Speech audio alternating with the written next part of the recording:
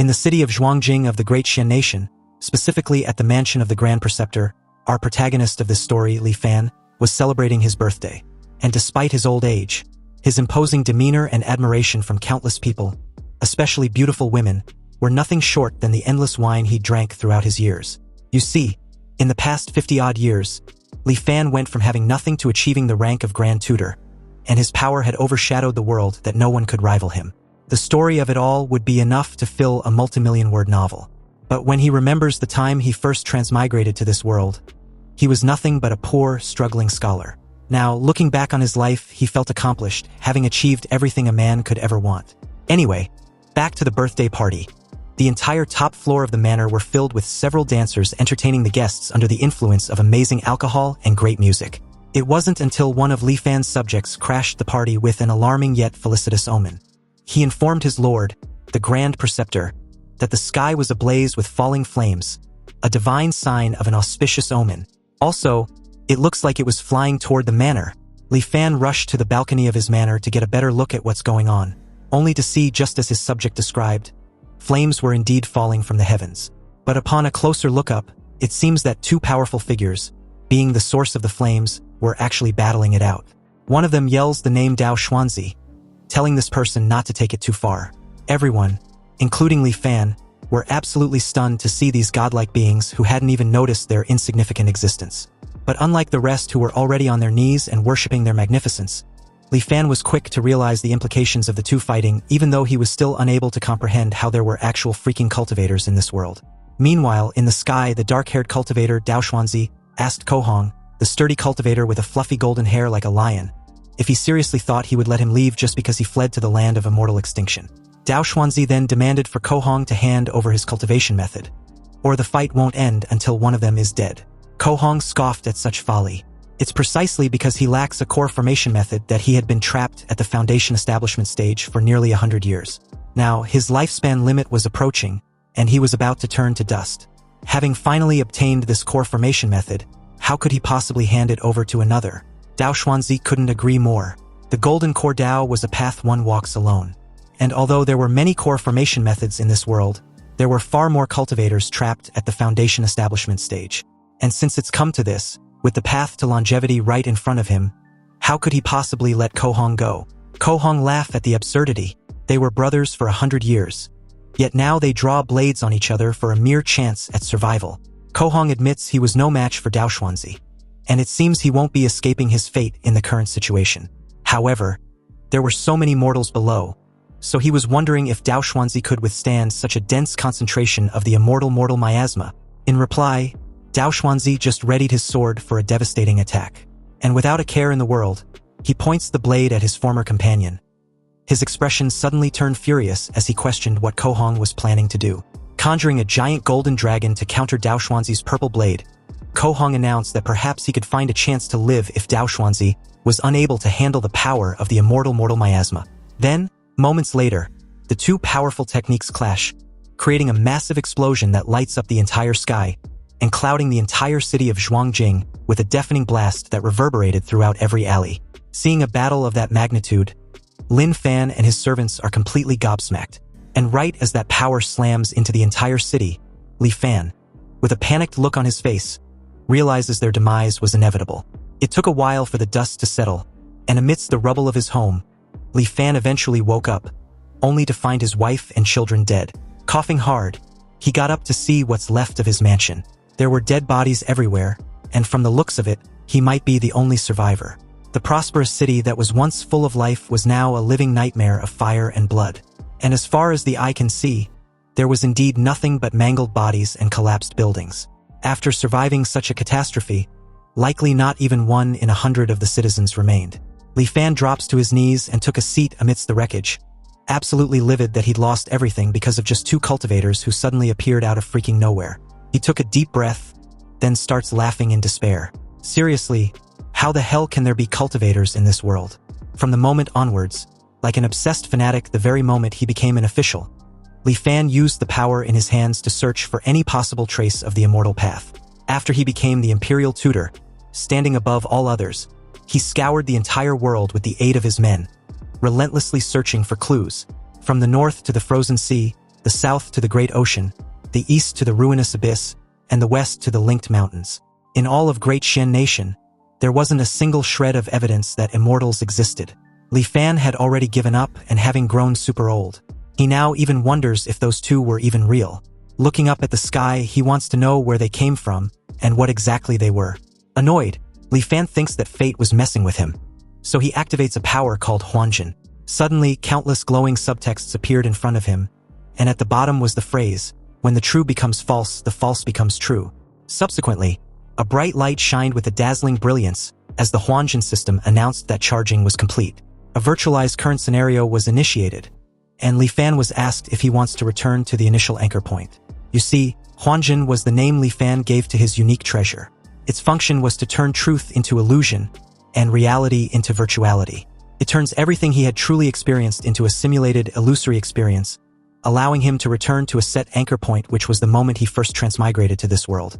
In fact, this was already his second life since transmigrating to the Great Xian Nation. In Li Fan's first life, although he had great ambitions, he was ultimately just an ordinary person. Li Fan wanted to become a Zhuangyuan but repeatedly failed the exams. After turning 30, he finally gave up on the idea of becoming an official and started a small business. Li Fan became a common wealthy patriarch, then married, had children, and lived out an ordinary life. It wasn't until he was old and on his deathbed that he finally awakened the unique treasure, Huanjin. This was what led to his unstoppable rise in this second life. Because after the Huanjin system charges, it allows him to restart this life and return to a breakpoint to begin anew. However, Li Fan couldn't restart just yet. He still had important things to do in this life, so he gave orders to a soldier to take care of the mess in the city. He was to order the garrison camp stationed outside the city to rush to Shenzhen and maintain order in the disaster's aftermath. Most of Xuanjing's buildings were destroyed, and after his trusted garrison camp took control of Shenzhen, not only could they expedite the post-disaster reconstruction, more importantly, Li Fan can stay in the barracks to oversee the cleanup efforts and secretly send people to investigate the whereabouts of the two cultivators. 1 month later, the ruined city of Shenzhen had only just begun to recover a semblance of life. Meanwhile, in Li Fan's private quarters, a subordinate reports that there was still no sign of the two cultivators. Li Fan, frustrated upon hearing this, knew he shouldn't have gotten his hopes up again. Anyway, since this was the case, he decided that there was nothing else to do and activated the Huanjin power to go back. He was then suddenly surrounded by blue energy and subtext, and after confirming his decision to restart his life once more, the transition of him going back in time, from his old age all the way back to his youth, was displayed in front of him. Several screens show moments from his life, and as he remembers the names of the two cultivators, he vowed to wait for them in 50 years' time. Li Fan then falls into a portal, determined to hunt the two immortals in his next life. After all, riches and honor were nothing but fleeting clouds to him at this point in his second life. It didn't take long for the system to regress Li Fan to the anchor point. In the first year, overjoyed, Li Fan acted out, and was almost forced by his aunt to drink an exorcism water from the village witch. Half a year later, he took the provincial exam, and although he was placed low in the 30s, he ultimately succeeded in becoming a Jurin, bringing honor to his ancestors. In his second year, he took the metropolitan exam and passed. Li Fan performed exceptionally well in the palace exam, placed in the second rank, and was bestowed the title of Jinshi. He then pulled strings in Shenzhen and obtained the post of county magistrate for Jiangnan's one county.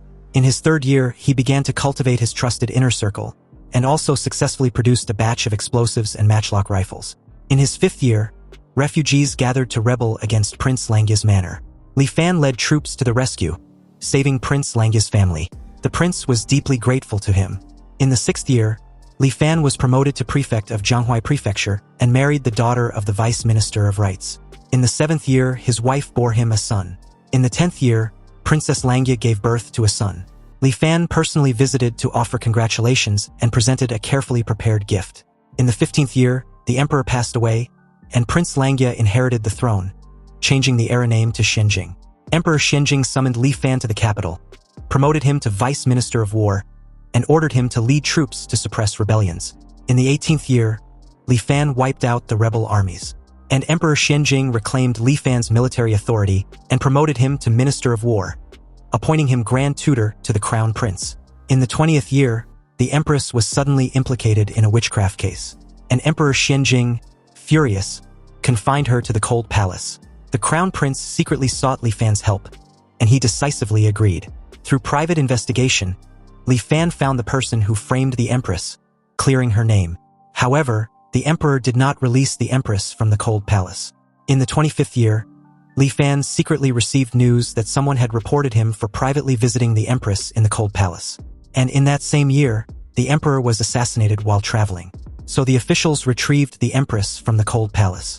The crown prince then ascended the throne with the heir named Kongning. In the 26th year, Li Fan was additionally ennobled as Grand Tutor and appointed Grand Scholar of the Deliberative Council, reaching the pinnacle of officialdom. He used this opportunity to eliminate dissent and build his own faction in the imperial court. In his 30th year, the people of the world knew only of the Grand Tutor, not the emperor. In the 31st year, the Empress Dowager became pregnant and bore him a son.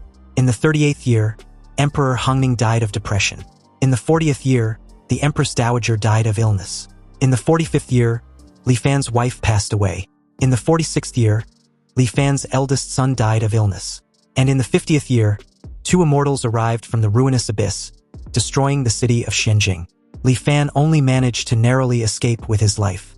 The simulation ended, and Li Fan had to choose one from the 4 options to retain. The first option was an item in Li Fan's possession during this simulation. The second was his cultivation realm from the simulation. The third was the simulation memory of one person closely related to him. Of course, this memory can be inherited by that person. Then, there's the fourth, which was to forego the above choices to speed up the charging progress. Li Fan kept wondering if what he just lived through was real or just an illusion. Or was it all a simulation, an error in perception caused by it being too real? Or perhaps, upon reaching a certain level, the line between true and false no longer exists. After a brief contemplation, Li Fan sets aside the crazy thoughts and decides to just focus on the 4 options the system gave him. He thinks the first 2 options were self-explanatory. If he ever embark on the path of cultivation, those 2 would be a great help. Unfortunately, he was merely a mortal in this past life. As for the third option, there was no telling what anyone is truly capable of.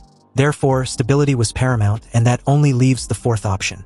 Since Huanjin's virtualization requires charging, when he receives a fatal blow, Huanjin will consume the charging progress to automatically protect him.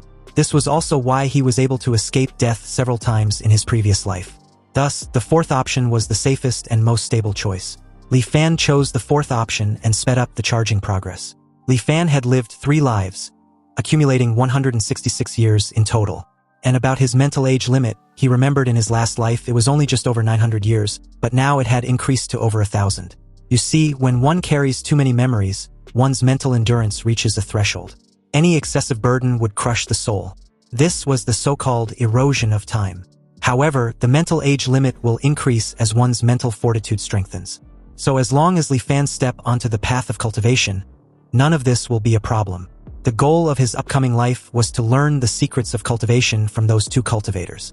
In 50 years, they will descend upon Shenzhen. With preparation against their lack of it, he might just have a chance of winning. Perhaps what he can rely on, besides guns and explosives, was the immortal miasma they spoke of. However, Li Fan just can't wait idly for 50 years.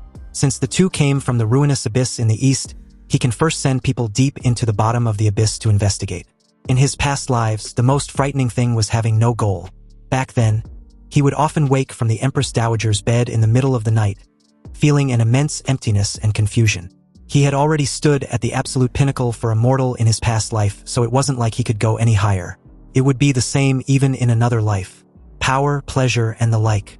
After repeating them so many times, they became tasteless as chewing wax.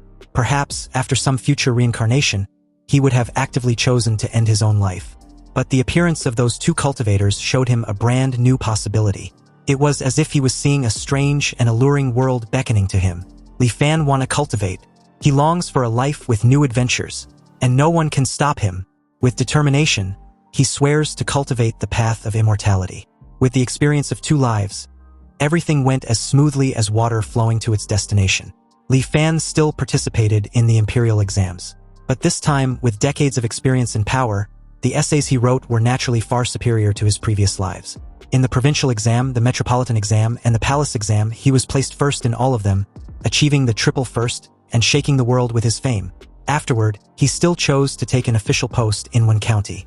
And although there was much confusion and regret in the imperial court, his request was approved. Due to his great fame, coupled with his crystal-clear understanding of the temperaments of every official in the county, Li Fan quickly brought Wen County to heel. He then began to promote and cultivate his trusted subordinates from his past life. In his 4th anchor year, he searched in secret and found someone who could act as Prince Langya's body double, cultivating him as a trusted subordinate. In his 5th anchor year, he ordered his subordinate to pose as a refugee and attack Prince Langya's manor. Li Fan feigned a rescue, but in reality, he coordinated from the inside to kill Prince Langya's entire family. And at the same time, he had the body double take the prince's place. From then on, Li Fan secretly controlled Prince Langya's manor. In his 9th anchor year, the wedding of Prince Langya and the chief grand scholar's granddaughter proceeded as scheduled. That night, Li Fan stormed the bridal chamber and had conjugal relations with Princess Langya. In the 10th anchor year, Princess Langya gave birth to a son. Of course, the child was Li Fan's. In the 15th anchor year, the emperor was finally gravely ill, and after receiving the Edict of Succession, Li Fan rushed to the capital with his trusted subordinates. After Prince Langya ascended the throne, he aggressively placed his subordinates in the imperial court. With the chief grand scholar's covert cooperation, Li Fan easily seized control of the situation. In the 20th anchor year, after helping his son become emperor, Li Fan infected himself as grand tutor, stepping out from behind the curtain to the forefront, once again wielding power over the world. After this, not only did the wheels of the great Xian nation's development not become stagnant, but they turned even faster under his will. At his grand tutor's manor in the 35th anchor year, Li Fan asks a subordinate about the fog over the ruinous abyss. He learned that it dissipates for half a day every 15 years. The hooded subordinate reports that the immortal-seeking camp was ordered to station themselves by the ruinous abyss and observe day and night. It was just a few days ago that they finally made a breakthrough. He adds that after the great fog dispersed, a faint light could be seen shining from the bottom of the abyss. So they used a telescope to observe and actually discovered an inverted landscape. And although what each person saw was not identical, there were 10,000 mountains rising and falling, with magnificent structures hidden among them, barely visible. There were also towering cities on the plains, bustling with life, and with no less than 1 million people. And on top of that, there was even a city in the sky wreathed in rosy light, with all kinds of rare and exotic beasts flying about. It was truly incredible. After receiving a confirmation that the 2 cultivators came from the ruinous abyss, Li Fan wanted to know if they have found a way to get to the bottom of the abyss.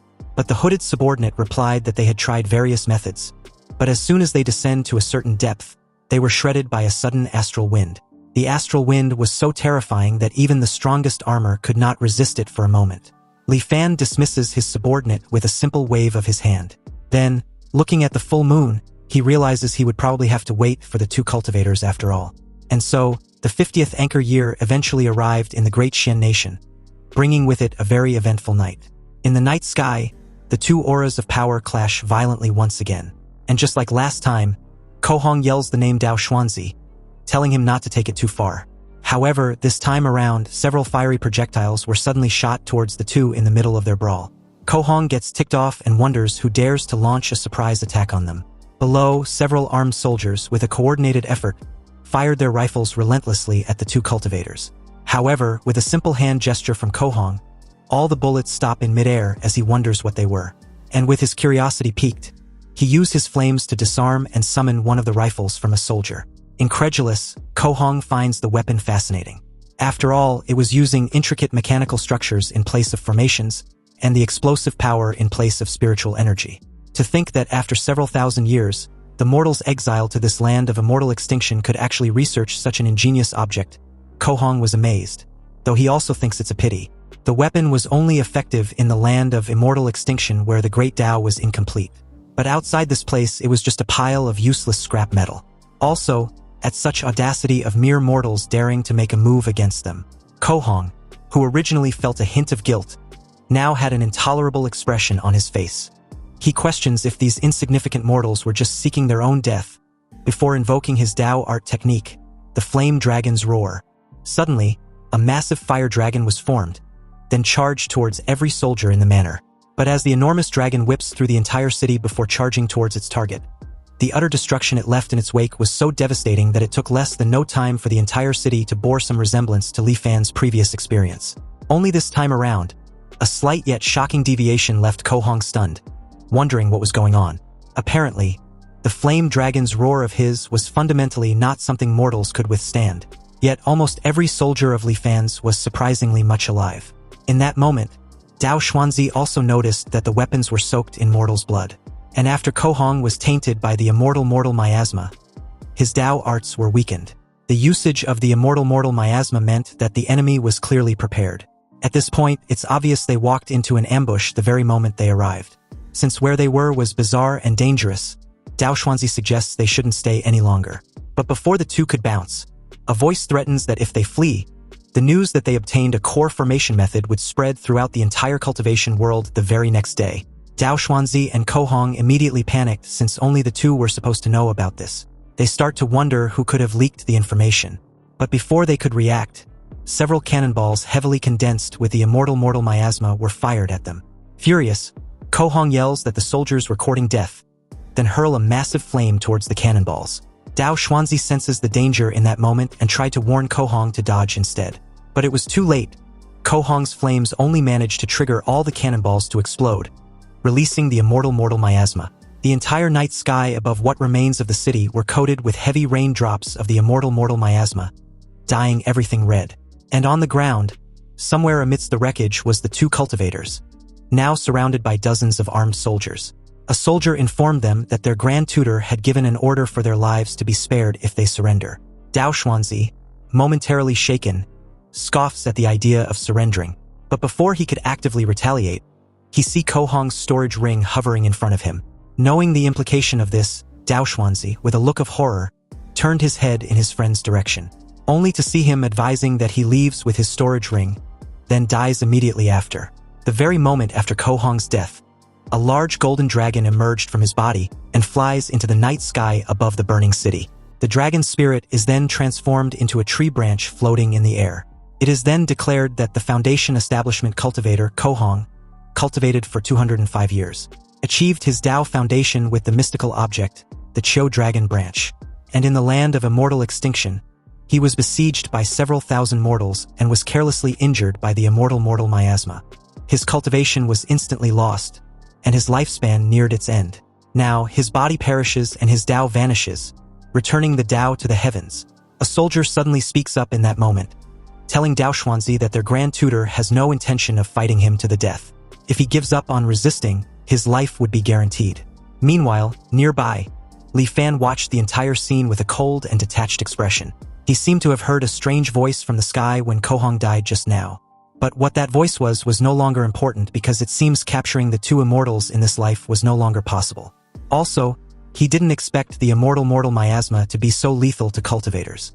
Back to Dao Xuanzi, he got up and informed the soldiers that he didn't know who they were, nor did he know their purpose. However, he and his brother were plotted against by them, resulting in his death and the loss of their Dao.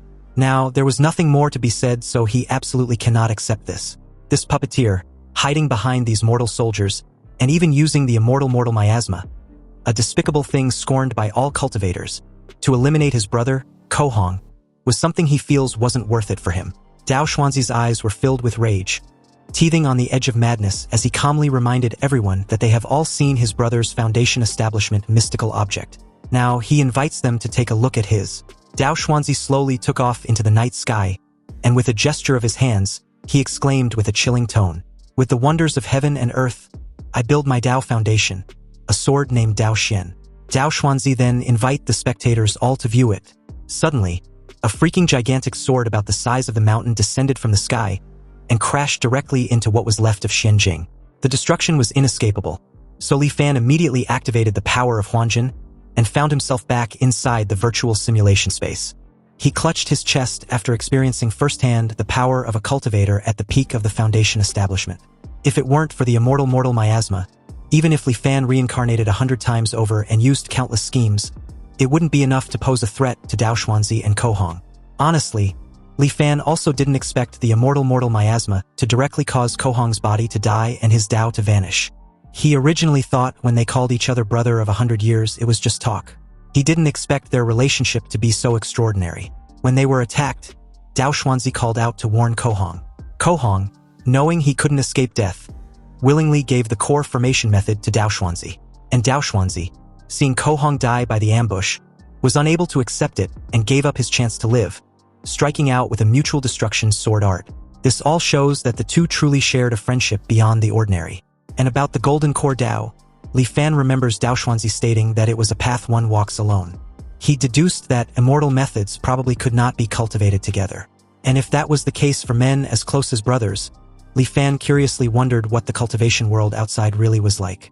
It seems that no matter how dangerous the path ahead was, Li Fan would not waver. Furthermore, with the help of the Huanjin system, as long as he was careful enough, no predicament should be able to stop him. Last time, he chose to attack both of them at the same time. Perhaps the next time, he can choose to win one of them over. Li Fan's mental age limit only increased by a few dozen this time, and it seems he was nearing his limit. If he counts the life before he transmigrated, this was already his 5th life. The path to seeking immortality was truly difficult, and he hopes the 50 years he was about to begin anew won't be wasted. So, in the 35th anchor year of his new life, Li Fan ventured into the endless ruinous abyss. And from the experience of the last simulation, he knew that the dense fog over the ruinous abyss dissipates once every 15 years. At present, he was there precisely to see it with his own eyes. And after an unknown amount of time, a massive amount of white fog was forced to erupt from the ruinous abyss, rushing straight to the sky like a reverse waterfall. This great wind lasted for a good quarter of an hour before the heavy fog finally dispersed. Li Fan took out the telescope and looked toward the bottom of the ruinous abyss. And according to the intel he had, the scene that appears at the bottom of the ruinous abyss was different for everyone who looks. But upon looking through the telescope, Li Fan could only see a dark abyss with a white light at its center. Then suddenly, the view changes and he sees ruins with an inscription. The path to immortality was dead. Li Fan, shocked and a bit puzzled, wonders what on earth happened in that place and to the world of cultivation. Soon, the scene shifts to Li Fan's 50th birthday, in his 15th anchor year. Ko Hong yells furiously at Dao Xuanzi, reciting the same line as in the previous lives. Then, Li Fan's squad of soldiers attack with their rifles. Only this time around, they only attack Ko Hong under the banner of Dao Xuanzi. Ko Hong, stunned and a bit puzzled, wondered how it was even possible as he blocks the bullets. And although he couldn't comprehend why, he also starts to wonder if Dao Xuanzi already knew he would flee to the land of immortal extinction. Ko Hong's confirmation immediately solidified when he noticed that the bullets were laced with the immortal miasma. He yells at Dao Xuanzi, calling him a despicable friend. Meanwhile, Dao Xuanzi, shell-shocked, was just as confused as his friend. He didn't know why the mortals below were attacking Ko Hong under his banner, and were even using the immortal miasma. He explains to Ko Hong that they weren't under his command, then suggests they get the hell out of there. But in that very moment, Li Fan yells from below, questioning why Dao Xuanzi was going back on his promise. Li Fan then informs Ko Hong of their deal with his friend, stating that as long as they helped Dao Xuanzi eliminate him and seize the core formation method, he would lead the clan out of the immortal Forsaken Land. Ko Hong was enraged at this point. He asked his friend if he still insists on his innocence since besides the two of them, no one knew about the core formation method. Dao Xuanzi, done with this nonsense, decides to find the culprit, Li Fan, who was still running his mouth after revealing his knowledge of the core formation method. Li Fan adds that they had incurred the wrath of the masses for the sake of the immortal miasma Dao Xuanzi spoke of. Now, public resentment was boiling over. So if the immortal master cannot keep his promise and lead them out of the immortal Forsaken Land, he fears it won't be long before his clan dies without a burial place. Annoyed by the false guilt-tripping, Dao Xuanzi charges towards what he believed to be Li Fan, a shameless villain who needs to shut the fuck up. Dao Xuanzi crash lands with a reverberating boom, sending dust and debris flying. Dao Xuanzi spots a radio, which he believes was an artifact. At the same time, Li Fan accuses Dao Xuanzi of trying to permanently silence them.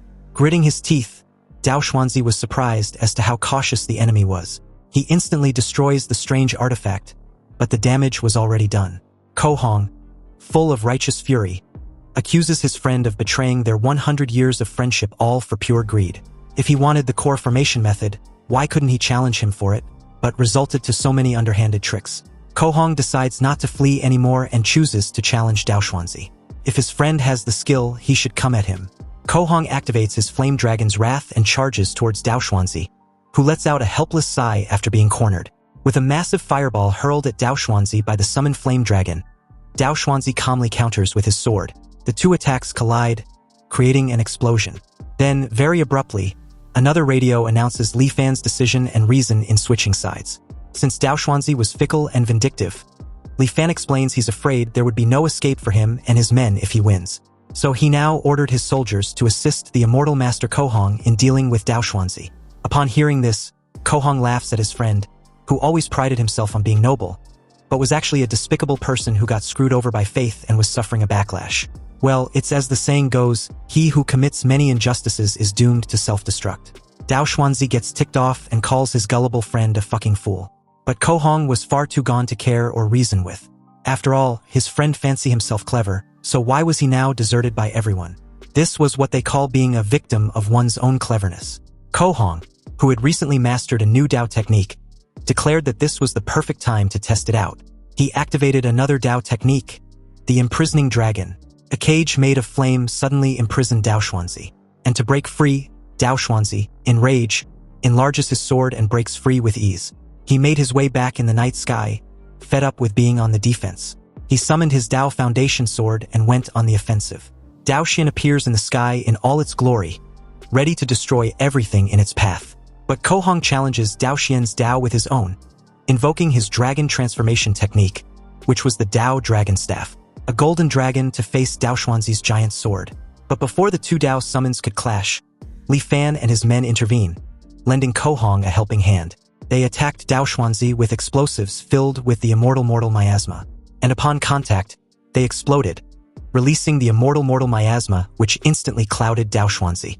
All wounded, Dao Xuanzi let out an ear-piercing cry, and soon realizes that his Dao Dragon branch has been hit. It starts to grow rapidly from within him, then sprout outward. The branches instantly grew and took over his entire body. And eventually, Dao Xuanzi's body gets completely consumed, leaving a lifeless corpse. Anyway, just like Kohong's death in the previous simulation, it's announced that the Foundation Establishment cultivator, Dao Xuanzi, cultivated for 201 years and established his Dao Foundation with the wondrous item, the rusted sword Dao Xian. However, in the immortal Forsaken Land, he fought with another and was ultimately killed at the hands of the Foundation Establishment cultivator, Kohong. Now, his body has perished and his Dao has vanished, returning to the heavens. Li Fan was quick to notice that the voice also appeared when Kohong died before. He made his way to Kohong and introduced himself. Li Fan extend his greetings and respectfully implore Kohong's mercy to save the lives of the 1,000 souls of his clan. Kohong realizes Li Fan was the one whose voice was echoing from all directions earlier. He questioned why a mere mortal dared to interfere in a battle between cultivators. Li Fan explains that he was merely seeking a chance of survival after realizing that his clan would have perished if Dao Xuanzi won the battle. Kohong finds this harsh and Lin Fan takes the opportunity to remind him of the promise Dao Xuanzi made. But Kohong explains that for 100 years, Dao Xuanzi had always appeared to be a man of his word, but in reality, he acts without any principles, even deceiving mortals.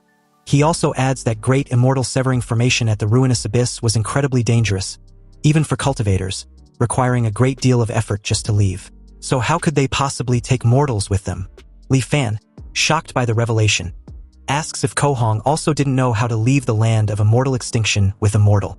Kohong casually confirms this before Li Fan suggests they find somewhere private to talk. In an underground shelter of the manor, Li Fan again wanted to confirm if it's true that mortals cannot be taken along when leaving the immortal Forsaken Land. Kohong had no reason to lie to Li Fan, and simply reminds him that he was a mere mortal. Perhaps a golden core stage cultivator could protect him, a mortal, while breaking through that great immortal severing formation. But for someone with a Foundation Establishment stage cultivation base such as himself, it was absolutely impossible. Li Fan tried to ask for any other alternative. Some hope for mortals like them to someday leave this world. Kohong reiterate that to leave the immortal Forsaken Land, one must pass through the great immortal severing formation. But with the frail body of a mere mortal, it was utterly impossible to pass through. And besides, Li Fan was already old enough to have one foot in his grave. Why was he so obsessed with leaving the land of immortal extinction?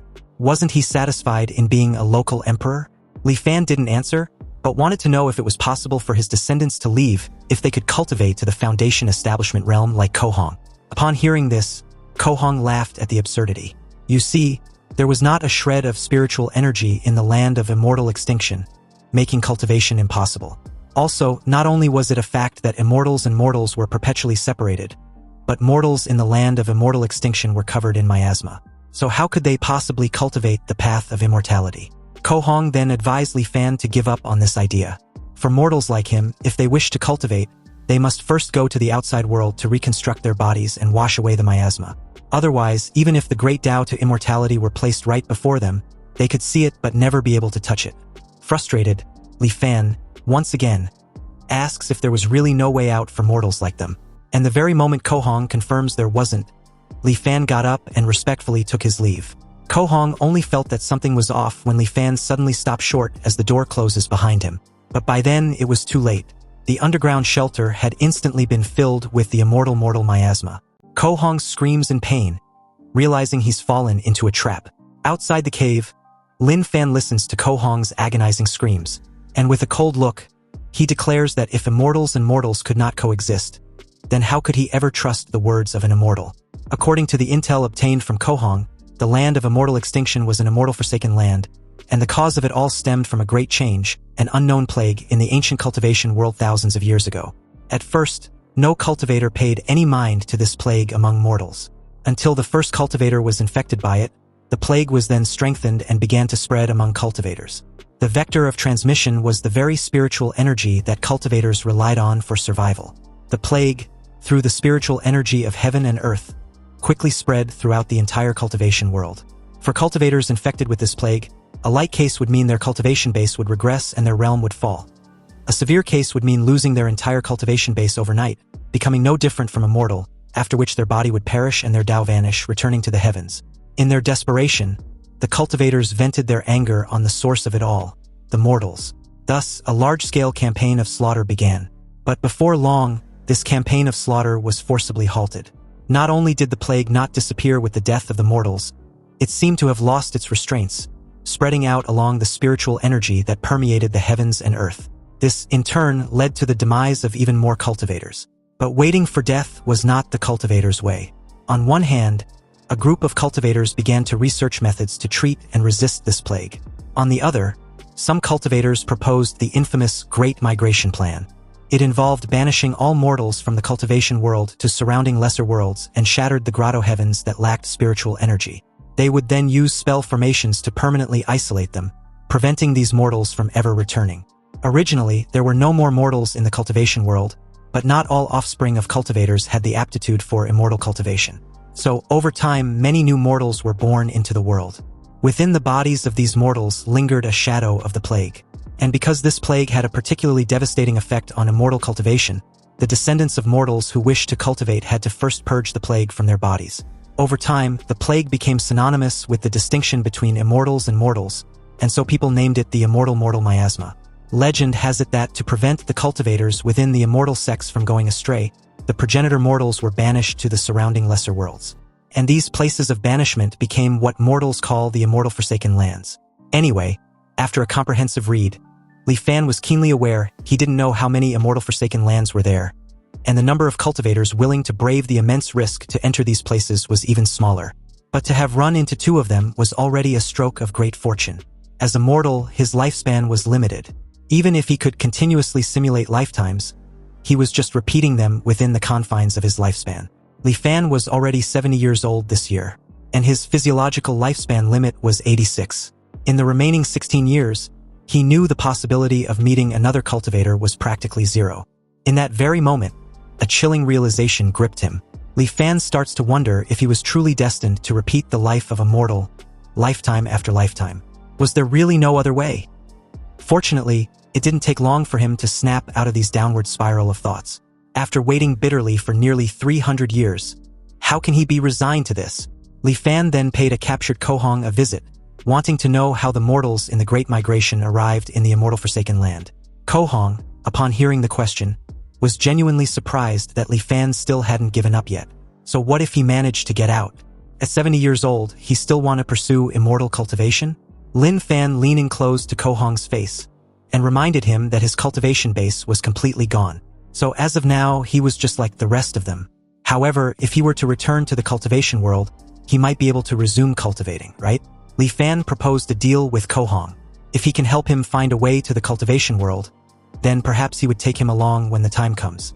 Ko Hong immediately furrowed his brow and calls Li Fan a treacherous villain, realizing the old bastard was still trying to trick him. But Li Fan just calmly retorts, stating that whether what he says happens to be the truth or a lie, it is, in the end, a glimmer of hope. So, was Kohong willing to give up this path to survival, grow old and die in this tiny confinement of his? Kohong was speechless for a moment, but after briefly thinking things over, he gave a reply with a helpless sigh. If he wasn't mistaken, what the cultivators used back then to migrate the mortals was a dharma artifact similar to flying arcs or flying shuttles. You see, in ancient times, the cultivation world was teeming with people, sects were numerous and prominent, and it was incredibly prosperous. Such transportation-type dharma artifacts were also very popular. However, it's a pity that a great cataclysm befell heaven and earth later on, and every cultivator feared for their own safety and began to act alone.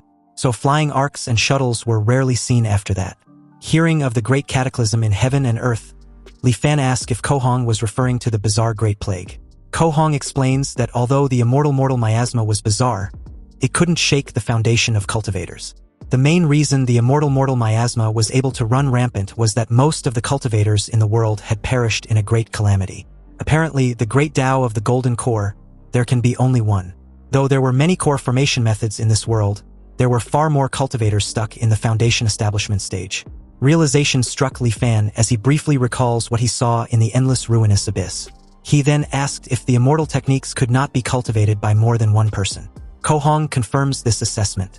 You see, it was said that in ancient times, there was no such restriction.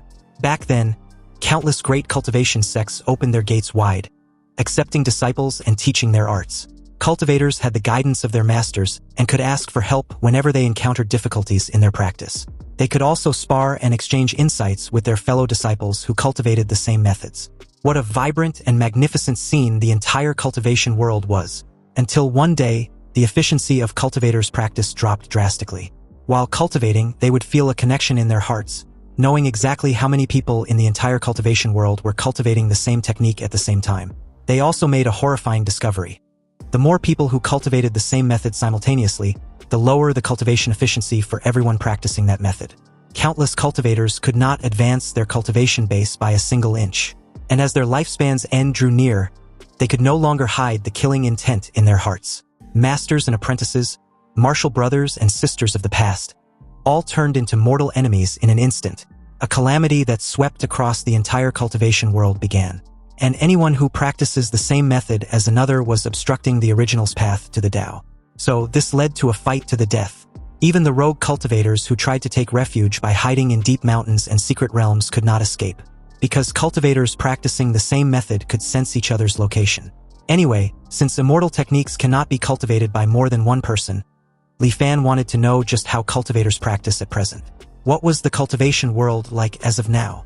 Kohong lets out a heavy sigh and replied that as at present in the cultivation world, if one wants to cultivate, there were no more than a few choices. One was to join the Myriad Immortals Alliance. The Myriad Immortals Alliance was a loose coalition formed by numerous cultivators. One can exchange for cultivation methods and resources within the alliance using contribution points. However, to earn contribution points in the alliance, one must accept and complete missions, or by trading with others. The second is the Five Elders Council. The Five Elders Council was an organization founded by 5 top-tier mighty figures, and its influence was immense. As long as one has the aptitude for cultivation, they can voluntarily join and choose a cultivation method. But the price was that one must sign a sole contract and serve the Five Elders Council for a certain period of time. From Kohong's description, it feels like cultivation methods weren't that scarce in the cultivation world. Kohong nodded with a slight smile. The reason was that the methods obtained this way were all incomplete. These methods were all newly compiled by the major powers over the years, so reaching the peak of qi condensation was already their limit. To advance further and establish a Tao foundation, one must switch to a new cultivation method, and the same applies to realms above foundation establishment. Li Fan was a bit puzzled. After all, if one were to switch methods and start over every time they break through to a new realm, didn't that mean all their previous efforts will be for nothing? Kohong explains that that won't happen, because all who cultivate must practice a fragment of the supreme primordial true scripture. This scripture was not a cultivation method, but more of a secret technique. Its function was to allow a cultivator to willingly disperse their realm without significant loss. After dispersing their cultivation to switch to another method, they can quickly catch up to their original realm. A bit shaken, Li Fan was also amazed that such a miraculous method exists. It was as if this fragment appeared at such a convenient time, since only in this way could the many cultivators of the world be made to accept constantly changing their cultivation methods. Kohong could only sigh once again. Li Fan was right, but what else could be done about it? A true method was hard to come by, and his friend, Dao Xuanzi, died without ever knowing the real reason why he snatched the method and ran. It wasn't just because it was a core formation method, but because it was a true method that could lead directly to the nascent soul realm. Next, after Kohong introduced Li Fan to some common knowledge of the cultivation world, such as how a cultivator's demise can trigger celestial phenomena within a certain range, he finally returned to the main topic. He once heard a rumor that for thousands of years, mortals from the immortal Forsaken Lands have been secretly returning to the cultivation world. But it's mostly just idle talk and baseless rumors from the streets, without any concrete evidence. Li Fan points out that there was no smoke without fire. Sometimes, rumors were the truth of the matter, and as long as there was a sliver of hope, he would not give up. Kohong, upon hearing this, really didn't know how an old Li Fan with one foot in the grave can still be so restless.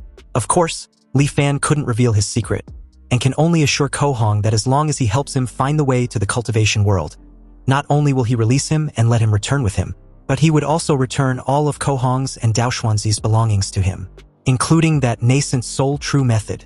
Shocked as hell, Kohong asked if Li Fan was really serious, and after receiving a confirmation reply, he immediately agreed to help.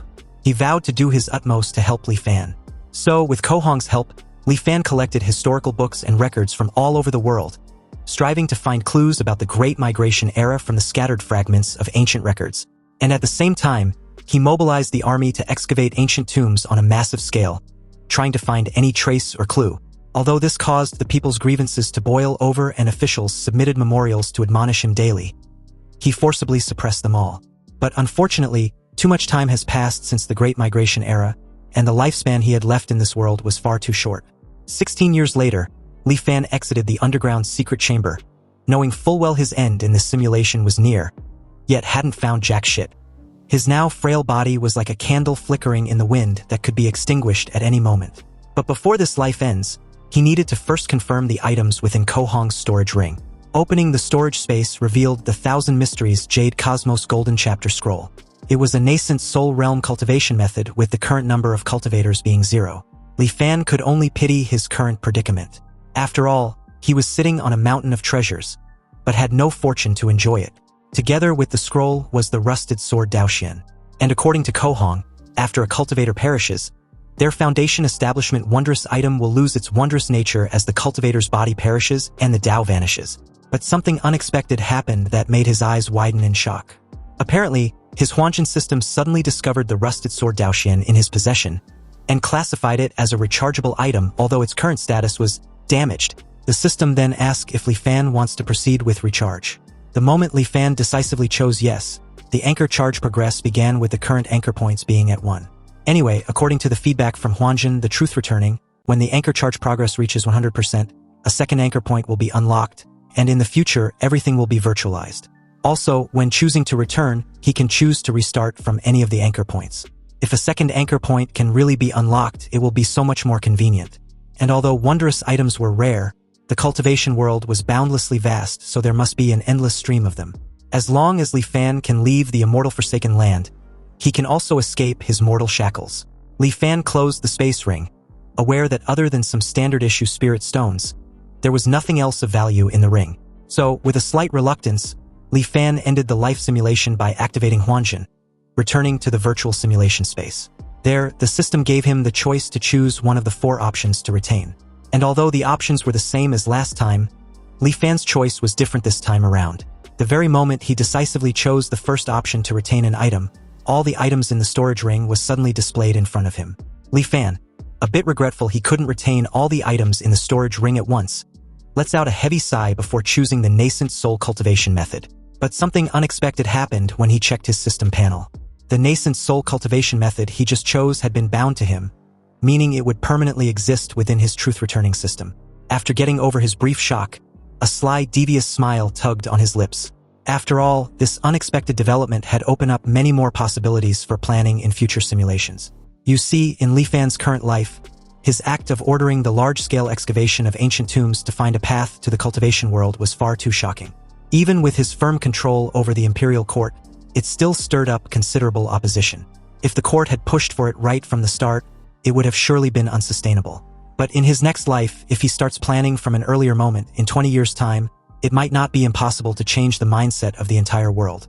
Time flowed on, and Li Fan's sixth life began. With his subtle influence behind the scenes, many small changes occurred in the world. In the fifth anchor year, an ancient seeking school emerged out of nowhere. This school brought several ancient texts to the capital for an audience with the emperor. The exquisite and unparalleled nature of the ancient texts, rarely seen in the world, shook the nation. The ancient texts were titled Change, Way and Virtue, Southern Flower, the Analects, and the Great Learning. In the sixth anchor year, the emperor suddenly fell gravely ill and was confined to his bed. All the imperial physicians were at their wits' end. Then, the ancient seeking school presented an elixir to the emperor. And at death's door, the emperor consumed the elixir. To everyone's surprise, the elixir had a miraculous effect, and in just a few days the emperor made a full recovery. In the 11th anchor year, Zhonghua Prefecture uncovered a major tomb robbing case, arresting a team of over 100 tomb robbers. The prefect of Zhonghua Prefecture, Li Fan, did not dare to act on his own authority. He wrote a memorial, sent it to Xinjing City via the 800 Li Express, and requested His Majesty's judgment. A full month passed before the emperor's decree finally arrived. They were not sentenced to death, only to be enslaved and sent to the capital. In the 15th anchor year, the emperor fell gravely ill, wishing to extend his life with an immortal pill. He dispatched over 100,000 troops to excavate ancient tombs everywhere in search of traces of such pills. Unfortunately, the immortal pill was hard to find. The emperor died with regret, and the trend of seeking ancient tombs grew even stronger throughout the land. But before his death, the emperor abdicated the throne to the Prince of Langya. And with that, Li Fan once again secretly controlled the world. In Li Fan's 23rd anchor year, following the excavation of an ancient tomb, a lost piece of history was gradually pieced together, a dynasty that could be traced with the name Qi. Li Fan immediately offered a bounty to the world, declaring that anyone who could find a tomb of the Qi dynasty would be ennobled as a marquis. In the 25th anchor year, the tomb of the first emperor of the Qi dynasty, Yixing, was finally found. And after all obstacles were cleared, Li Fan entered the tomb's interior, surrounded by his retinue. In just over a month, a passage to the main burial chamber was carved out. The main tomb passage stretched for several hundred meters, its walls covered in vivid, lifelike murals. Though 1,000 years had passed, they were still clearly visible. Li Fan and his men arrived at the main burial chamber. The chamber was 40 to 50 meters high, with a length and width of several thousand meters. The ceiling seemed to imitate the layout of the stars, inlaid with tens of thousands of luminous pearls. Mountain peaks rose one after another, submerged in a sea of clouds. It was unknown how this sea of clouds was formed, and it remained fixed within the chamber, never drifting. Even after several thousand years, it had not dissipated. Invisible paths connected the various mountain peaks, and everyone marveled in amazement as they walked along. In that moment, Li Fan, marveled at such ingenuity, was convinced that these were truly the methods of an immortal. Anyway, atop the highest peak was a simple thatch hut, and the fertile fields outside was barren. As they drew closer, they realized the thatch of the hut was actually woven from countless fine golden threads. Realizing the thatch hut was clearly Yixing's coffin, Li Fan ordered 2 of his men to go open the door. The 2 did as they were instructed, opening the door, and what was inside stunned Li Fan for a moment before he approached. It was an ancestral shrine for Yixing, an outer disciple of the Taihang sect. It seems that although this person, Yixing, joined a sect called the Taihang sect, he remained just an outer disciple and never set foot on the path to immortality. He was ultimately exiled to this place by the cultivators, and even in death he could not forget his sect. Obviously, Yixing was not identified as an emperor, but a mere outer disciple of the Taihang sect. However, according to Kohong, all the sects in the world should have perished during the Great Calamity before the Great Migration era. So it seems there's a hidden story behind this. Yixing was likely entrusted by the cultivators of the Taihang sect to oversee the Great Migration of this world. In deep thoughts, Li Fan wondered if they would be able to find the flying ark used for the migration back then. Since the search of the main burial chamber yielded nothing, Li Fan ordered the ancient seeking camp to excavate the surrounding area. Several days later, news arrived. Li Fan received a report that the ancient seeking camp had found a record mentioning the words flying ark in the list of burial goods from a nearby attendant tomb chamber. However, that tomb chamber was robbed long ago, and based on the signs of damage, the robbery occurred over 1,000 years ago. Suddenly, an intense murderous aura loomed over Li Fan when he heard this report. Then seconds later, he lost it and furiously trashed everything on a table next to him. Li Fan was pissed off that the same scenario was repeating itself. It was driving him to the fucking wall. Every time he see a glimmer of hope, it ends up being unattainable, like flowers in a mirror or the moon in the water. Anyway, after releasing all his pent-up frustration, Li Fan issued another bounty, another reward to the world. Whoever finds clues related to the immortal arc would be ennobled as a marquis of 1,000 households. And just like that, in his 35th anchor year, the ancient seeking camp found the tomb of an immortal. Apparently, a few days ago, a group of people were excavating an unremarkable grave when they were suddenly injured by a mysterious force, suffering heavy casualties. The ancient seeking camp dared not be negligent and dispatched men to investigate overnight. But even with many highly experienced veterans, they could not disturb this small tomb in the slightest. Li Fan spared no time and ordered for the use of the immortal miasma to open the tomb at once. The ancient seeking camp quickly obliged and poured bucket upon bucket of the immortal miasma on the invisible barrier protecting the tomb from intruders. Fortunately, just like how it was effective against cultivators, the barrier was no different. It didn't take long for it to shatter completely. Li Fan instructed his men to be careful during the excavation and report immediately to him if they find anything resembling a flying ark. Moments later, a report of an object resembling a flying ark among the burial goods reached Li Fan's ears, and he rushed to the site immediately. When he got there, it was indeed as described, a flying freaking ark. But the size of it caught Li Fan off guard. He couldn't help wondering if the small wooden boat in front of him was really the flying ark he had been longing for. However, through the message carved on the tomb wall by its owner before his death, he eventually understood the full story. It turns out the tomb's owner was named Qian Hong, a Foundation establishment stage cultivator. And over 3,000 years ago, he was hunted by his enemies and with nowhere else to go, he hid in this immortal forsaken land. However, since the immortal forsaken land was completely devoid of spiritual energy, and he didn't have many spirit stones on him, his life was at risk. Before long, Qian Hong's spirit stones were depleted, and without spirit stones to replenish his spiritual energy, his cultivation base deteriorated day by day. He speculated that when the mortals were exiled to the immortal forsaken land thousands of years ago, they might have left behind 1 or 2 flying arcs. So he investigated far and wide, spending decades before finally finding the tomb of Yixing. There was indeed a flying arc in the tomb, but to Qian Hong's despair, the core power spell formation inside the arc was already damaged. Furthermore, he didn't know the art of artifact refinement, so he couldn't repair it. At that point, Qian Hong finally gave up on the idea of leaving the immortal forsaken land. Qian Hong left his final words on the tomb wall, telling the person from a later generation who may encounter his tomb. If this person sweeps his grave, he may take one of the 4 items from the cultivation world as his thanks for what was left. Anyway, with the protection of the spell formation outside the tomb, it wasn't surprising Qian Hong was so certain that a cultivator would be the one to arrive. Anyway, in that moment, the Huanjin system notified Li Fan of a wondrous item of heaven and earth, a halting stellar fragment. Li Fan was astonished that he had actually found one, believing it to be the mysterious item guarding the tomb. Unfortunately, the truth returning wasn't reacting to it at all. He realized that forcing his way into the tomb with large amounts of the immortal miasma had likely damaged the halting stellar fragment, turning it into an ordinary stone. With a sigh, Li Fan turned his attention to the other relics. He found a lesser truth-returning vastness Qi condensation stage cultivation method and a cloud water record foundation establishment method, both with their current cultivators being one. Li Fan immediately frowned, puzzled as to how someone was already cultivating these methods. He wondered if it could be a trap, but he quickly realized that that might not be the case.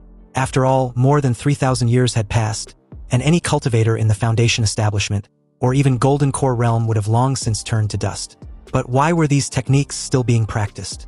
In that moment, a sudden realization struck him. It might be that these methods had a master copy. After the Great Calamity, many cultivation methods were preserved and compiled by major powers like the Myriad Immortals Alliance and the 5 Elders Council. When the management of these major powers sees a method that no one was cultivating, they bring it out again for people to redeem. In other words, over the past 3,000 years, who knows how many owners these 2 methods had passed through.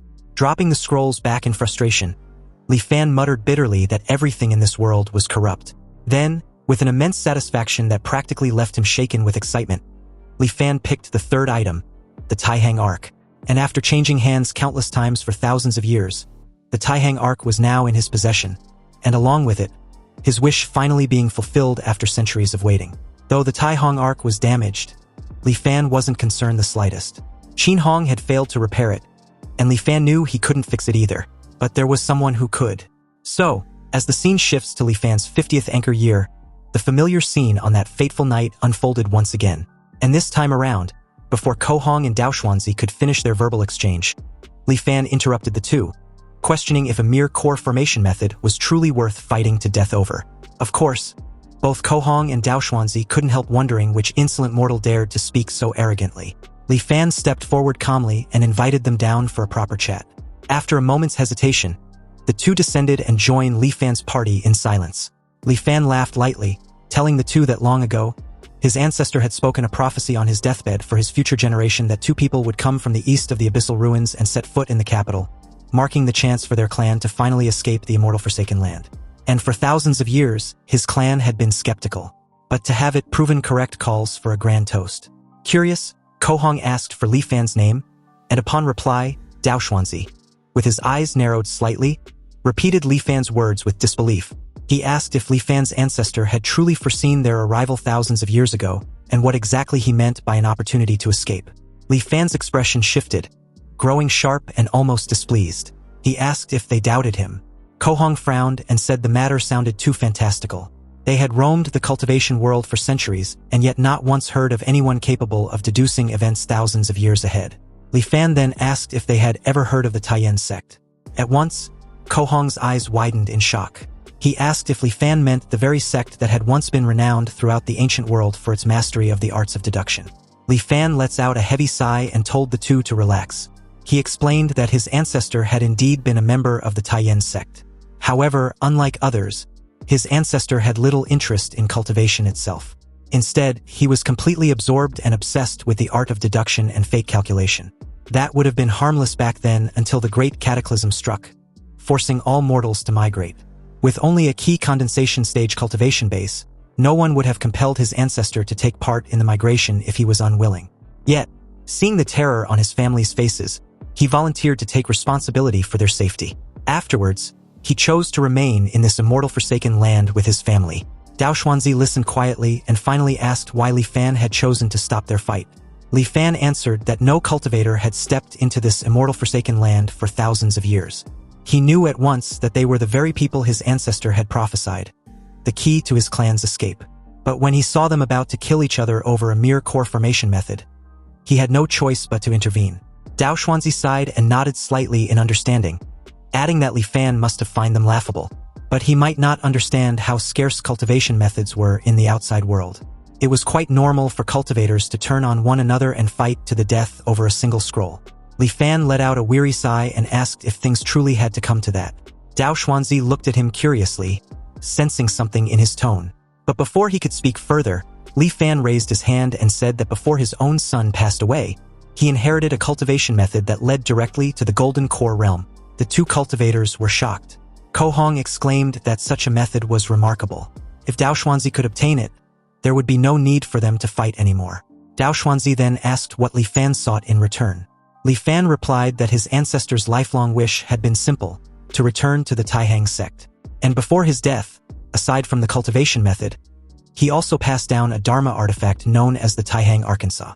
Though damaged, his ancestor had once used the Taihang art of deduction to foresee that many years later, two cultivators would appear, one skilled in swordsmanship, the other in artifact refinement.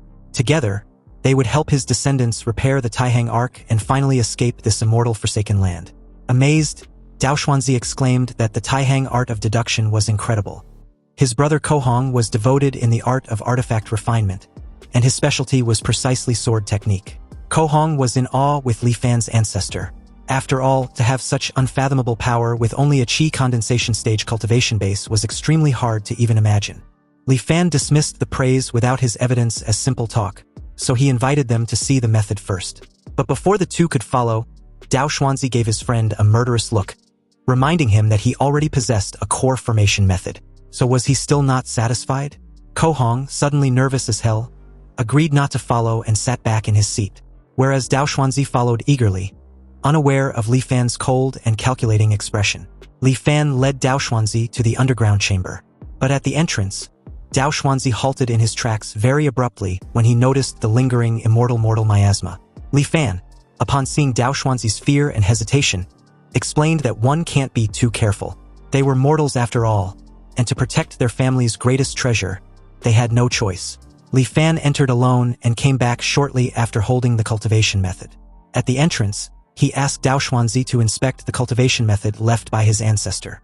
Upon seeing the Thousand Mysteries Jade Cosmos Golden Chapter, Dao Xuanzi was completely gobsmacked when he noticed that it was a nascent soul method. Li Fan acknowledged that everything was unfolding exactly as he had predicted. He confessed that earlier, in front of Kohong, he had described his ancestors' inheritance only as a core formation method because he feared provoking malicious thoughts. Dao Xuanzi respectfully praised Li Fan for his sharp mind. He promised Li Fan to rest assured.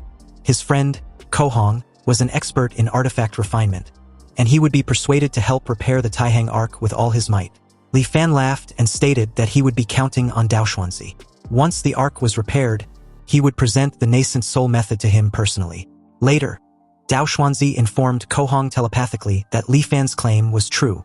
He had seen the ancestral core formation method with his own eyes. Kohong's expression darkened. He vowed to seize the method by force. The moment Kohong suggested that they take the method by force, Dao Xuanzi quickly refused. He reminded his friend that although Li Fan was a mere mortal, he was still a descendant of the Taiyan sect, and their art of deduction was terrifying. If they acted rashly, there was no telling what hidden tricks Li Fan might have up his sleeve.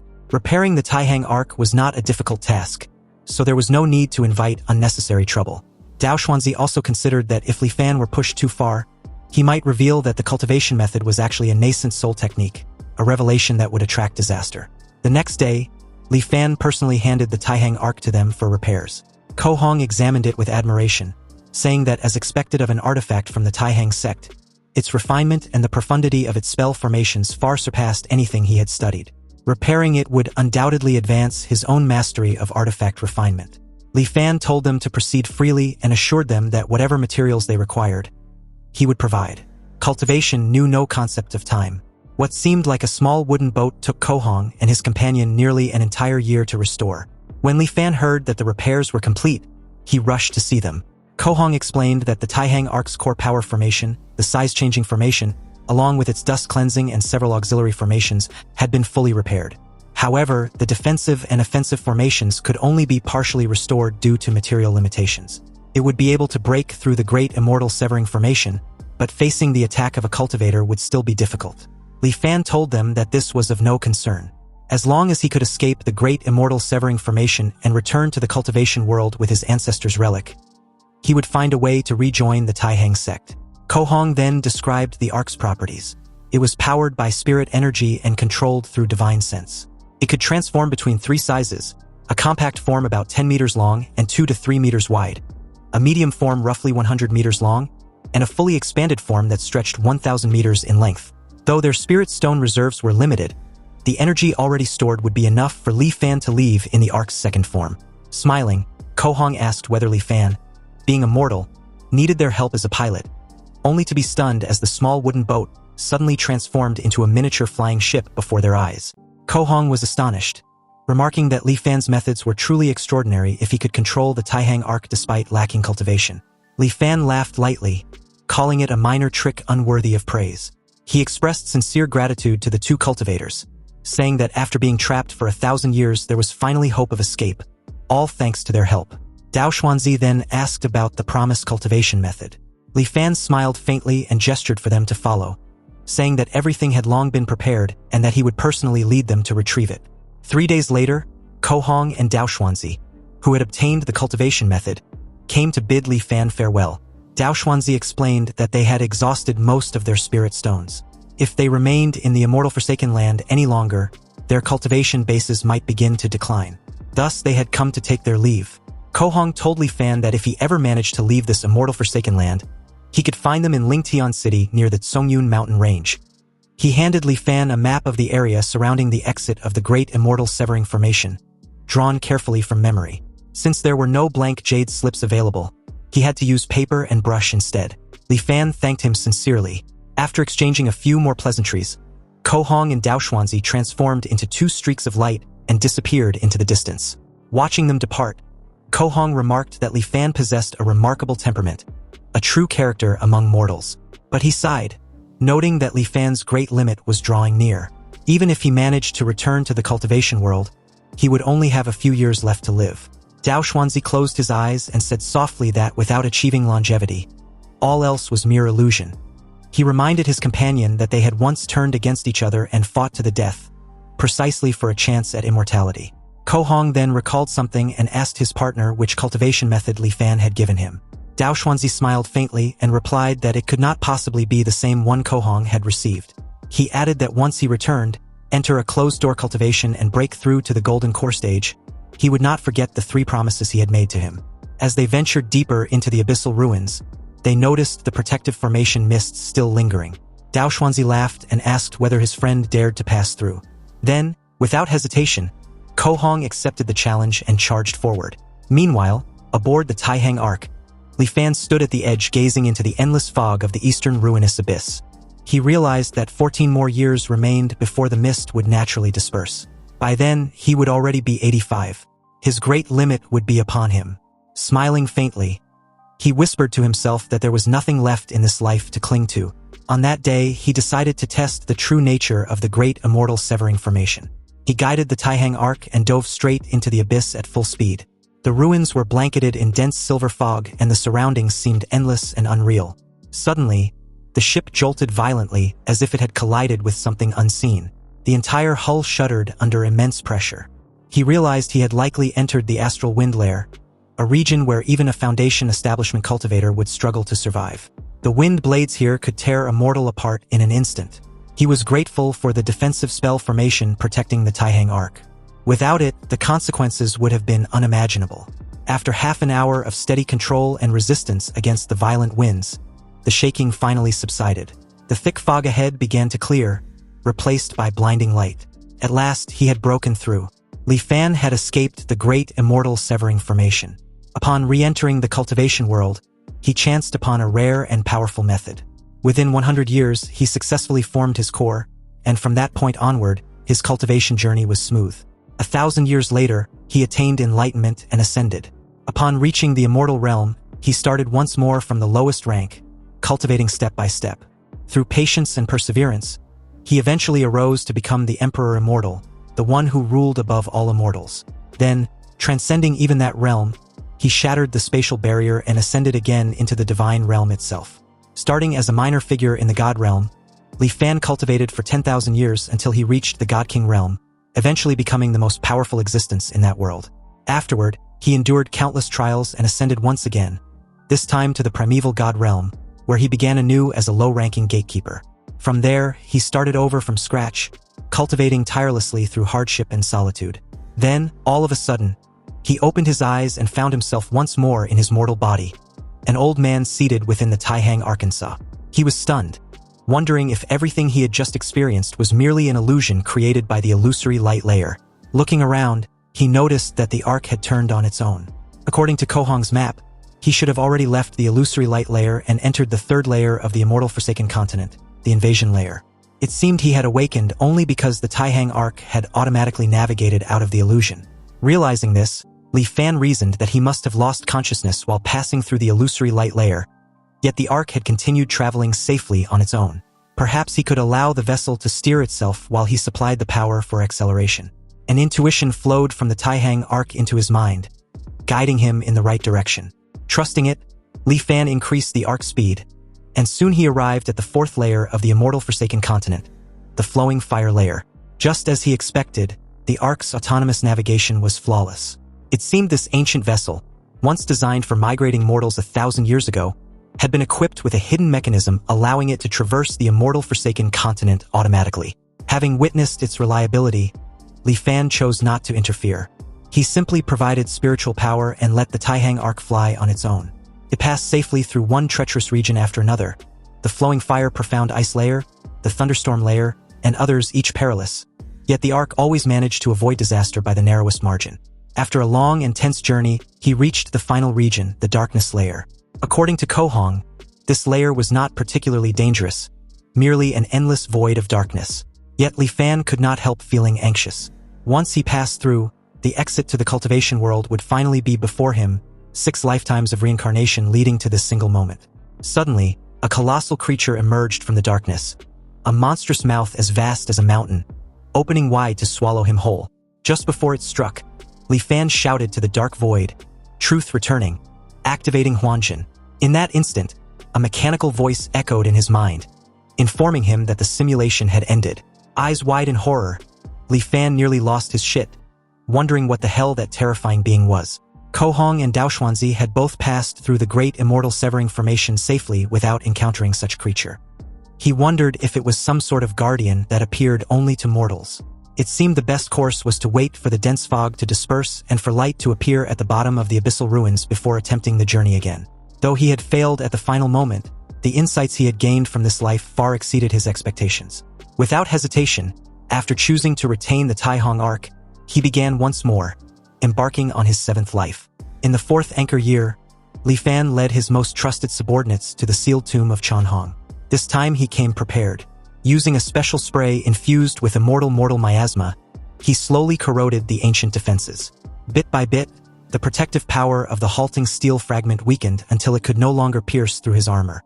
Moments later, the system discovered a rechargeable item, the halting steel fragment. Although damaged, it asked if Li Fan would like to recharge. Without hesitation, Li Fan accepted. Though the fragment had sustained some damage, the anchor charge progress increased by 25%. He calculated that if he could repeat this process 3 more times, he would unlock the 2nd anchor point. The remaining relics within the tomb no longer held any value to him. After ordering his men to reseal the burial site, he quietly departed. In the 5th anchor year, curiosity once again overcame caution. Despite his previous resolve to wait, he could not resist returning to the eastern abyssal ruins. This time he told himself he would only take a look and not descend. Yet as he approached, he noticed that the dense mist beginning to clear away. He stood there in silence, his heart pounding. At that moment, he thought that if he were to pilot the Taihang Arc now, he could likely travel smoothly all the way to the immortal realm. He had already waited this long. Must he truly wait another 15 years? His expression hardened. So what if the Huanjin system wasn't fully charged? How could he ever reach the Great Tao if he continued to act so timidly? Though anxiety crept into his chest, he steadied his resolve. He had already tested this path once in his previous life. As long as he avoids that unknown creature lurking in the darkness layer, he believed he could finally escape this immortal forsaken place. Just then, a dazzling golden light shined from the abyss ruins, and along with it, something deeply unsettling. As the golden light dissipates, the inscription, "The Path of Immortality was dead," appeared once more. Li Fan, finally back to his senses, wondered what just happened. Moments earlier, countless voices in his head were luring him into the abyssal ruins. If not for the light from the bottom of the abyssal ruins piercing through the great immortal severing formation, he would have been torn into pieces. Anyway, 15 years later, in his 20th anchor year, the truth returning finally finished charging. And with this confidence boost, Li Fan once again returned to the abyssal ruins. He piloted the Taihang Arc and reached the thunderstorm layer without any major incident. He stopped just above the darkness layer. Suddenly, a strong wind began to blow, and the frenzied thunderstorm, affected by this strange wind, started to weaken. Specks of light emerged from the darkness, and Li Fan used this precious light to search for the terrifying monster lurking in the dark. Unfortunately, he found nothing. Seeing that the light was about to disappear, he no longer hesitated and piloted the Taihang Arc at full speed, racing towards the bottom of the abyssal ruins.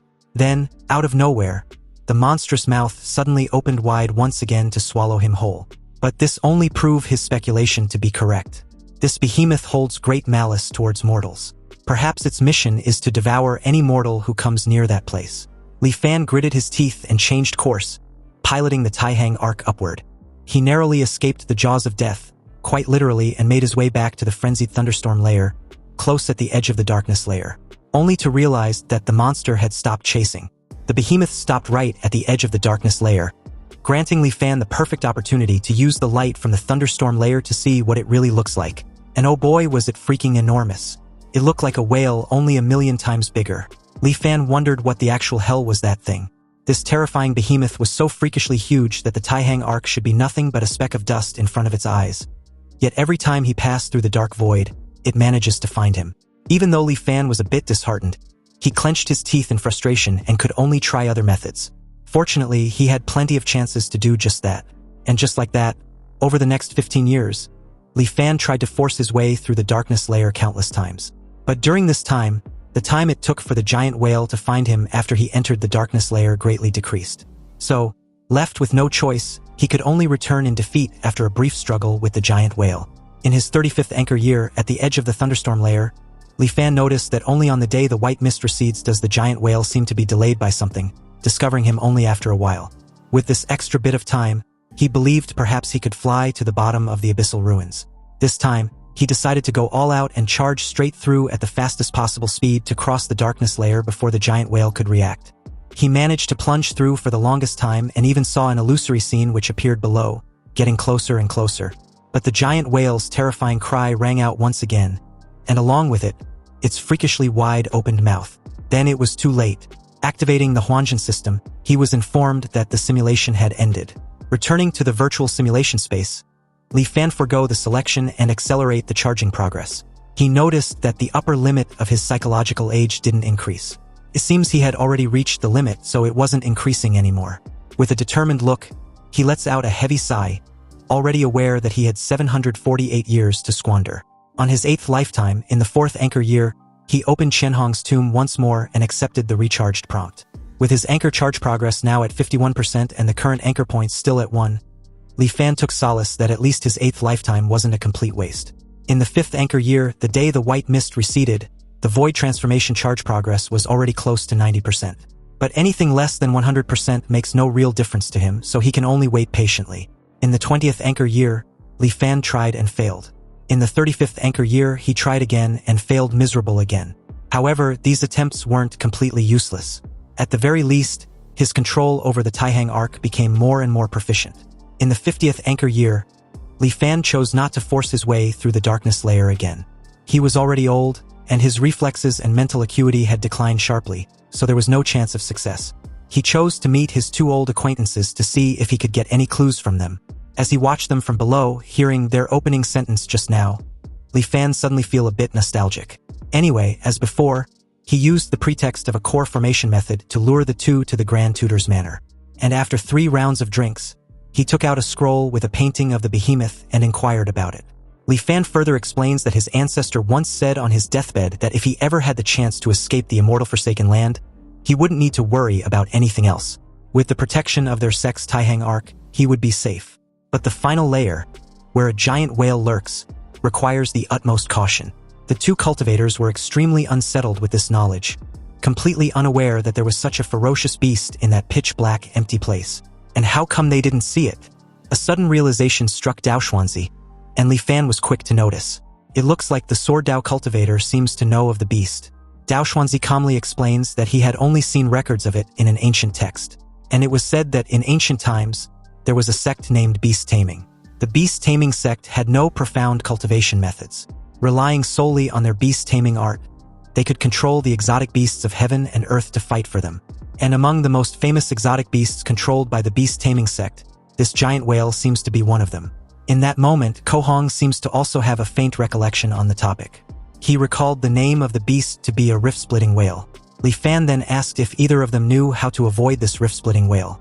But to his dismay, they replied that they've only heard fragments about such beast and had no reliable insight.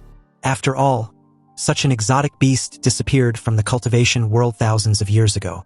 Upon hearing this, Li Fan lets out a sigh and raised his head in disappointment. In the end, he still had to rely on himself. Anyway, after handing the cultivation method to Dao Xuanzi and sending the 2 away, Li Fan chose to end his 8th lifetime. And in his 9th lifetime, he opened Shenhong's tomb again, wanting to absorb the halting steel fragment to charge up. Unfortunately, the truth-returning system had no reaction.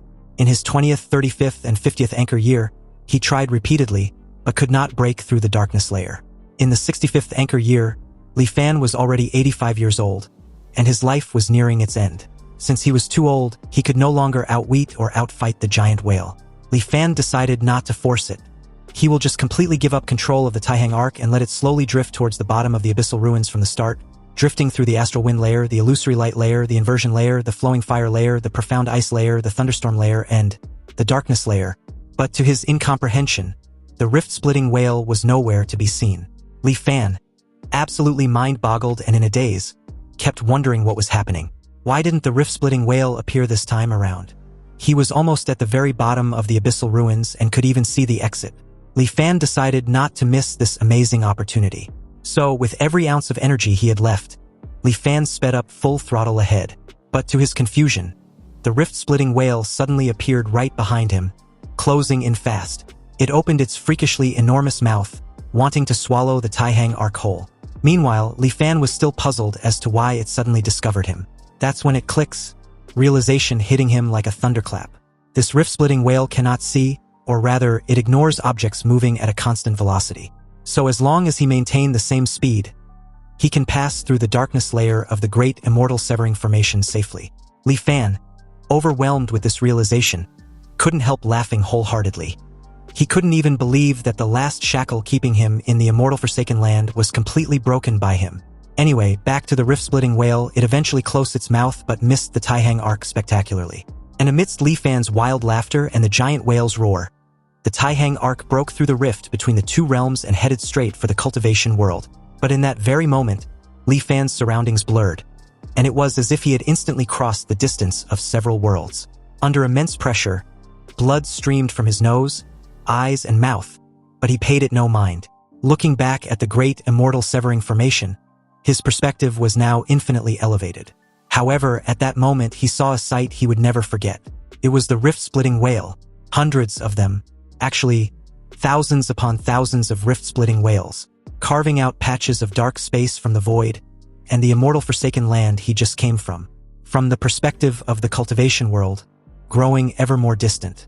Soon, the Taihang arc suddenly emerged from an abyssal ruin similar to the ruinous abyss in the immortal Forsaken Land. And as it briefly traversed in the immortal plains, Li Fan, at death's door, smiled in sheer delight. He had finally entered the cultivation world, even though it was extremely brief. To be able to see it before dying meant his ninth life wasn't lived in vain. And with that, he activated Huanjin, ending the simulation. Li Fan was immensely satisfied with this outcome. 9 lives and nearly 500 long years, he had finally touched the threshold of cultivation. Anyway, according to his previous plan, he was going to choose to speed up the charging progress. But after seeing the list of selectable items, he now hesitated. As the system gave him another 4 options to choose from, Li Fan was shocked to see the halting steel fragment as an item he could retain. So after some thought, he decided to choose to retain the steel fragment, simply because it was a good chance to verify a certain guess in his heart. And with that, his 10th life began. Since he didn't choose to accelerate charging, he need to wait 20 years for it to complete. In the 3rd anchor year, Li Fan came to the outside of Qianhong's tomb. He didn't choose to use the immortal miasma to break into the tomb, but instead directly took out the halting steel fragment from the Huanjin system. After this steel fragment brought from his previous life appeared in the world, a wondrous change occurred. It actually began to slowly dissipate, like a block of ice under the scorching sun. And the formation generated by the halting steel fragment inside Qianhong's tomb clearly grew much stronger. This was just as Li Fan thought. Mystical objects of heaven and earth possess uniqueness, and 2 identical mystical objects should not exist in the world. Yet with the Huanjin system's ability, he created an identical one from thin air. The consequence was that the 2 mystical objects spontaneously merged, ultimately becoming one. Afterward, Li Fan ordered his subordinates to use the immortal miasma spray to break into the tomb. It took a considerable effort to slowly wear down its power. Entering Qianhong's tomb, the halting steel fragment's appearance hadn't changed much. It just looked slightly less damaged, and it seems the Huanjin system still can't absorb it. And from the looks of it, the halting steel fragment needs to be repaired more completely before it has new energy for Huanjin to absorb. Li Fan then stored this strengthened version of the halting steel fragment in the Taihang boat, as part of his belongings for the future trip to the cultivation world. In the 20th anchor year, the Huanjin system was nearing its charging completion. So Li Fan ruthlessly investigated and purged a batch of corrupt officials and powerful landlords, taking all the gold, silver, and jewels their families had accumulated over generations. This was because he would still have to deal with mortals after arriving in the cultivation world. So gold, silver, and other valuables must be prepared in advance. Besides money, food was also essential. But grain was the foundation of the nation, and besides, he was asking for far too much at once. The officials all submitted memorials in opposition. But Li Fan didn't waste words. In front of all the civil and military officials, he expanded the Taihang boat to its maximum size, suspending it in the air above the imperial palace.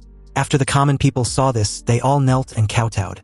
And when the civil and military officials in the court saw such immortal methods, they all changed their attitudes. They proactively and diligently helped him prepare the grain. With the officials' proactive help, plus the execution of a batch of profiteering merchants, the Taiyan boat was finally stuffed full. All preparations were made. Li Fan had no more ties to the mortal world. Piloting the Taiyan boat, he once again came to the skies above the ruinous abyss. He relaxed his mind and let the Taiyan boat autopilot at a constant speed. It only took a few hours, but in his eyes, it felt even longer than the hundreds of years he had experienced before. The tearing sensation of crossing between two worlds washed over him. But this time around, he gradually adapted to it.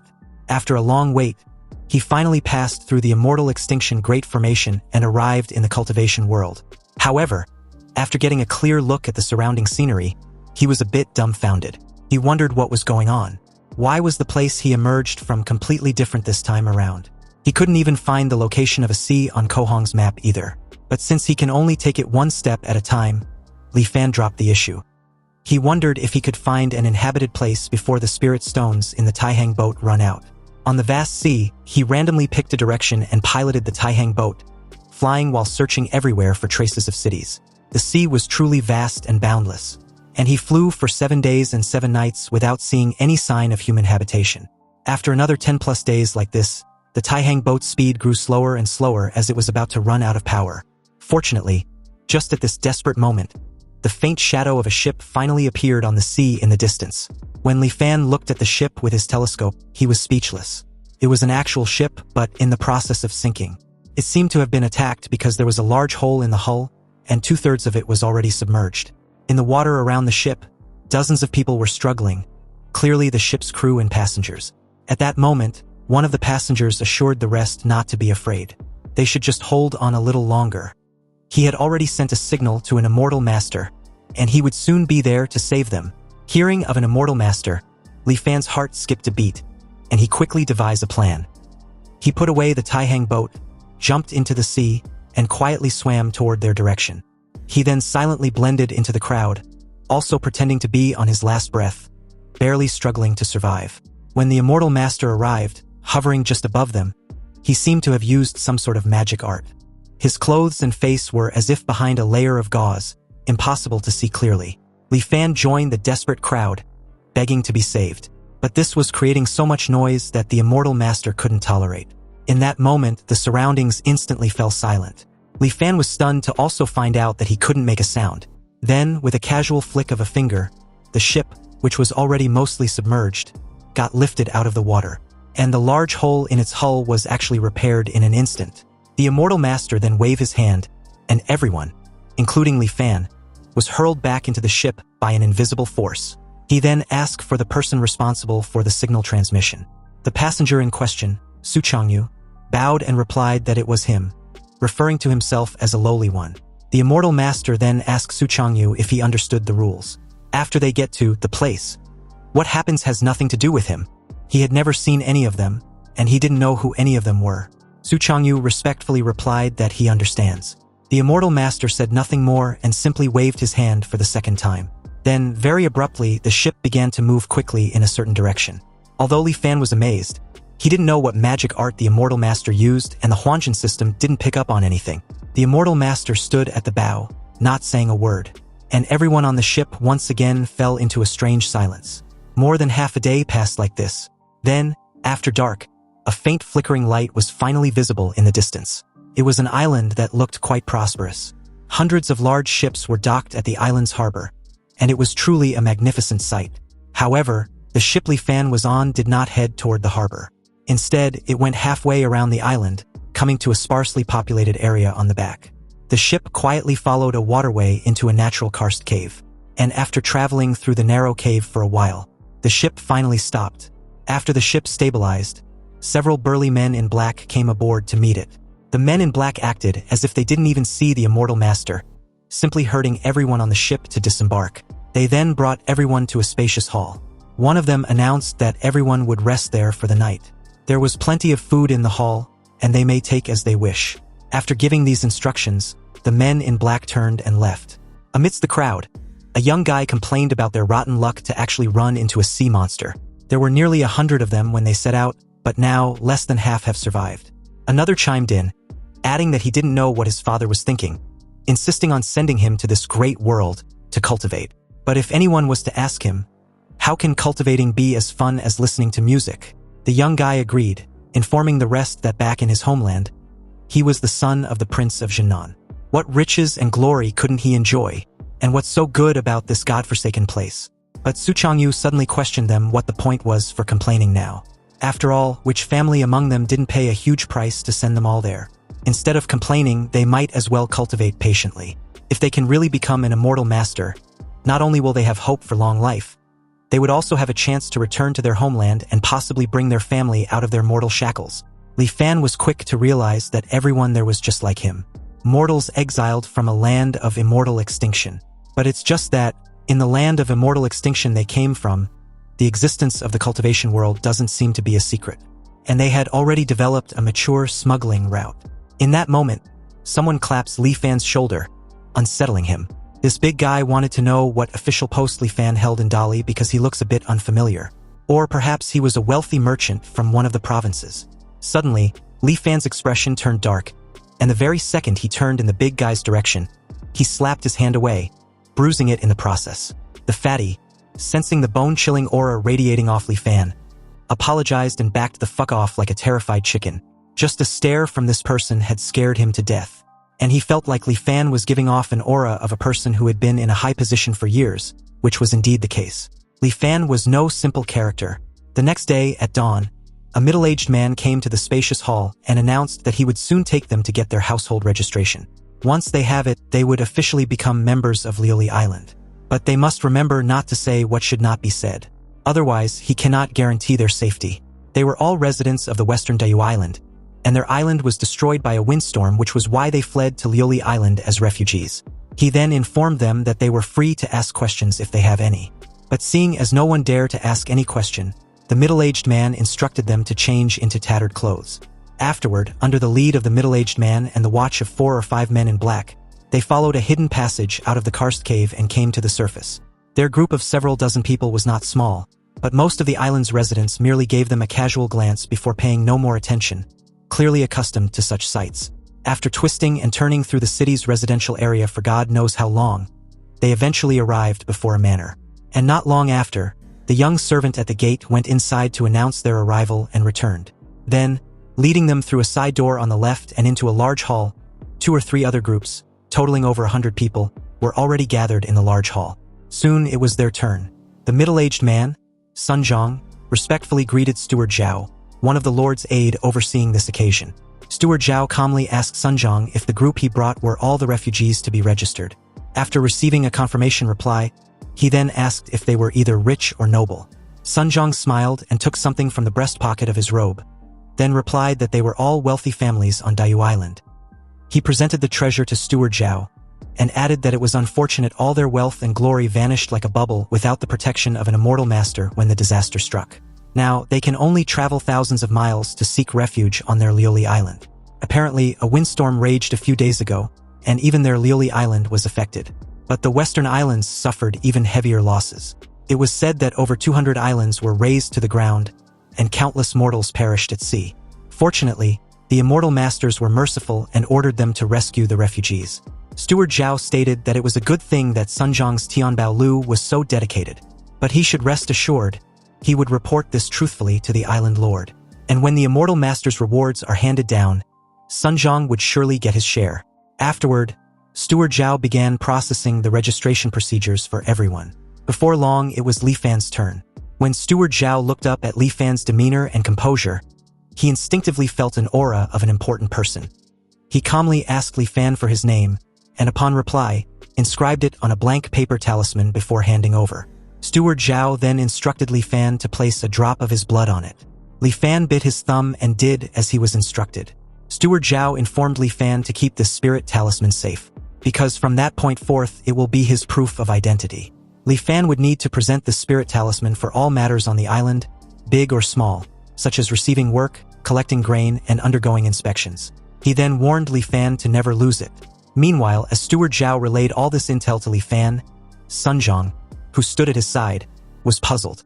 He couldn't comprehend why Steward Zhao was being so cordial to Li Fan, explaining so much. Anyway, the household registrations were distributed very efficiently, and the entire group received their Liuli Island registrations. Immediately after that, they left that place and did not return to the karst cave. Instead, Sun Zhang led them into the courtyard of a residence. There, he asked with a satisfied smile that they can now sign the contract since the household registrations were in order. Without a word, Su Changyu calmly took out a paper talisman from his robe, bit his finger and smeared his blood on it. The paper talisman, which also had his name on it, suddenly dissipated into thin air. This was the so-called 3 contracts to finalize. And in the future, once they were completely settled, Su Changyu vowed to sign the final contract as promised. Sun Zhang clutched his head with a displeasured look, then comments that dealing with people like Su Changyu from the departed realm was such a hassle. If it weren't for the sake of the immortal master, their Tianbao Lu would never engage in such an unprofitable business. Sun Zhang then announced that all residents of Liuli Island can claim a place to live using their household registration spirit talisman. And in addition, during the first year of registration, they can receive a certain amount of grain for free each month. Although these were all crucial intel, Su Changyu was more concerned about what they must do if they wish to cultivate. Sun Zhang replied honestly that mortals like them who had returned from the land of exile had a much higher concentration of miasma in their bodies than ordinary people. So if they want to cultivate, they must first dispel the miasma from their bodies. Of course, they were already aware of this matter. The issue was how they could get the miasma removed. Sun Zhang explains that there were several methods to remove the miasma. The first was the island's body-purifying spirit pool. Soaking in the spirit pool for a day and a night can completely remove all the miasma from their bodies. But unfortunately, the materials required to open the spirit pool were astonishingly expensive. And although their Liuli Island was wealthy, they can only open it once every 3 years. Sun Zhang then feigned being in deep thoughts, and added that the last time the spirit pool was opened was a year ago, which means they would have to wait about 2 more years for it to be opened again. And besides, the number of spots available for the spirit pool was limited and the competition was fierce. How could outsiders like them with no foundation possibly compete with the people of the island? Su Changyu then asked of the other methods. And apparently, the second method was to cultivate the profound yellow heart-cleansing incantation, paired with specific medicines and diet. This would gradually change their constitution over time and eventually clear out the miasma completely. Although this method was time-consuming, often taking 5 or 6 years, its advantage was its stability. Nor does it require any special price to be paid. The profound yellow heart-cleansing incantation and its corresponding elixirs can be bought at the island's pharmacies. Su Changyu was deeply unsettled with the number of years and asked if those 2 were the only methods. Suddenly, Sun Zhang's expression darkened as he declared that there was a third method, which was to become a test subject. Reiterating what they just heard, the entire group was deeply shaken as Sun Zhang confirms his earlier words, explaining that some immortal masters were very interested in the miasma inside a mortal's body. And every year, volunteers are selected from the mortals on the island to serve as test subjects. The immortal masters use special methods to extract the miasma from the test subjects' bodies for research. It only takes a few months to completely drain the miasma from a test subject's body. However, the process was excruciatingly painful, and it was a state of being unable to live and unable to die. Often, the vast majority of people can't endure until the miasma is fully extracted and are driven completely mad by the torture. Once again, Su Changyu asked if there wasn't any other method as Sun Zhang added somewhat skeptically. Apparently, it's said that the direct mortal descendants of those immortal masters can rely on heavenly materials and earthly treasures to reconstruct their bodies.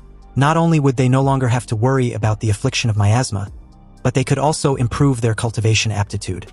However, such methods were beyond their imagination. Even their island lord of Liuli Island didn't receive such treatment. Sun Zhang then declared that this was all he knew, but if they truly wished to cultivate, they should all think it over carefully in the coming days. He was fully aware they had all returned from the land of exile after enduring countless hardships, and they all have a heart that yearns for the Tao. This was completely understandable. After all, who among them on the island wasn't like that in the beginning? But unfortunately, the path of immortality was incredibly difficult. Even if they managed to remove all the miasma from their bodies, very few can sense the spiritual energy of heaven and earth and guide it into their bodies. So why seek out trouble? And besides, there was nothing wrong with being immortal. Instead of bitterly pursuing the path of immortality, it was better to enjoy life, indulge in its passions, and live in the moment. Su Changyu remained silent with his fist clenched tightly. And from the looks of it, it's evidently clear he had no intention of giving up on pursuing the path of immortality. Anyway, after Sun Zhang left, the crowd dispersed. Li Fan asked around and found the place claiming to have free housing. He showed his spirit talisman and was then led by a guide to the residential area in the northern part of Lioli Island. Countless houses were densely packed there, and most of these houses had only one room, but fortunately, they all had small courtyards enclosed by walls, so they didn't seem too shabby. After handing him the key, the guide left. Inside, the room was very simple, with only a bed and a few tables and chairs. But at least he had settled down without much trouble. And it was all thanks to those people from the departed realm. Unfortunately, aside from Su Changyu, this group seems to be entirely mediocre, with no heart for the Tao, incapable of achieving anything great. However, since his primary goal now was to remove the miasma from his body, Li Fan was seriously considering the spirit pool. And although the spots for entering the body-purifying spirit pool were precious, the treasures he had plundered from within the Taihang Arc were countless. So forcing his way into a spot shouldn't be too difficult. However, the downside was that it's too conspicuous. And as they say, one shouldn't flash his wealth. Li Fan had yet to have any foundation on Lioli Island, so suddenly revealing too much wealth will surely attract prying eyes. He needed to plan this carefully. In that moment, someone suddenly knocked on his door, and upon asking who was there, this person simply whispered a reply, giving nothing away. Li Fan drew a sword from his current miniature Taihang Arc and made his way to the door. Then, opening it slightly, he was a bit uneasy and annoyed to see Fatty, who rudely barged in and accused Li Fan of not being one of them. He was confident that Li Fan wasn't from the departed realm. And with his brow furrowed, he asked who Li Fan really was, and his purpose in sneaking onto Lioli Island. Li Fan, with a darkened expression, ignored the question and asked one of his own, wanting to know how Fatty knew he wasn't from the departed realm. Fatty explained that when they fell into the water, he vaguely saw Li Fan suddenly emerge from underwater. At first, he thought it was an illusion, but later, after thinking it over carefully, he realized Li Fan wasn't in their group when they left the departed realm. It seems this Fatty was quite astute and sharp-minded, but completely oblivious to the edgy and chilling tone in Li Fan's voice. And to make matters even worse, he proceeded to reveal that he was the only person who noticed Li Fan had snuck in, completely fucking himself over. When he was even asked about being absolutely sure, this idiot proudly confirmed it, unaware of Li Fan's looming figure with a sword as he called the others fools for not noticing. That's when a sword was plunged straight through his chest from behind. Fatty's face turned ashen before dropping lifelessly on the floor, permanently offed. Li Fan placed the sword back inside the Taihang Arc, then Fatty's corpse, thinking of how utterly clueless he was. Relying on a bit of cleverness, Fatty discovered Li Fan might have snuck in under a false identity, and he couldn't wait to come and threaten him. He didn't even stop to think that people from the departed realm also get their household registration by falsely claiming to be refugees. Now that Fatty had a Lioli Island household registration, he really thought of himself as a native. Anyway, that immortal master whose face was unclear, the one who came to meet them, and Sunjong's Tianbao Lu, they all acted very cautiously, afraid of being found out. Clearly, the identity of being immortal from the land of exile was something that must be kept secret. So the Tianbao Lu and that group from the departed realm wouldn't dare to investigate this with great fanfare. Even if they investigate and find out Fatty came to see him before he disappeared, as long as Li Fan insists he never saw him, they can't do anything to him because not even a body can be found. Li Fan thoroughly cleaned away Fatty's blood, then discarded the evidence in the Taihang Arc. A few days passed, and just as Li Fan expected, aside from Su Changyu who came to ask him a single question, Fatty's mysterious disappearance didn't attract anyone else's attention. During these past few days, he had been inquiring about various matters on the island while planning how to reasonably use the treasures from the Taihang Arc. Gradually, he came to have a general understanding of this Lioli Island where he was at present. This sea region was called the Zongyun Sea. It was vast and boundless, with tens of thousands of islands scattered across it. Lioli Island was located in the south-central part of the Zongyun Sea and was of medium size. It was named Lioli Island because the surrounding waters were abundant with a type of delicious fleshy fish called the Lioli fish. These Lioli fishes were very popular among mortals, and certain elixirs refined by immortal masters also used the Lioli pearls which occasionally form inside their bodies. Therefore, the immortal master presiding over Lioli Island must collect a certain number of Lioli pearls each year. Going out to sea to catch Lioli fish was the most popular job, and one only need to turn over 70% of the catch, and keep the remaining 30% to sell. But unfortunately, going out to sea requires large boats, and the schools of Lioli fish were unpredictable. Finding the schools requires a special spirit lure from the island. The spirit lure was only distributed by the Lioli Manor when going out to sea and was collected upon return. Private fishing was not allowed. If caught, the penalty was immediate execution. Therefore, Fishing for lioli fish can only be done with permission from the lioli manor. A few days ago, a fleet that went out to sea not only returned with a great haul of lioli fish but also encountered a shipwreck. This shipwreck was carrying over a dozen chests of gold, silver, and jewels. This time, the fleet lucked out completely. Regarding the items salvaged from the shipwreck, the island's rules were the same as for the lioli fish, so they could keep 30% for themselves, and the remaining 70% must be handed over to the authorities.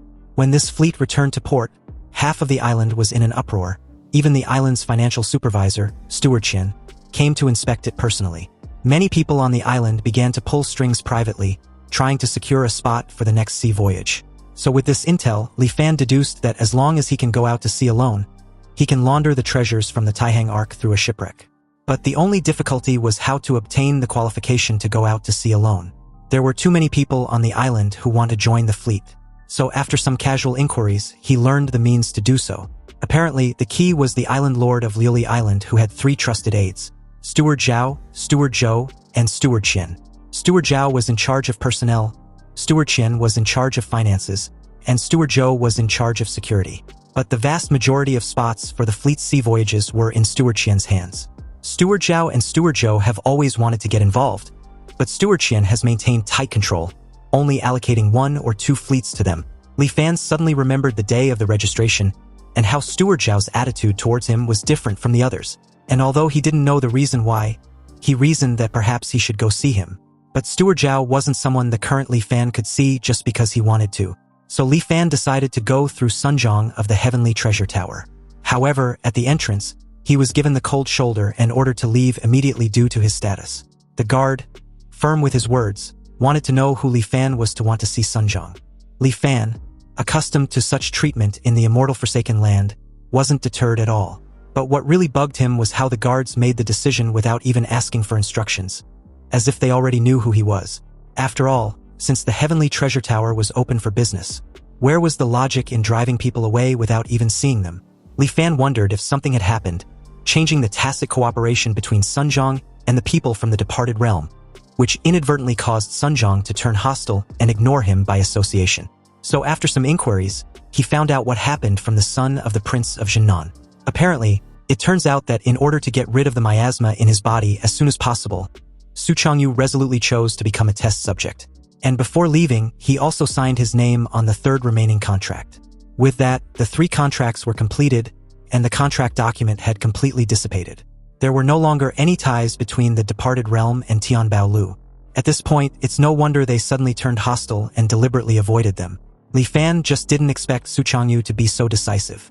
The young guy had advised Su Changyu not to be so hasty, but he wouldn't even listen, because apparently he had a terminally ill sister.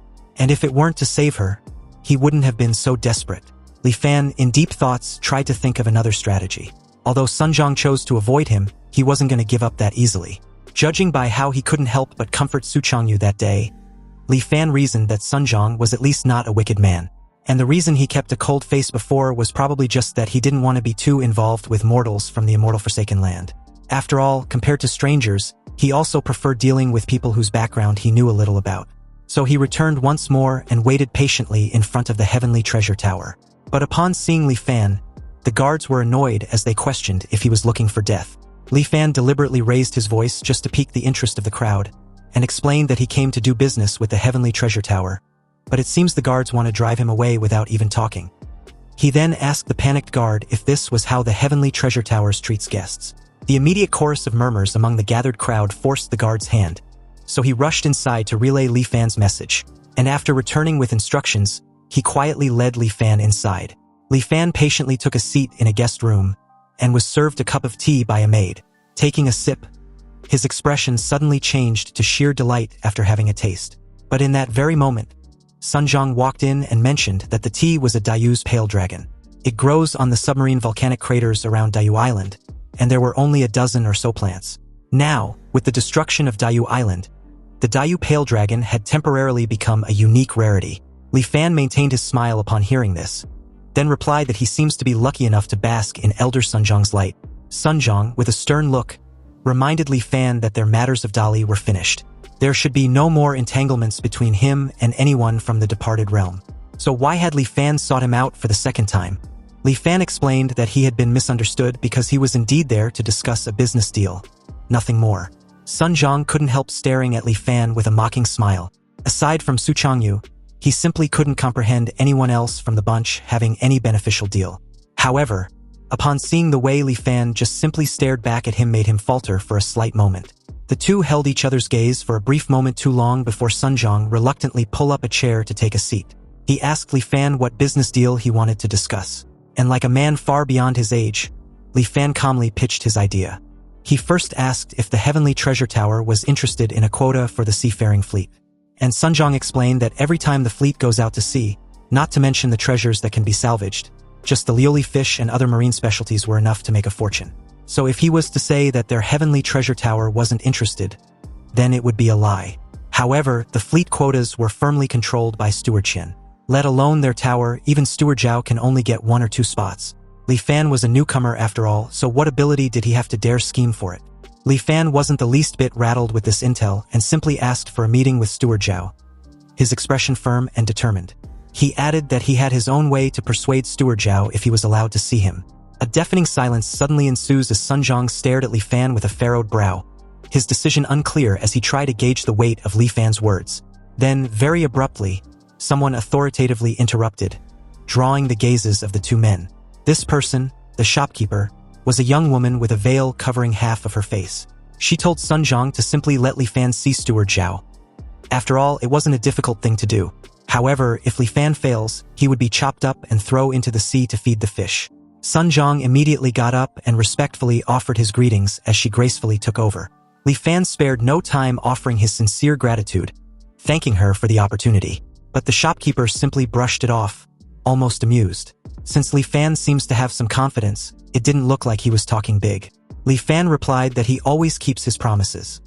His word was his bond. Anyway, granting an audience with Steward Zhao was no skin off her back. And if Li Fan really succeeds, her Heavenly Treasure Tower can even extract a corresponding benefit. But according to the island's rules, 3/10 of the harvest from each voyage can be kept for oneself. Li Fan doesn't want a single cent of those 3/10. He proposed half of it goes to Steward Zhao, and the other half goes to the Heavenly Treasure Tower. Perplexed, the shopkeeper wanted to know what Li Fan wanted in return after going to such great lengths. Li Fan boldly expressed his desire to enter the body-purifying spirit pool engaged once in every 3 years. Upon hearing this, Sun Zhang and the shopkeeper were equally stunned. Then, unable to hold it in, the shopkeeper began laughing wholeheartedly. She couldn't believe that Li Fan, at his age, still wanted to learn from others to cultivate immortality. Li Fan remained silent and unbothered as she laughed to her heart content, before adding that only by seeking eternal life will he have no regret even if he dies. The sincerity in his words seemed to shut her laughter up real quick, a slight contemptuous smile suddenly forming on her lips. She then agrees to help Li Fan with this matter. With everything settled, the shopkeeper informed Li Fan to wait until a date was set. Then she would send someone to notify him. Li Fan thanked her once again and took his leave, not forgetting to add that he was staying in house number 7, 6th longitudinal outside the city. They can find him there if anything else happens. The moment he was out of earshot, Sun Zhang questioned the shopkeeper about that spot in the body-purifying spirit pool. And she calmly replied that although the competition for spots in the body-purifying spirit pool was fierce every year, her Heavenly Treasure Tower wasn't without the strength to compete. If Li Fan can truly secure a seafaring fleet, then in just 5 years, the profits brought by the fleet would be enough to cover the cost of a spot. This business is a sure win with no loss. However, Sun Zhang immediately asked her what the matter was after her abrupt unease. And the shopkeeper could only explain that Li Fan's eyes looked quite scary, leaving Sun Zhang speechless. Anyway, on the way back, Li Fan stopped by a pharmacy and bought the profound yellow heart-cleansing incantation and the matching medicinal herbs. Even if everything goes smoothly, it will still be 2 years before the body-purifying spirit pool opens. So he might as well try cultivating it first to see the effects. Perhaps he might have amazing natural talent and can purge the miasma from his body himself without needing to wait for 2 years. For the next few days, Li Fan stayed at home, cultivated diligently, and waited for the indefinite meeting with Steward Zhao. But who would have thought that before Li Fan even meets Steward Zhao, he would hear a rather shocking piece of news. Su Changyu died, and when his corpse was sent back, only a twisted mass of flesh and blood remained. It didn't look human at all, and was truly terrifying. The flesh and blood would even twitch inexplicably, making one's scalp numb. And on top of that, The people from the departed realm were newcomers and couldn't even scrape together enough money to buy a grave plot. They originally planned to bury him at sea, but Li Fan couldn't stand watching that. So he took out some money to let Su Changyu rest in peace in the earth. Even though their encounter was brief, Xiaoheng, the heir to the Prince of Jinnan of the departed realm, was deeply shaken and cried miserably at Su Changyu's burial site. And as for Li Fan, he didn't particularly feel much, just a bit of a sigh. After all, he didn't know the guy, but the way Su Changyu conducted himself decently and had a firm will, it wasn't a stretch to consider him as a genius. Although not a genius rarely seen in a century, Su Changyu was definitely no mediocrity. Among the group from the departed realm, Li Fan originally thought Su Changyu was the most likely to make a name for himself. Yet such a person couldn't even survive the prerequisite requirement of cultivation purging miasma and died so silently.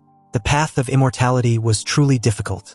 Anyway, in the subsequent process of cultivating the profound yellow heart-cleansing incantation, Li Fan's understanding of those words became increasingly profound.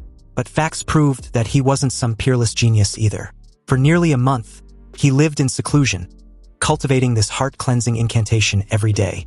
So generally speaking, even those with mediocre aptitude would see obvious effects like improved spirits and faster thinking after cultivating for half a month. However, a month had passed, and Li Fan surprisingly didn't feel any changes. He wasn't anxious though, and just treated it as a mandatory daily cultivation task. Another half a month passed like this, and finally, the people from the Heavenly Treasure Tower arrived. And following a messenger, he finally met Steward Zhao in a courtyard owned by the Heavenly Treasure Tower. Li Fan respectfully greeted him, adding that it's been quite some time, but Steward Zhao skipped the pleasantries and went straight to the point. He'd heard from the people at the Heavenly Treasure Tower that Li Fan wants a spot for a seafaring fleet. It seems his appetite was quite big, but what backing did he have? Li Fan couldn't agree more, and although he didn't reveal any backing, he knew a fleet going out to sea seeks nothing but profit. So he was curious about Steward Zhao's thoughts on the profit for catching the lily fish compared to retrieving treasures directly from sunken ships on the ocean floor. Salvaging treasures were worth several regular fishing trips.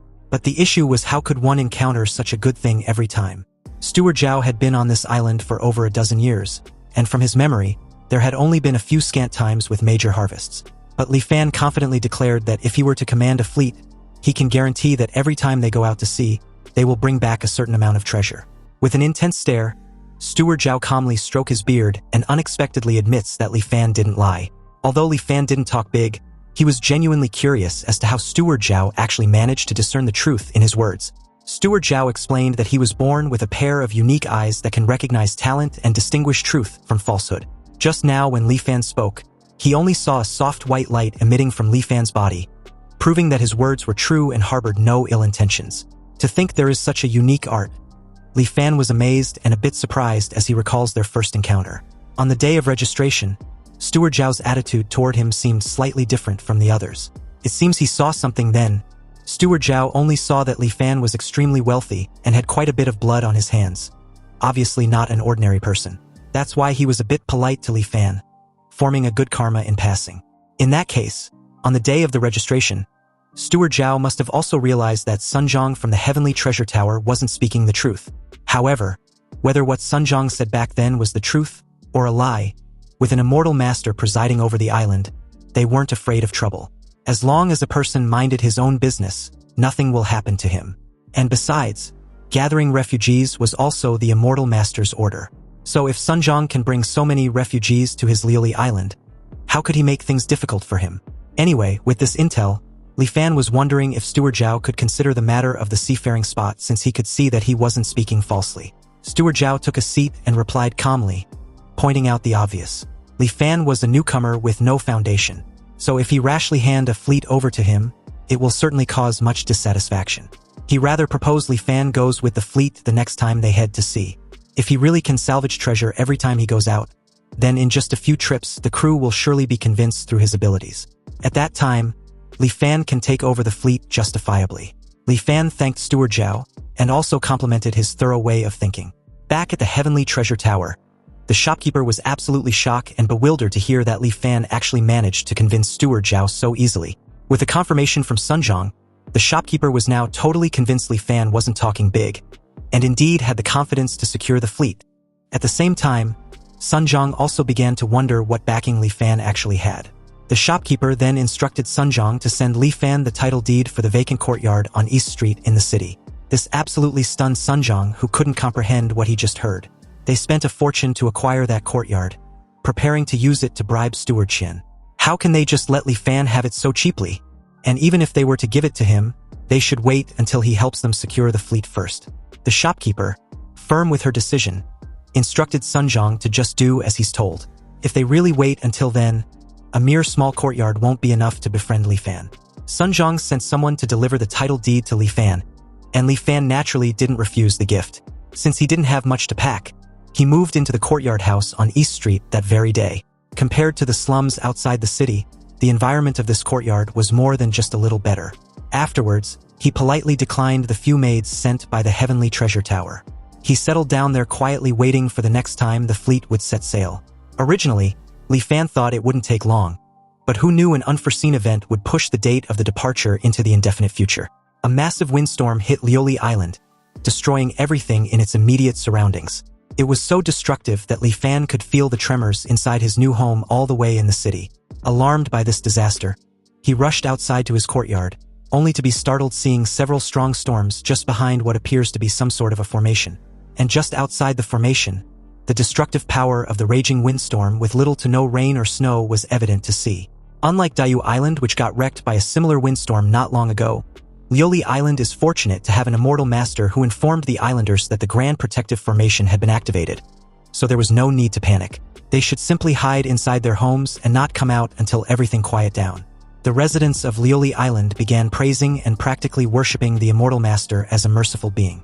Back to Li Fan, who kept staring at the formation silently and filing anything he could learn from this experience, noticed that the blue light of the island's protection Grand Formation flows and turns, and the faintly emerging characters also look exceptionally profound and mysterious. Also, about the howling sound just now, like ghosts weeping along with the raindrops, have all been completely shut out by the light barrier. Meanwhile, outside was the violent storm, while inside was calm and tranquil. Li Fan questioned if this was the means of the immortals. Just then, his eyes widened very abruptly as a heavenly divine thunder violently struck the formation, and the aftershock of the collision between it and the Grand Formation created an overwhelming pressure that instantly brought him to his knees, spurting a mouth full of fresh blood in the process. Li Fan, shell-shocked, couldn't fathom such power from just a thunder strike, and what's more, it appears to be just one of many installed for the island, as several started striking around and on the island like a divine punishment. Li Fan gritted his teeth with uncertainty, wondering if his 10th lifetime was going to end there like this. Fortunately, the Island Protection Grand Formation was more reliable than he imagined. It actually held on without shattering. And just like that, time passed slowly, and although he didn't know how long, the great waves finally began to calm down, and it was only calming down, that's all. The windstorm came quickly but left slowly, and amidst the wind and rain, it was hard to distinguish day from night. Li Fan felt that a full 2 or 3 days had passed before the windstorm finally receded. He also heard from the islanders that the windstorm was actually on a relatively small scale. The windstorm 15 years ago was several times more powerful than this one. At that time, the Island Protection Grand Formation could barely maintain itself and was forced to shrink its protective range. After that windstorm, Lioli Island's area was reduced to only 1/3 of its original size. And in the dozen years following that windstorm, Lioli Island gathered refugees from all over, and only then did it slowly recover its vitality. Li Fan was still reeling about the windstorm as he stared at the shady clouded sky, never imagining that the might of heaven and earth was terrifying to this extent. Anyway, a few days after the windstorm, all residents on Lioli Island received instructions, requiring every household to inspect whether the Island Protection Grand Formation had any damage. The method of inspection was simple. The Lioli Manor would distribute a spirit talisman, and one only needed to hang the spirit talisman in their home for a few days and nights, then observed if any red light would emerge.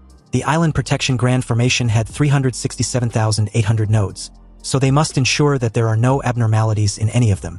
Under the will of the Immortal Master, and also out of consideration for their own safety, everything on Lioli Island was paused to prioritize the maintenance of the Island Protection Grand Formation. In the past, the Immortal Master would coordinate the maintenance work for the landmass, but this time, it is said that the spirit stones maintaining the landmass's operation were nearly exhausted, so the Immortal Master returned to Wanxian Island to retrieve spirit stones. The landmass inspection self-counts 360 flashes of the spirit talisman as one small cycle, and 360 small cycles as one large cycle. As long as no red light emerges within one large cycle, It represents that the landmass was unharmed. Li Fan was impressed and amazed with the Island Protection Grand Formation. It was so massive yet incredibly intricate, and truly hard to imagine how it was built. 5 days later, the result that made everyone on the island breathe a sigh of relief came out. The Island Protection Grand Formation was undamaged. And with the return of the Immortal Master, the residents of the island finally completely set their minds at ease. Life on Lioli Island gradually returned to normal. In the following months, refugees from other islands arrived at Lioli Island from time to time to seek asylum. These survivors were only a minority, and the vast majority of people on their islands had died in the recent windstorm. The Tseongyun Sea region was vast and boundless, with an unknown number of islands, large and small. Only those islands with special resources would have an immortal master presiding over them. Anyway, during these few months, Li Fan didn't stay idle. He persisted in cultivating the profound yellow heart-cleansing incantation every day, and finally, there were results. But both the upper limit of his physiological age and psychological age had increased once more. And although the margin wasn't large, it still made him feel energized. So just like that, another month passed, and news from Steward Zhao finally came. Apparently, the windstorm in the Tseongyun Sea had completely disappeared, and the fleet's next departure was imminent. 3 days later, on Lioli Island's pier, Li Fan met up with Tseongyun that Steward Zhao told him to come to, and after a few exchange, he boarded the ship. Meanwhile, on board, some of the crew members wondered what kind of madness had seized the island lord to organize this sort of assessment. After all, the fleet with the smallest harvest this voyage will be deemed unqualified, and will have their future sailing qualifications cancelled. How can this be good? And it was all caused by the windstorm. There has also been rumors that the Island Protection Grand Formation of Coral Island to the south shattered, and the entire island was razed to the ground. And those supplies that Coral Island needed to submit have fallen onto their Lioli Island's head. The two crew members questioned what kind of situation this disaster had put their Lioli Island in, and how they were supposed to live in the future. It was said that it's only temporary, and they just need to make up for what was owed before. The boss of the crew, Zhang Haobo, yells at the two for their cowardly behavior. Why don't they look on the bright side? Doesn't the first place also receive a reward? And the share of the harvest was increased from 30% to 50%. The crew dejectedly tells Zhang Haobo to stop dreaming. First place? With their fishing skills? Yeah, right. He was pretty much aware that they barely complete the fishing quota every time. Another agreed with what was said. The way he sees it, this will be their last time going out to sea. He even suggests they just not go back and become free and unfettered pirates. Musing over the idea, he comments on how thrilling that would be. Zhang Haobo assures them not to worry. There was a capable person on the ship this time around. He introduced Li Fan to the crew and guaranteed that they would return fully loaded. The crew were skeptical when they heard this, and upon seeing how pale and clean Li Fan was, they wondered if he had ever been to sea. Zhang Haobo yelled at them for being blind fools. Can't they recognize a noble person when they see one? Zhang Haobo then declared Li Fan as a great talent specially invited by Steward Zhao, and he would be taking over their ship soon, so they needed to be more polite towards their new captain. The crew, as expected when aggravated, yells that their boss, Zhang Haobo, had been the captain of the Tseongyun ship for almost 10 years. So how can he just give it up like that? One of them even added that Zhang Haobo had saved his life in the past. So if he's being driven out of his position, then he, Lu San, would be the first to disagree. He won't stand for this injustice. Zhang Haobo gave a humorous chuckle and nodded slightly, quite pleased with himself for instigating this intimating tactic to show Li Fan who was really in charge. He watched Li Fan's reaction with a sly smile as the crew continued to yell, expressing their dissatisfaction. They even suggested throwing Li Fan into the sea to feed the fish once they set sail. After all, it was perfectly normal for someone to die at sea anyway. Zhang Haobo tells the crew to calm down, then acting all ungrudgingly, he stated that even though he knew everyone thought highly of him, the Tseongyun ship was Steward Zhao's property after all, and at the end of the day they were merely selling their lives for him. And now that Steward Zhao had declared he wants to change personnel, he has no choice in the matter. Li Fan listened quietly, and having lived through several lifetimes, these moral coercion and public manipulation were nothing but petty tricks to him. He cut in with a firm and commanding tone, questioning the crew whether they do not trust Steward Zhao, who apparently trusted him to lead them. Are they insinuating the Lord's aid has bad eyes? Since he had already promised Steward Zhao that he can find treasures every time they set sail, he certainly won't let everyone down by association. The crew immediately began to think things over as they seriously started to wonder if Li Fan was actually someone with some sort of skills. After all, Steward Zhao's eyes were incredible. and there's basically never a time his eyes had looked wrongly, so Li Fan's words was probably true. Meanwhile, Zhang Haobu's face had darkened when he realized that his sly tactics had gone to shit. It had failed spectacularly with just a few words from Li Fan, and this was pissing him off. He turned sharply with an accusatory finger pointed in Li Fan's direction, claiming he was spouting nonsense about finding treasures every time they set sail. It's clearly horseshit and he doesn't believe it. Zhang Haobu believes Li Fan had obviously used connections to snatch his position as captain. Did he take him for a fool? Anyway, since Li Fan likes talking big, he'd like to see how he would fare in the end. Zhang Haobu gave the command to set sail and head out to sea. The Songyuan moved without wind, sailing out of the port and heading towards the vast sea, relying not on wind power nor manpower, but on a set of micro-spell formations driven by spirit stones. The ship was also equipped with a spirit lure, so when traces of Lioli fish are discovered in nearby waters, the spirit lure will issue a guide. But the sea is vast, and the range the spirit lure can perceive is limited. So it requires extremely experienced crew members to first find the general range where the fish schools appear. However, when encountering the ravages of a windstorm or the migration of fish schools, all past experience becomes useless. One can only look for a needle in a haystack, relying entirely on luck. And the Songyuan's luck seemed to be not so good. More than half a month passed. Apart from netting some ordinary fish schools and finding some conventional marine minerals, there were no major harvests. Not only were the crew members all wearing long faces, but even Zhang Haobu began to feel anxious in his heart. After all, there is a punishment for being last place this time. The rule on the island was to return within a month. They've only caught this little bit of stuff this time. It's quite possible they really have the smallest harvest. They can only hope for a turn of events in the next few days. Zhang Haobu stares at the sky, hoping the immortal master protects them. In that moment, Li Fan came out from the cabin, and upon seeing him, Zhang Haobu was quick to throw shade, wanting to know if Li Fan had finally decided to grace them with his presence.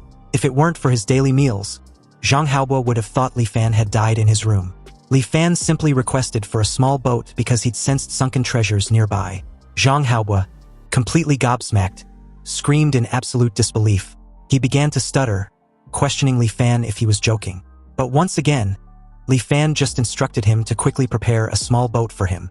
He had seen jewelries shining with brilliance under the deep sea, waiting for him to salvage it. The opportunity was fleeting, and the light of the treasures was becoming dim. Li Fan told him to hurry before he loses its bearings. Zhang Haobu immediately ordered the crew to prepare the boat at once.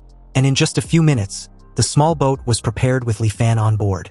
But before leaving, he told them not to follow and should simply wait for his signal. When they asked why, Li Fan replied that they were too noisy, and their noise could easily interrupt his line of sight. Obviously, this left the crew completely speechless. As Li Fan set off and out of earshot, Lu San asked Zhang Haobu if it was possible that Li Fan was running away by himself. Zhang Haobu dismissed this as silly talk. After all, the sea was vast and Li Fan didn't bring any dry rations along. So where could he possibly run off to? 2 hours later, the crew saw Li Fan's signal in a distance and quickly sailed the ship over. When they arrived at the spot, Li Fan pointed to a spot underwater and added that the treasure was there. Zhang Haobu instructed them to cast the net and prepare to make a dive. Less than an hour later, 16 chests of gold and silver were loaded on board. And as they shined brightly under the moonlight, Zhang Haobu, for the first time in his life, couldn't help but seriously think about that Songyuan's stroke of good fortune. And it was thanks to Li Fan. He wasn't bragging and actually allowed the crew to return fully loaded. It seems everything he said was actually true. He can actually really find sunken treasures at the bottom of the sea. This kind of ability had undoubtedly made him an extraordinary person. An extremely extraordinary person just like Steward Zhao. In that moment, Zhang Haobu, completely humbled, was regretful for the way he had treated Li Fan. After all, it was rare to have a chance to meet such a noble person. And it was fine if he didn't grasp this opportunity, but to actually ridiculously think said person was there to snatch his tiny little fleet. Zhang Haobu felt a profound sense of shame and realized he needed to apologize immediately. So as soon as Li Fan boarded the ship once again, Zhang Haobu earnestly came to bow and apologize to him. After dismissing him pleasantly, Li Fan returned to his room to rest. After all, having obtained the treasures, the Songyuan ship stopped fishing, and immediately turned around, setting course back to Lioli Island. Since the harvest this time was so great, the entire crew wasn't able to rest easy until they returned safely to the island. At the harbor, Zhang Haobu told them not to dock just yet. He then instructed Lu San to quietly slip into the water and go notify Steward Zhao. Lu San should ask him to personally send people to do the inventory. Lu San gave a nod and effortlessly left the ship. Zhang Haobo turned towards the rest of the crew and boldly declared that if nothing unexpected happens, their harvest should be the largest among the fleet that went out to sea this time around. And according to the rules, they get to keep 50%. If outsiders do the counting, they will inevitably deduct or miscalculate. Zhang Haobo doesn't feel at ease unless it's their own people. The crew cheered him on, agreeing wholeheartedly and claiming that even losing a little bit of their cut would distress them to death. After waiting for some time, the Zhongyuan docked at the shore, but the personnel for the routine inventory were blocked by Zhang Haobo and the crew members. When they questioned the meaning of what they were doing, the crew said nothing and still made no move of letting them on board to take the inventory. One of them deduced that judging by the ship's draft, that Zhongyuan returned empty-handed this time around also. And from the looks of it, Zhang Haobo's time as captain of the Zhongyuan ship was coming to an end as well. The crew members nearly engaged in a verbal spat with them before Zhang Haobo shut that down real quick. He reasoned that there was no need to argue with them. Li Fan quietly watched the entire scene, noting that there was a reason why Zhang Haobo could sit firmly in the position of captain of the Zhongyuan. It was only his background and experience that seemed to limit him. Anyway, Steward Zhao personally arrived with his men shortly after. And as 16 chests of jewelries were carried off the ship under the watchful eyes of the crowd, the entire dock caused a sensation. Consequently, the news that the Zhongyuan had harvested a massive amount of treasures spread like wildfire and soon covered the entire Liuli Island. Meanwhile, at the Heavenly Treasure Tower, Sun Zhang barged in on the shopkeeper, looking all flustered. When she asked what the matter was, Sun Zhang, huffing profusely, stammered coherently about the Zhongyuan ship, treasures, and over 10 chests of them. The shopkeeper didn't understand what was there to make a fuss about if it was just over 10 chests of treasures, and presumed a client wanted to digest these things on the island. If they do, then they still have to go through their Heavenly Treasure Tower's channels. She stops abruptly when realization hits her. The Zhongyuan was the ship Li Fan boarded to set sail a month ago. Sun Zhang, still breathless, confirmed this, adding that it was no wonder Li Fan could persuade Steward Zhao. He was absolutely certain he would find treasures as soon as he went out to sea. Sun Zhang then declared that Li Fan's ability seemed to be just like their Heavenly Treasure Tower's grand shopkeeper. The shopkeeper immediately gave the order for Sun Zhang to go arrange a meeting with Li Fan immediately. She wanted to know when they can invite him for a meal. Also, he should send someone to clean up the tower, then send the title deed over to Li Fan. Without hesitation, Sun Zhang agreed to do as he's told and left. The shopkeeper wondered if Li Fan has a spirit-channeling treasure physique. Apparently, the legendary spirit-channeling treasure physique. As long as rare treasures exist within a certain range of oneself, one will sense them. And the grand shopkeeper of the Heavenly Treasure Tower, Yin Yuding, the shopkeeper's older sister, also possesses this special constitution. And it was precisely by relying on this heaven-defying ability that her sister built the Heavenly Treasure Tower.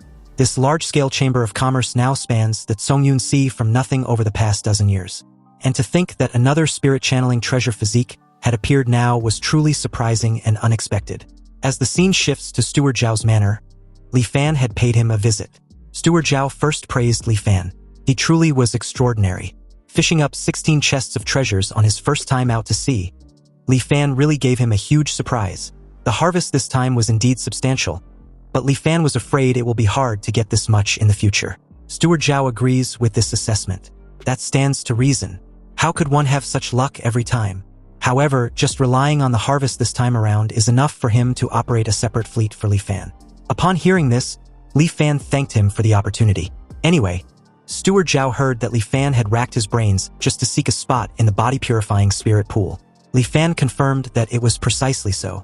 Even with inexhaustible treasures, one will turn into a pile of yellow earth after 100 years. Only by seeking immortality, asking for the Tao, and witnessing eternal life is this trip to the world not in vain. Steward Zhao admired Li Fan's resolved determination.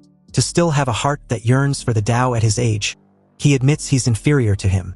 Over 10 years ago, when Steward Zhao was the same age as Li Fan was at present, he once saved an immortal master by a stroke of luck.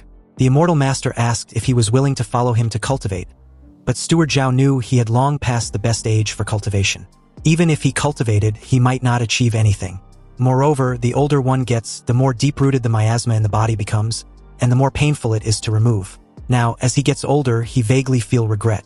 But it's a pity that there is no medicine for regret in this world. Among the hundreds of thousands of mortals on Liuli Island, those like Li Fan were truly the minority. Li Fan's response to the flattery was cordial, but he was wondering about the matter regarding the quota for the body-purifying spirit pool, if Steward Zhao could help him secure a spot. Unfortunately, Steward Zhao replied that he can't help Li Fan with this matter. The opening of the body-purifying spirit pool requires the island's immortal master to preside over it, and the quota is also decided by the immortal master. 1 year before opening the spirit pool, the immortal master will announce the required materials, and each family collects the materials on the list and hands them over. The quota is decided based on the amount of contribution points. However, Li Fan doesn't need to worry. The Heavenly Treasure Tower has open branches on every island in the Zhongyun Sea. If they are talking about the ability to collect materials, there aren't many on Liuli Island who can compare to them. With this intel, it seems Li Fan's priority about the Heavenly Treasure Tower needed some adjustments. And speaking about the Heavenly Treasure Tower, just as he returned to his small courtyard from Steward Zhao's manor, Sun Zhang came to his door with the title deed. It was obvious that he had been waiting for a long time. Although surprised, Li Fan was actually interested in meeting the shopkeeper, so he inquired about her, wanting to know whether she was looking for him for something. And since he happened to want to meet her once more, he readily agreed. As for the title deed to the Tingyu Tower that Sun Zhang brought, Li Fan did not accept it. When the two met that very evening, the shopkeeper of Liuli Island's Heavenly Treasure Tower formally introduced herself as Yin Yuzhen. Li Fan did the same, introducing himself formally this time around. Yin Yuzhen was quick to point out how extremely concise Li Fan was with his introduction. Li Fan replied that he was merely a simple mortal, and there was really nothing worth saying. Yin Yuzhen then asked of the spirit channeling treasure physique, wanting to know if that was also not worth mentioning in his eyes either. Li Fan genuinely admits he had no clue what a spirit channeling treasure physique was. But since his composure gives nothing away, Yin Yuzhen was doubtful. If Li Fan didn't have the spirit channeling treasure physique, then how did he manage to find the location of the treasures in the vast sea? Li Fan replied that it was just a feeling in his heart. This reply displeases Yin Yuzhen, who couldn't help but pout with irritation that Li Fan was denying the obvious. But upon seeing that Li Fan seemed to truly not know, Yin Yuzhen told him about it out of helplessness. Li Fan took a moment to mull over this intel, before asking a series of questions which completely caught her off guard. If she was saying that her sister was also a spirit channeling treasure physique, then how old was she, what did she look like, where was she 20 years ago, and where was she now? Yin Yuzhen, suddenly panic-stricken, questioned in shock if Li Fan was their long-lost father or some sort. But as she briefly thought things over, she realized that it wasn't right since Li Fan didn't look anything like them. Li Fan was baffled for a moment before stating that he was just curious. But Yin Yuzhen took it as him being curious about his own kind, which she gets. Li Fan didn't bother rectifying this, so she continued, adding that she and Yin Yuzhen were originally from Yelan Island in the north. Their parents died in a disaster when they were young, leaving only them to depend on each other.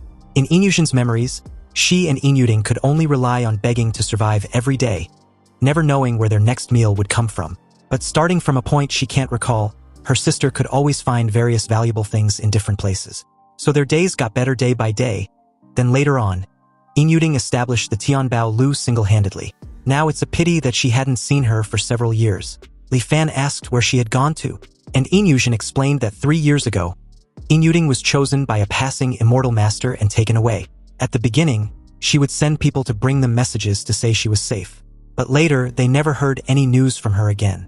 Upon hearing that she was taken away by an immortal master, Li Fan wondered if Yin Yuzhen was taken to cultivate the path to immortality. But unfortunately, Yin Yuzhen knew otherwise.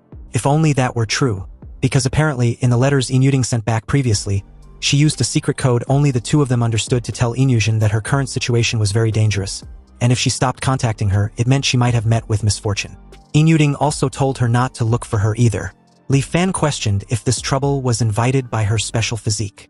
Yin Yuzhen was just a mortal, so what she could sense were only things of some value to mortals.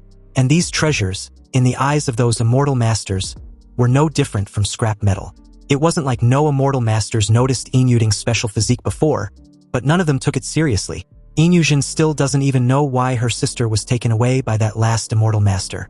Although her sister likely bodes ill rather than well, the foundation she left behind was still there. So the Heavenly Treasure Tower that she worked so hard to build cannot be destroyed in Yin Yuzhen's hands. Yin Yuzhen admits she doesn't have her sister's miraculous ability, and after her sister disappeared, the Heavenly Treasure Tower's business got worse day by day, coupled with her misjudging a few items later on, leading to the loss of a large sum of money. The veterans of the Heavenly Treasure Tower gradually became dissatisfied with her. They even wanted to conspire with outsiders to drive her out and carve up the Tianbao Lu's assets. Fortunately, these veterans still have some apprehension about Inyuding, who was taken by the immortal master, so they haven't made a move yet. So, under the pretext of opening up markets, Inyushin moved from Yelan Island to Liuli Island to lay low for a while. She originally intended to develop there for a few years and accumulate some strength before settling accounts with them, but she didn't expect to meet another spirit-channeling treasure physique on Liuli Island. Inyushin believes if she had Li Fan's help, she would definitely be able to regain control of the Heavenly Treasure Tower. Although Li Fan understands where she's coming from, he made it clear he wasn't interested in the affairs of her tower. His only wish lies in immortal cultivation. And Inyushin had promised that as long as he helps her secure a fleet, she would help him obtain a spot in the body-purifying spirit pool. He asked if she wants to go back on their deal about the matter. Inyushin explains that the Heavenly Treasure Tower always put integrity first in business. So what they promised Li Fan, they will definitely do. However, before she could continue, Li Fan cut in very abruptly when he perceived some sort of condition being stated, his expression and tone dropping with a bone-chilling aura. Inyushin immediately shifted her gaze elsewhere and explained herself. She stated that even if Li Fan could enter the body-purifying spirit pool, so what? Expelling the miasma from the body was not an easy task. And every year, almost only half of the people who enters the spirit pool can succeed. Moreover, the older the age, the higher the probability of failure. Inyushin points out the obvious. Li Fan wasn't young anymore. So was he 100% sure he can succeed? Everyone only has one chance in their life to enter the spirit pool. If he fails, she's afraid Li Fan would have to say goodbye to immortal cultivation forever. But Li Fan was resolute. Even if there was a 50% success rate, it was enough for him to try. Upon hearing his stance, Inyushin also cut Li Fan off, presuming Li Fan was somewhat considering her point of view, before adding that her sister sent along an elixir called the dust-leaving pill with her last letter. And according to what she said in the letter, as long as one takes the pill, the success probability of expelling the miasma from one's body would greatly increase. If combined with the body-purifying spirit pool, even at Li Fan's age, there was a high possibility of success. Anyway, with such a miraculous elixir, Li Fan was curious as to why Inyushin hadn't taken it all this time. Inyushin simply replied that not everyone was like him, obsessed with wanting to cultivate immortality. Inyushin's obsession, or wish, was to do business well and protect the Heavenly Treasure Tower her sister left behind. Li Fan gave a slight nod with complete comprehension, and also fully aware that everyone has their own aspirations. With this acknowledgement, Inyushin, visibly delighted and a bit enthusiastic, asked if Li Fan had agreed to what she had been insinuating. Li Fan headed out the door before calmly replying that he needed to go back to his quarters and consider it. He will give her an answer in 3 days. The two exchanged their farewell after Inyushin agreed to wait for Li Fan's answer. She just hoped she hadn't seen anything wrong this time around. So after making some inquiries, Li Fan confirmed that Inyushin did not lie about the dust-leaving pill. Li Fan met Inyushin again 3 days later and agreed to her request. They agreed that before the spirit pool opens, he would help her tower to collect a certain amount of treasures every so often. And when the spirit pool opens, Inyushin will give him the dust-leaving pill. To show her sincerity, Inyushin took out a title deed for the Tingyu Tower. And since both sides had an agreement, Li Fan no longer stood on any ceremony and took it into his possession. Thus, he moved again. The Tingyu Tower was located in the center of Liuli Island, and although it's situated in a busy market, it feels as if it resides deep in the mountains. During the year Li Fan lived in the Tingyu Tower, he first completed 3 of Liuli Island's official voyages, each time bringing back several chests of treasures, shocking the whole island while also successfully winning a fleet quota for the Heavenly Treasure Tower. Afterwards, every time the Heavenly Treasure Tower's fleet set sail, Li Fan would tag along. And in just a year, the Tianbao Lu earned a basin full of money, almost equal to the sum of the previous 5 years' earnings. Also, Li Fan established prestige in the hearts of every person at the Heavenly Treasure Tower.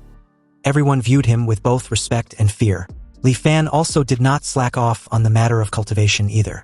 Over the past year, whenever he had free time, he painstakingly cultivated the profound yellow heart-cleansing incantation until finally, something happened that made him overjoyed. The charge progress of his truth-returning system accelerated. Before this, the charge progress of Huanjin relied solely on the natural passage of time to increase, reaching 100% every 20 years, and after slowly rising to the upper limit of 200%, it would increase no further. Li Fan had been in the cultivation world for over a year, and according to the previous pattern, the charge progress should be between 6 to 7%. But he discovered that the charge progress actually reached 15%. The charging speed was nearly twice as fast. Aside from the heart-cleansing incantation, he hadn't come into contact with anything else that could be helpful for this.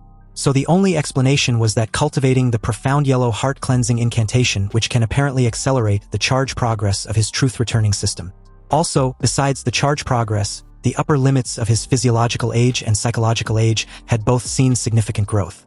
Time passed quietly in cultivation, and soon only 1 year remained until the opening of the body-purifying spirit pool. Inyushin was delighted to inform him that Lioli Island had announced the list of materials needed by the immortal masters this time around, and the materials needed this time were all quite common, except for the star sea quicksand which Sunjong hadn't heard of. It seems the key to competing for the spot this time lies with this star sea quicksand. Inyushin had never heard of this thing either, and it looks like they would have to ask someone from the Manhwa Chamber of Commerce. These people were all reincarnated hungry ghosts, greedy beyond measure, and Sunjong was afraid they would have to bleed heavily for this. But no matter what, Li Fan must obtain the star sea quicksand. He was determined to get the spirit pool quota. You see, the Manhwa Chamber of Commerce was not a local chamber of the Zhongyun Sea, but comes from a continent unknown tens of thousands of miles away. It was said that this Chamber of Commerce was backed by an immortal master, which was why they can easily cross the endless seas to do business on this remote Lioli Island. They still have a year to prepare. The merchant walker from the Manhwa Chamber of Commerce will pass by the Zhongyun Sea in 3 months. So Inyushin plans to contact him then. Li Fan points out that they cannot place all their hopes on the Manhwa Chamber of Commerce. Lioli Island has taken in many refugees from all over the Zhongyun Sea in the past year. There might be someone who recognizes this star sea quicksand so they can ask around. Also, other factions on the island would be looking for this star sea quicksand, so they needed to monitor them closely as well. With the publication of the materials needed for the body-purifying spirit pool, the matter spread across Lioli Island. Even some ordinary people who didn't care about this matter knew that the major factions on the island were now looking for something called star sea quicksand. Xiaoheng heard of the star sea quicksand by chance and immediately paid Li Fan a visit at the Tingyu Tower. Li Fan wanted to know what business he had with him. Xiaoheng had recently heard that Li Fan was also looking for the star sea quicksand. Li Fan confirmed this before adding that he was old in age, so if he wanted to cultivate, he could only rely on the body-purifying spirit pool. Li Fan then questioned if Xiaoheng knew about the star sea quicksand. Xiaoheng explained that back when the immortal master descended upon their Dali land, he promised that as long as they gathered the supplies he needed, he would take a group of people to the cultivation world. And among those supplies was star sea quicksand. Li Fan questioned why he had no impression of that. Xiaoheng replied that when it was announced to the world, the content on the list had already been reduced by a few items, and as reserved quotas, they were distributed to the major noble families of Dali. And what his Prince of Jinnan's manor was assigned to collect was this star sea quicksand. Upon hearing this, Li Fan told him to state his conditions. However, Xiaoheng remembered back when Su Changyu died and was nearly buried at sea. Li Fan was the one who paid for his burial site, which apparently counts as a favor to him. Xiaoheng also knows he shouldn't be doing this, but life on this Lioli Island was truly too hard to endure, and he doesn't have great abilities like Li Fan. Xiaoheng was still currently living in the slums. Li Fan got a gist of what Xiaoheng was getting at and interrupted him, adding that he needn't need to say more. He understood his difficulties and was determined to get this item. So as long as he can provide a clue, he can ask for whatever he requires, and he will do his best to satisfy it. Excited upon hearing this, Xiaoheng thanked Li Fan in advance before divulging in what he knew. Apparently, the star sea quicksand wasn't rare. It was just that the immortal master's name for it is different from mortals. And actually, the so-called star sea quicksand was just meteorite iron from the sky. With his curiosity piqued, Li Fan wondered if any meteorite iron will do before asking if there were any other special requirements. Xiaoheng replied that there were, before slowly explaining the specific requirements one after the other. First, the appearance of the meteorite iron must be good. It won't do if the surface was pitted and uneven. Secondly, the overall weight of a single piece must be at least 50 jin. As Li Fan listened, he firmly committed it to memory. And after everything was said and relayed across, Li Fan thanked Xiaoheng, then proceeded to ask what he wanted in return. Xiaoheng nervously stated his desire for just a decent courtyard, plus a slightly easier job. Of course, it would be even better if there were a few servants to help him manage the courtyard. Li Fan was a bit lighthearted and relieved that Xiaoheng, the son of the dignified Prince of Jinan, only had this simple request. Xiaoheng might as well add a bit more when he still has some say within the heavenly treasure tower. However, Xiaoheng knew his own capabilities, and being able to eat and live well without living so tirelessly was enough to satisfy him. If he suddenly possessed wealth that made others jealous, it would be easy to invite disaster instead. Li Fan didn't insist further, and after exchanging a few more pleasantries, Xiaoheng bid him farewell. On his way out, Li Fan asked if he had any plans to cultivate. After all, having gone through untold hardships to reach this cultivation world, Xiaoheng can't have made the trip for nothing, right? But Xiaoheng expressed his lack of interest in immortal cultivation at present, and even added that just reading that profound yellow heart-cleansing incantation made him drowsy immediately. After seeing Xiaoheng off, Li Fan went straight to the heavenly treasure tower. And upon hearing that the star sea quicksand was meteorite iron, Inyushin was a bit skeptical. After all, Xiaoheng could be lying, so they still needed to verify this intel. Li Fan then questioned Inyushin about the Chamber of Commerce, reminding her about the merchant walker of the Manhwa Chamber of Commerce coming to Liuli Island soon. When the time comes, they might as well probe him for the truth. Inyushin was on board with this idea. However, if they can save a sum of money, that would be best. But no matter what, they still need to secretly purchase meteorite iron that meets the requirements. And right now, not many people know about this, but that might not be the case before long. Additionally, when purchasing, they must mix it with other items to deceive others and confuse the public.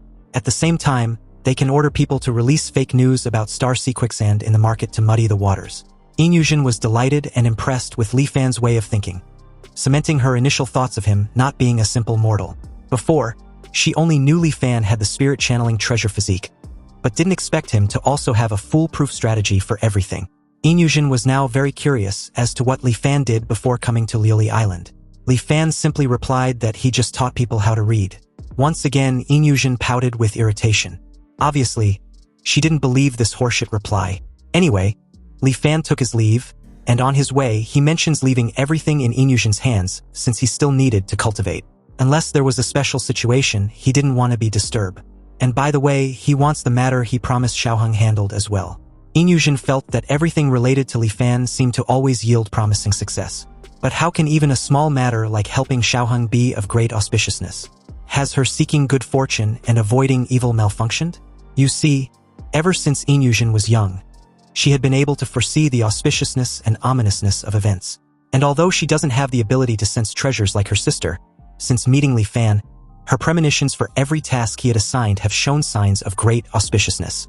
Inyushin was also well aware that before meeting Li Fan, she had never encountered a great auspicious event. Although she doesn't know what kind of achievements Li Fan will have in the future, she trusts her intuition and will do everything she can to help him. Thus, under Inyushin's authorization, the Tianbao Lu began to operate at full capacity, and the Heavenly Treasure Tower released a large amount of fake news about star sea quicksand. Knowing there might be a trap, other factions chose to wait and watch carefully at first. However, one faction held the mindset of buy it first even if it's fake, then sell it again. But consequently, the purchased items related to the rumors on a large scale. Other factions also couldn't sit still and joined the purchasing army. And for a time, prices on Liuli Island skyrocketed, and chaos ensued. As the instigator of all this, Li Fan simply stayed quietly in the Tingyu Tower cultivating. It wasn't until 3 months later that Inyushin finally contacted the merchant walker of the Tianhua Chamber of Commerce. So early that morning, she and Li Fan took a small boat from the Heavenly Treasure Tower, left Liuli Island, and traveled north for dozens of miles to the sea area agreed upon by both parties. The two saw a flying ark abruptly appear in the sky, and was welcomed on board. After all, it's been a long time seeing shopkeeper Inyushin. The flying ark arrived above them, then slowly came to a halt on the water's surface. Inyushin internally gave a teasing laugh, presuming Li Fan must be shocked seeing a flying ark for the first time. But upon seeing no reaction at all from him, she was once again annoyed with Li Fan's expressionless demeanor. Seriously, what gives? Anyway, after the merchant walker and Inyushin exchanged pleasantries after 3 years without contact, he acknowledged how time really flies before asking who Li Fan was. Inyushin introduced Li Fan as an elder hired by their Heavenly Treasure Tower.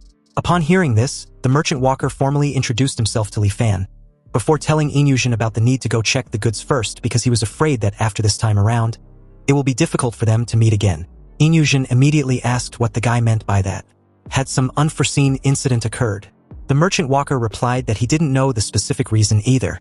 He just suddenly received a notification from headquarters a few days ago that all the merchant walkers in the Tsongyun Sea must cease all operations and return as soon as possible.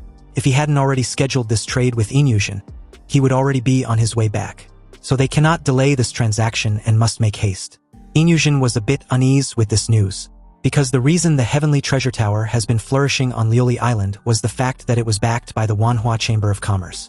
But now that the Manhwa Chamber of Commerce was suddenly withdrawing from the Tsungyun Sea, what will happen to their Heavenly Treasure Tower's business in the future? Also, why was there absolutely no reaction from her seeking good fortune and avoiding evil this time around? The merchant walker called out to Inyushin, which suddenly snapped her out of her thoughts. She immediately apologized for her wandering mind and gestured for them to go see the goods. Entering the ship's cabin, Li Fan led the merchant walker past various goods. He showed him the 16 pairs of jade discs, the 23 pieces of coral, the 46 luminous pearls, then 3 pieces of the Star Sea quicksand, which instantly stunned the merchant walker. He immediately rushed over to inspect it directly. As he effortlessly lifts one, Li Fan was shocked, because these pieces of meteorite iron weigh at least 50 jin. Yet in the guy's hands, they seem like toys. The merchant walker was impressed and satisfied with the entire 3 pieces, and even praised Inyushin for her good luck this time around.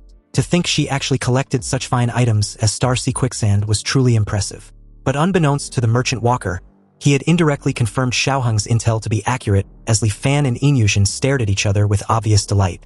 Anyway, very satisfied with the goods provided by the Heavenly Treasure Tower this time around, and because the two sides would not be able to meet again for a long time, the merchant walker specially invited the two to be guests on the Manhwa Chamber of Commerce's flying ark.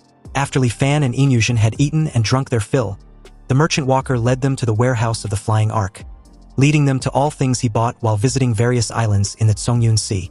Some items were priceless, while he was unclear about the function of others. The guy Wu just bought them because they looked peculiar.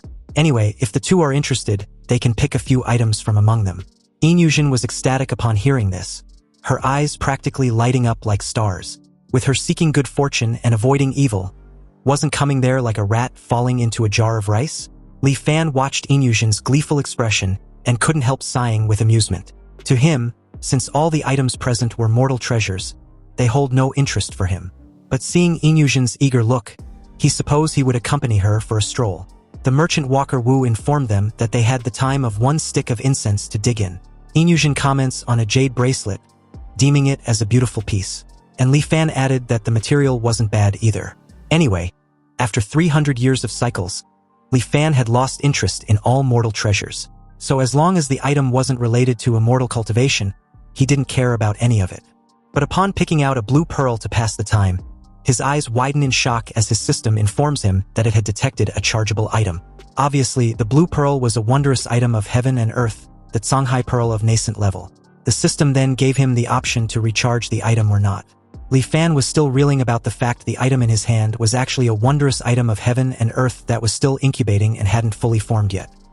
He immediately reined in his excitement, deciding to give nothing away as he placed back the pearl with little to no interest. He pretended not to care and looked at other things nearby.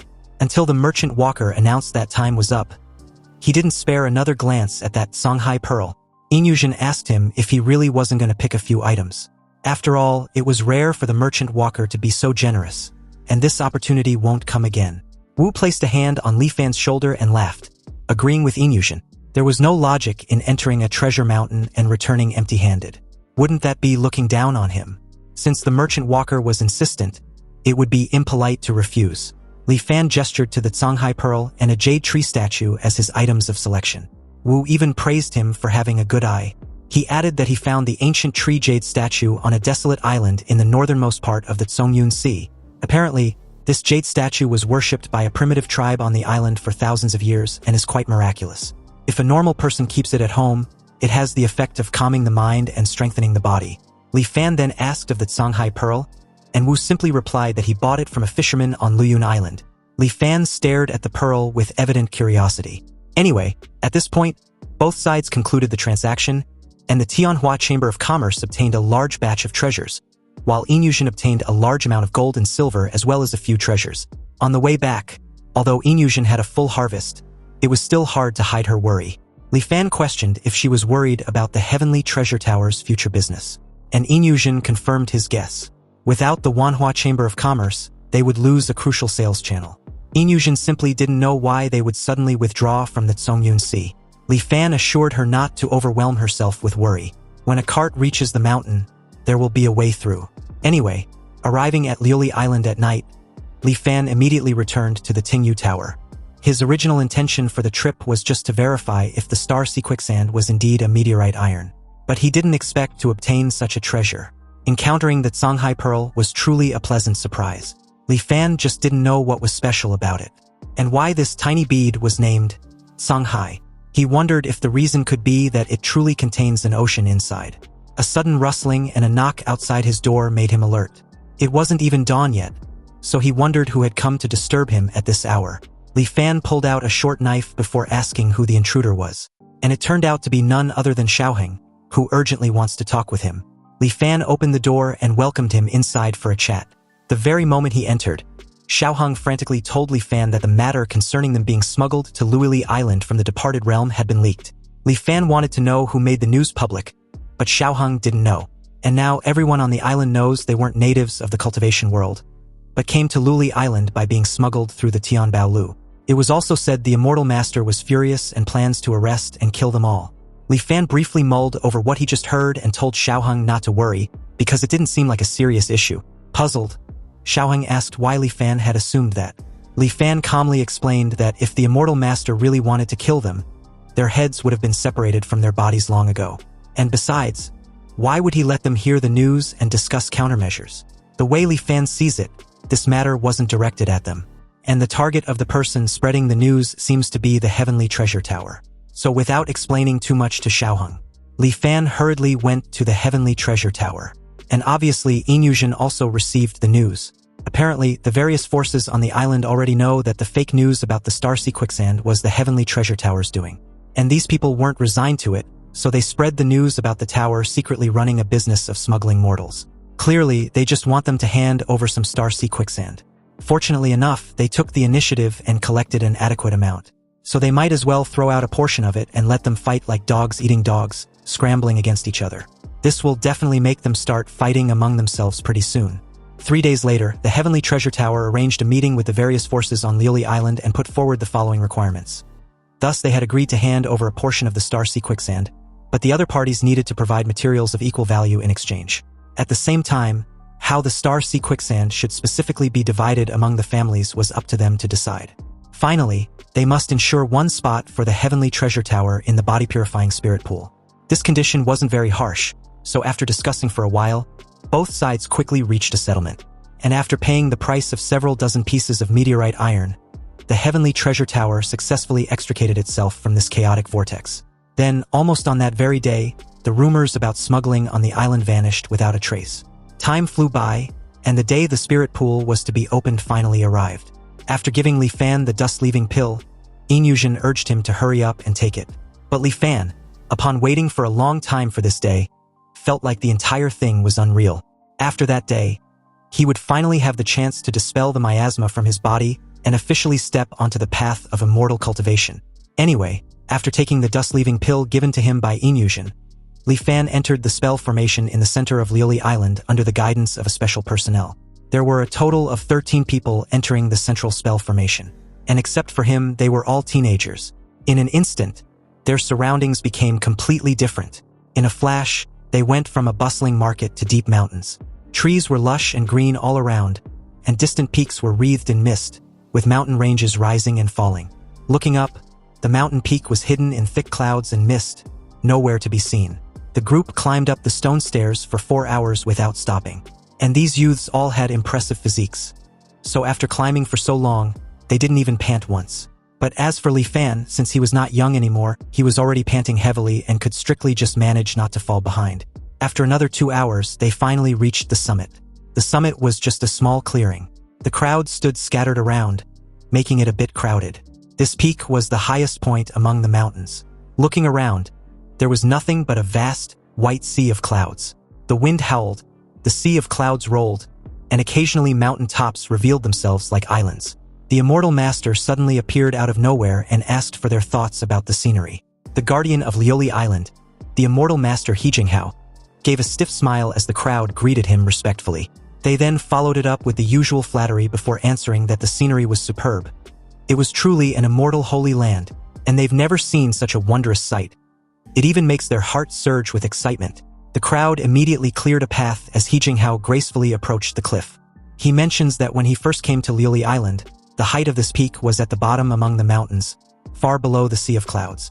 When he asked if they know that the mountains and rivers of the world can also gradually grow taller, just like people, almost everyone was amazed, reiterating among themselves if it was really true that these great mountains and rivers were also living things.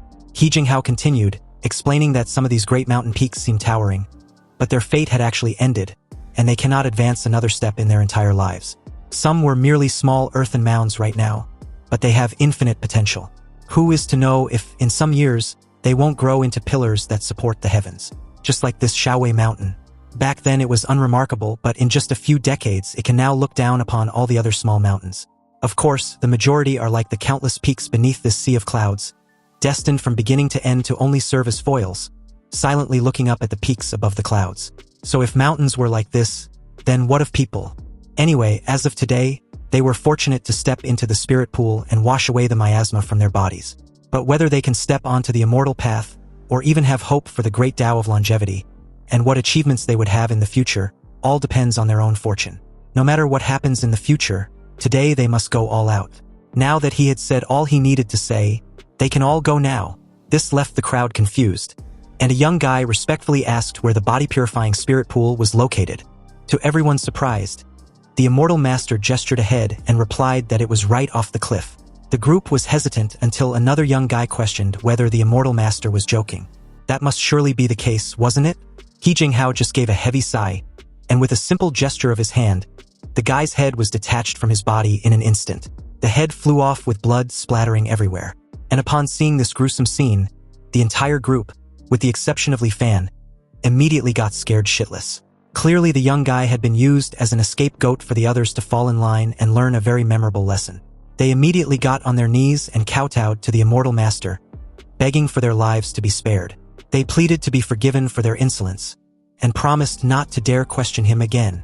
With a cold look, the immortal master He Jinghao advised them to learn from this experience, because on the path of cultivation, having good judgment was also extremely important. They needed to clearly weigh what can be said and what cannot be said, and never wait until their body had perished and their Tao had vanished to blame him for not reminding them as of today. The moment he was done, Li Fan, being the only one left standing, respectfully showed his gratitude of being taught this life-saving lesson. This surprised the immortal master, who silently watched as Li Fan, without any trace of fear or hesitation, walked past him and approached the cliff. Li Fan's steps never faltered, and right at the edge, he took that very first step into the unknown. Li Fan didn't plummet to his death as expected, but was firmly supported by the vast sea of clouds before him, which seemed to possess its own awareness, swirling and coalescing underneath his feet. He took another step forward with his other foot, and once both feet were firmly placed on the clouds, a surging white misty wind blew off underneath his feet, propelling him onward into the vast sea of clouds. The stunned crowd could only watch as He Jinghao silently acknowledged Li Fan's excellent disposition, though it was just a pity he was too old. He watched as Li Fan's departing figure suddenly rode the clouds into the distance. The immortal master then turned towards the rest, who had finally realized that he wasn't messing with them when he showed the location of the body-purifying spirit pool. He informed them that those who enter the spirit pool first get more spirit liquid, so they should all be quick about it and not linger. The entire crowd scrambled frantically and rushed towards the sea of clouds. Meanwhile, as the clouds surrounded Li Fan and rushed him into the sea of clouds, the white clouds around him constantly gathered towards him, and in an instant, they aggregated to form white spirit liquid. Being in the spirit liquid, Li Fan not only didn't feel suffocated, but instead felt incredibly warm and comfortable, like a fetus inside a mother's body, and his mind gradually relaxed completely. But immediately after, the warmth turned into scorching heat. The scorching heat turned into scalding, and the scalding turned into roasting fire. Magma-like heat flowed recklessly and destroyed inside his body, tearing and drilling into every inch of his nerves. This kind of pain is truly unbearable for a human, and Li Fan subconsciously wanted to call out his truth returning. But after 300 years of bitter searching, wasn't it just for this moment? Li Fan roared with resolution. No matter what, he definitely won't give up. He wanted to cultivate immortality and gain eternal life. The pain was like knives, slicing his soul into 1,000 pieces and then another 1,000 pieces, endless and never stopping. His consciousness began to dissipate.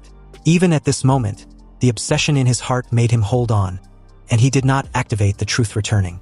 His instinct took over, and he started to practice the profound yellow heart-cleansing incantation at that moment. Suddenly, his consciousness seemed to find a backbone, recondensing and growing strong. Although in a state of unconsciousness, Li Fan was like a reef by the sea, standing firm despite the wind and waves beating against it. 3 days passed in a blink of an eye, and out of the 12 people who went in, 11 have already come out. 4 succeeded and 7 failed. Now, there was only one person left in the spirit pool. The older immortal was, the more inseparable the immortal mortal miasma and flesh become. The body-purifying spirit pool forces out the miasma by thoroughly destroying the physical body, then reshapes it with the power of regeneration.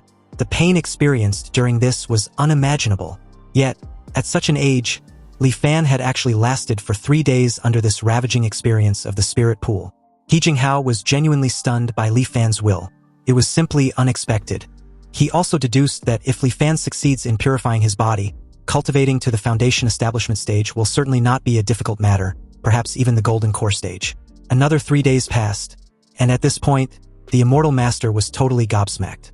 If he couldn't still sense Li Fan's stable life aura, he really would want to rush in there and see what exactly was going on. As another 3 days passed, the immortal master was beyond speechless. You see, the body-purifying spirit pool was created by the celestial venerable Dongji of the Myriad Immortals Alliance. So logically speaking, it shouldn't malfunction. But was there really someone who can stay inside for so long? A total of 9 days have passed, and the materials maintaining the spirit pool spell formation were about to run out. If the spell formation stops, it can only be counted as Li Fan's bad luck, and had nothing to do with He Jinghao. But with Li Fan's disposition and will, if he succeeds, in that very moment, He Jinghao decided to cast his doubts aside and offer Li Fan a helping hand. He would just consider it a gamble that Li Fan would have extraordinary achievements in the future. Li Fan better not disappoint him.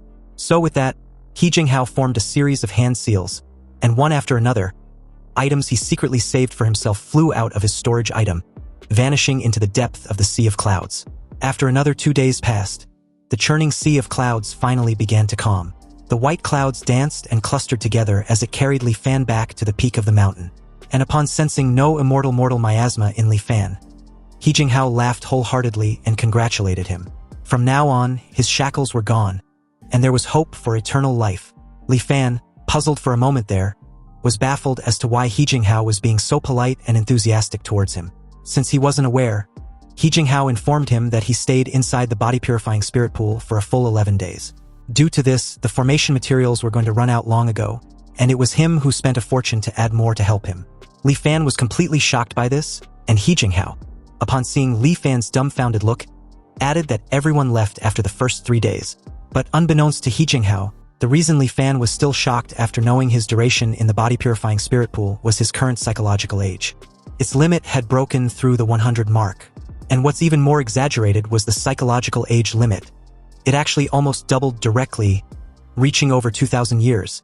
As He Jinghao kept rambling on and on, Li Fan also noticed that the profound yellow heart-cleansing incantation had become the profound yellow heart-refining incantation. But now wasn't the time to look closely. He would study it carefully once he gets back to the Tingyu Tower. Li Fan thanked He Jinghao for his grace, promising to never forget, and would definitely repay him heavily in the future. He Jinghao modestly told Li Fan not to mention it. He then took out the 5 Spirits Qi Sensing Method manual and gave it to Li Fan, adding that his next step after removing the miasma was to sense the spiritual energy of heaven and earth, and guide the Qi into his body. Apparently, this 5 Spirits Qi Sensing Method is a summary of the previous generation's experience regarding sensing spiritual energy. He Jinghao told Li Fan to study it well before also giving him a dust-leaving talisman. He Jinghao instructed Li Fan to carry the dust-leaving talisman with him before guiding Qi into his body. Li Fan still lived in the mundane world, and was bound to have contact with mortals every day. Over time, it's inevitable that he will be contaminated by miasma again. So this dust-leaving talisman can help him isolate the intrusion of miasma, but it's hard to sustain, and can only last for about 5 years. But after breaking through to the Qi condensation stage, Li Fan can come to the island to find him. At that time, he would take him to their Myriad Immortals Alliance's station in the Zhongyun Sea, Wanxian Island. He Jinghao told Li Fan the details of the precautions during the process of guiding Qi into the body. And after all relevant matters were explained, Li Fan tactfully took his leave and left the mountain. As He Jinghao watched Li Fan's departing figure, he murmured with a bit of despondency that the mountain's potential was exhausted. So it is time to change to another mountain. He Jinghao soared into the sea of clouds, and as he gazed down the mountain range below, he gathered the rolling mist with a casual gesture of his hand. The cultivation method He Jinghao practice is called the sitting mountain art. The biggest feature of this art is sitting on the mountain and enjoying the success it brings. Now he needed to choose a mountain peak, sit upright on it, run the cultivation method, and spend several years to merge his aura with the mountain peak. Afterwards, every time the mountain grows an inch, his cultivation base will receive feedback and increase accordingly. Besides benefiting from the mountain increase, he can also gain benefits from helping others, like helping Li Fan this time. If he can break through to the qi condensation stage in the future, then He Jinghao will receive feedback in the unseen world, increasing his own cultivation base.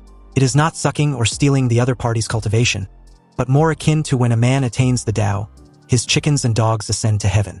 And how much He Jinghao puts in also determines how much he will harvest later. So when He Jinghao meets promising juniors, he wasn't stingy about helping them. Anyway, after exiting the central spell formation, Li Fan didn't alert anyone else and quietly returned to the Tingyu Tower. He immediately tried to run the profound yellow heart-refining incantation that appeared inexplicably. And upon running it, he detected the difference between the heart-refining incantation and the heart-cleansing incantation. Cultivating the heart-cleansing incantation takes a small half a shurchen to slowly calm the mind. But once the heart-refining incantation is displayed, in just a moment, he feels his heart is like a clear mirror. Also, he can clearly feel his spirit strengthening with every moment he starts cultivating the heart-refining incantation. But Li Fan was curious as to why the profound yellow heart-cleansing incantation suddenly became this magical profound yellow heart-refining incantation. Since immortal techniques couldn't be cultivated by more than one person, Li Fan wondered if this heart-refining incantation did not count as an immortal cultivation method. With just one step away from crossing the threshold of a cultivator, and happily acquiring a magical technique like the profound yellow heart-refining incantation, Li Fan couldn't help but feel a bit floaty. However, a few days later, he received a letter, revealing that Xiaoheng had succeeded in guiding qi into his body and has already gone to Wanxian Island. Recalling the simple demand Xiaoheng requested in exchange for his help, Li Fan couldn't comprehend just how the guy achieved such a feat. He clearly remembered Xiaoheng saying he had no interest in the path of immortal cultivation. Yet he was able to successfully eliminate the miasma in his body and break directly through to the qi condensation stage. Li Fan was totally clueless and curious as to how Xiaoheng managed to achieve this when it hadn't been long since their encounter. The memory was still incredibly vivid in his mind. Li Fan read the letter several times before unwillingly accepted this fact. And it turns out that after he comforted Xiaoheng that day, the poor guy returned home still anxious and unable to sleep. Closing his eyes, it was as if he saw the terrifying scene of the immortal master descending from the sky and slaughtering everyone from the departed realm. In order to sleep peacefully, and even more so to become a cultivator and no longer live in fear every day, Xiaoheng began to earnestly cultivate the profound yellow heart-cleansing incantation. Unexpectedly, in less than a month, he eliminated all the miasma in his body on his own. And afterward, Xiaoheng felt he had had a good sleep and had successfully guided qi into his body. When Xiaoheng tried to be intimate with a maid at home, a gentle hug nearly caused the maid's death. Xiaoheng eventually confirmed that he was already a cultivator, and since immortals and mortals must be eternally separated, he met the immortal master He Jinghao after Li Fan left the spirit pool. And upon confirming that Xiaoheng wasn't lying, He Jinghao looked incredibly regretful. He had used all his materials to build good karma with Li Fan, but if he had known, he would have saved them for this moment with Xiaoheng. After all, it was self-evident that his aptitude was obviously 100 times stronger than Li Fan's. He Jinghao then took Xiaoheng and floated away to Wanxian Island. Xiaoheng thanked Li Fan once again, attributing all the success he now has to him entirely due to the protection he provided. Xiaoheng was also fully aware Li Fan had successfully eliminated the miasma from his body, and was confident he will also break through to the qi condensation stage soon enough. Xiaoheng promised to move forward, and patiently awaits Li Fan's arrival at Wanxian Island. And on the day they eventually meet, if Li Fan has any requests, he will not dare refuse even if it means 10,000 deaths. Although Li Fan was visibly salty about being outdone by Xiaoheng, he couldn't help wondering if this was what it was like to be a legendary person with overflowing natural talent. After all, without any help, this young fellow happens to stumble into immortal cultivation on his own, and even broke through to the qi condensation stage. But so what if he has overflowing natural talent? What Li Fan relied on was the infinite chances to start over granted to him by his truth returning. With the power of Huanjin under his command, no matter what kind of genius, Li Fan had the confidence to crush them. But the most urgent thing now was guiding qi into his body. Li Fan decided to first take a look at the 5 spirits qi sensing method given to him by He Jinghao. The record book explains that in ancient times, there was the theory of spirit roots, and at that time only mortals possessing spirit roots could cultivate.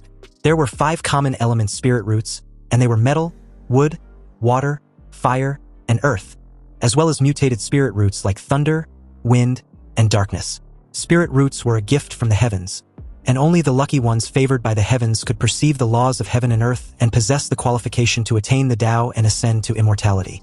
But there were so many mortals in the world, and those with spirit roots were few after all. So for the vast majority of people, the matter of immortal cultivation was something they could only hope for but never reach. How is that fair? Fortunately, in ancient times, an immortal venerable imparted the Tao. The immortal venerable also emulated heaven and earth, and facing countless mortals with no hope of seeking immortality, he taught the path of longevity. He boldly expressed his desire to become an immortal, and had no intention of begging the heavens. If the heavens did not grant it, then he would take it himself. Besides, obeying the heavens makes one mortal, and defying the heavens makes one immortal. Then the journey of the immortal path became absorbing the spirit of heaven and earth to control its qi, then borrow the wonders of heaven and earth to build the Tao foundation, followed with prying into the laws of heaven and earth to refine the golden core, seize the essence of heaven and earth to form the nascent soul, extract the marrow of heaven and earth to obtain its spirit, sacrifice the soul of heaven and earth to merge the body with the Tao, then finally reverse the principles of heaven and earth to prove longevity. Li Fan suddenly dropped the record book with an expression of shock and horror, realizing that the cultivation method of this world was completely different from what he had envisioned.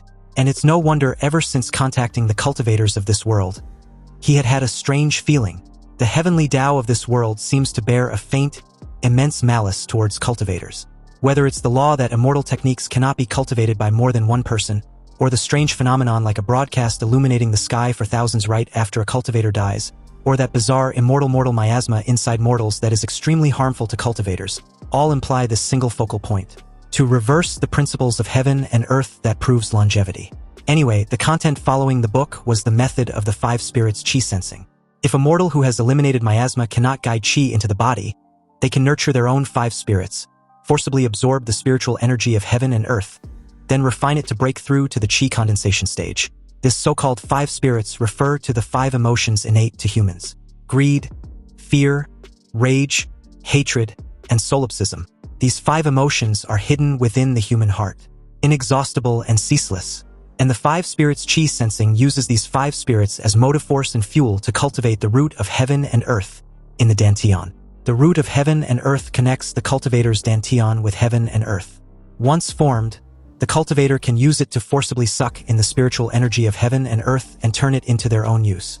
Those with excellent aptitude can cultivate the root of heaven and earth in one day and night, stepping onto the immortal path. And through day after day grinding effort, even those with absolutely no cultivation aptitude can also form their own root of heaven and earth within 10 years at most. So just like this, day after day, a full 3 years passed and Li Fan still hadn't been able to successfully guide qi into his body. The 5 spirits qi sensing needs to use 5 emotions as fuel to promote the formation of the root of heaven and earth. But Li Fan's heart was like still water. Yet he cultivated the heart-cleansing incantation, so these 5 emotions accumulated was very little. Also, having been cooped up at home for a long time, Li Fan thought of moving in the quietude, so he decided to go out for a walk. There he unexpectedly run into Zhang Haobo, the captain of the Zhongyuan ship. Zhang Haobo was delighted upon seeing Li Fan after such a long time of no correspondence. Obviously, the feeling was mutual, and Li Fan asked how he had been faring for the past few years. Zhang Haobo nervously scratched his head and replied that the fleet's profits have been really good these past few years. Of course, he also admits this was thanks to Li Fan's blessings, especially his deeds which had been attracting a large number of young people wanting to join the fleet. Plus their treatment and status on the island had also risen with the tide. However, Zhang Haobo and his crew of the Zhongyuan ship were preparing to leave Liuli Island. The news, from Li Fan's perspective, seemed sudden and unexpected. He was a bit confused since life was going well for them, yet they plan on leaving. He asked what exactly prompted them to make this decision. If Zhang Haobo was being honest with Li Fan, the members of the Zhongyuan ship had encountered all sorts of strange things while out at sea recently. In the recent few times they went out to sea, they often catch 1,000 jin of fish with one net, completely full. 9 out of 10 nets were like this, and there were all kinds of fish. It's as if all the fish on the seafloor were fleeing from a disaster, gathering all together. Zhang Haobo and his crew had lived on Liuli Island since childhood and understood the hidden reefs around the island very well. But recently, they found that there were more exposed reefs around the island. In the past, there were water level changes every year, but this year's water level change seems a bit unusual, making the crew a bit worried. But there was one more thing that worries them even more. In the past 3 years, not a single windstorm has occurred, and not just the sea area around Liuli Island, but the entire Tsongyun Sea was like this. The very idea of windstorms strangely being like it's gone extinct seemed weirdly convincing, and somewhat confirms Zhang Haobo's suspicion as Li Fan mulled things over. Zhang Haobo also adds that since the day he was born, windstorms have never stopped. When there were many, there were over a dozen a year. When few, there were still 2 or 3. But now, for 3 whole years, no windstorm has appeared. And although some people on the island are clapping and cheering, saying this is the immortal master's protection, Zhang Haobo and his crew didn't see it that way. This was too abnormal, meaning something big must be about to happen. Li Fan calmly shares some of his thoughts on the matter, explaining that the island has the protection of the Island Protection Grand Formation, and even more so, the immortal master He Jinghao presiding over it. So even if there was a situation, presumably it can be dealt with. However, leaving one's native land was not an easy matter, so Zhang Haobo should think it over again and again. Li Fan's words seemed to put things into perspective for Zhang Haobo, so he agreed to consider this with his crew before making their final decision. This interlude passed quickly, and Li Fan continued to concentrate on cultivation. Time flowed, and another year passed. Yin Yuzhen finally accumulated enough power and returned to Yelan Island in high spirits, taking back the position of Grand Shopkeeper at the Heavenly Treasure Tower headquarters. In the letter, she adds that Yelan Island had just been settled, so she will stay there for the next few years to stabilize the situation. She sent someone to deliver this letter to report the good news to Li Fan.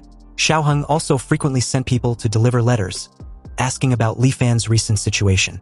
He improved at godlike speed, and was now already at the mid-stage of qi condensation cultivation. Zhang Haobo eventually chose to leave the Tsongyun Sea with some crew members of the Tsongyuan ship. The world was full of disturbances, so Li Fan could only cultivate patiently. And on this day at present, wisps of spiritual energy of heaven and earth flowed slowly into his dantian, along with the root of heaven and earth, quickly spreading to his whole body. In the 7th year of entering the cultivation world, Li Fan finally entered the qi condensation stage. Once he stepped into the qi condensation stage, he felt earth-shaking changes within himself. Spiritual energy surged and circulated within his body, improving his somewhat aged body as silently as moisturizing rain. The wrinkles on his face vanished, and his skin became smooth again. This was rejuvenation, which also greatly strengthened his constitution. The Li Fan as of now can already command the spiritual energy of heaven and earth, transforming it into various shapes. Also, after breaking through to the qi condensation stage, his lifespan limit reached an extreme of 199 years. His psychological age also increased slightly. And about the 5 spirits qi sensing method, it was once mentioned that although the lifespan of cultivators far exceeds that of ordinary people, compared to the ancient times, it has been greatly suppressed. Next, Li Fan took out the 1000 Mysteries Jade Cosmos Golden chapter from the Taiyan Arc.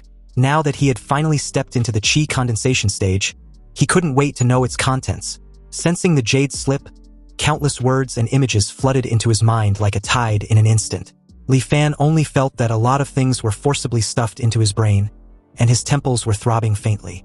Fortunately, his divine sense was much stronger than that of an average qi condensation cultivator, so he adapted very quickly. After a long time, he finally had a general understanding of it. The 1000 Mysteries Jade Cosmos Golden chapter was a cultivation method practiced by the ancient Heavenly Mystery Sect. The Heavenly Mystery Sect believed that heaven, earth, and the myriad things just like humans all have their own thoughts, difficult to detect by ordinary means. But just as killing intent permeates the air when a person has thoughts of killing, heaven, earth, and the myriad things will also emit wisps of qi mechanism from time to time. When heaven emits killing intent, the myriad things wither, and the stars move and constellations shift. When earth emits killing intent, the seas turn into mulberry fields, and dragons and snakes rise from the land.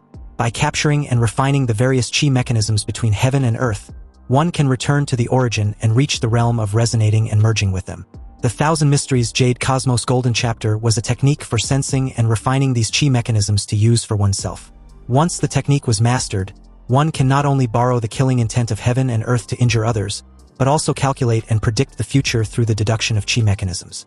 But how vast was the will of heaven and earth that even a wisp of chi mechanism triggered was thousands of times greater than that of a cultivator. Li Fan realized this cultivation method was very strong. But it was also very dangerous to cultivate. After all, nurturing one's own killing intent, taking the vitality of all things sprouting in spring, and sensing chi mechanisms from the spiritual items of heaven and earth makes it very easy to be injured by it when one rashly comes into contact with it. Theoretically, if this method was cultivated to the highest realm, one can merge with heaven and earth and incarnate as the Tao.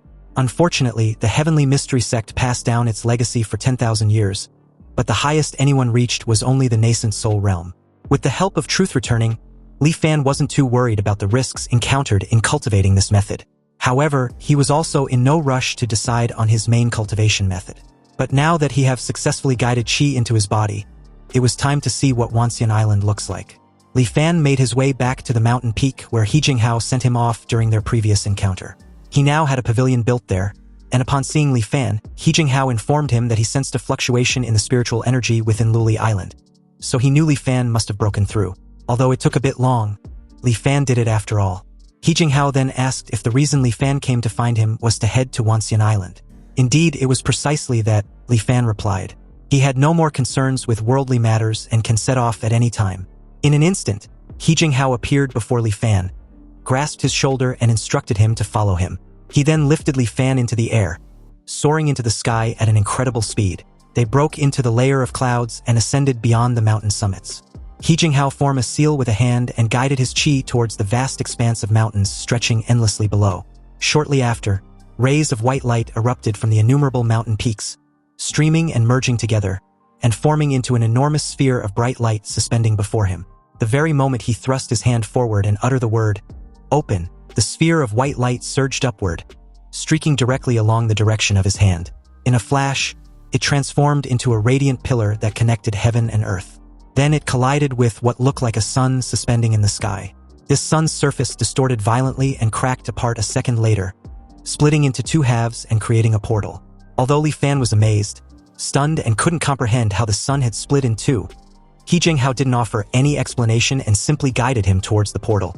Like a tractor beam, the two were pulled into the portal, and in less than no time, they appeared to be standing in a vast plaza after the blurred haze subsided.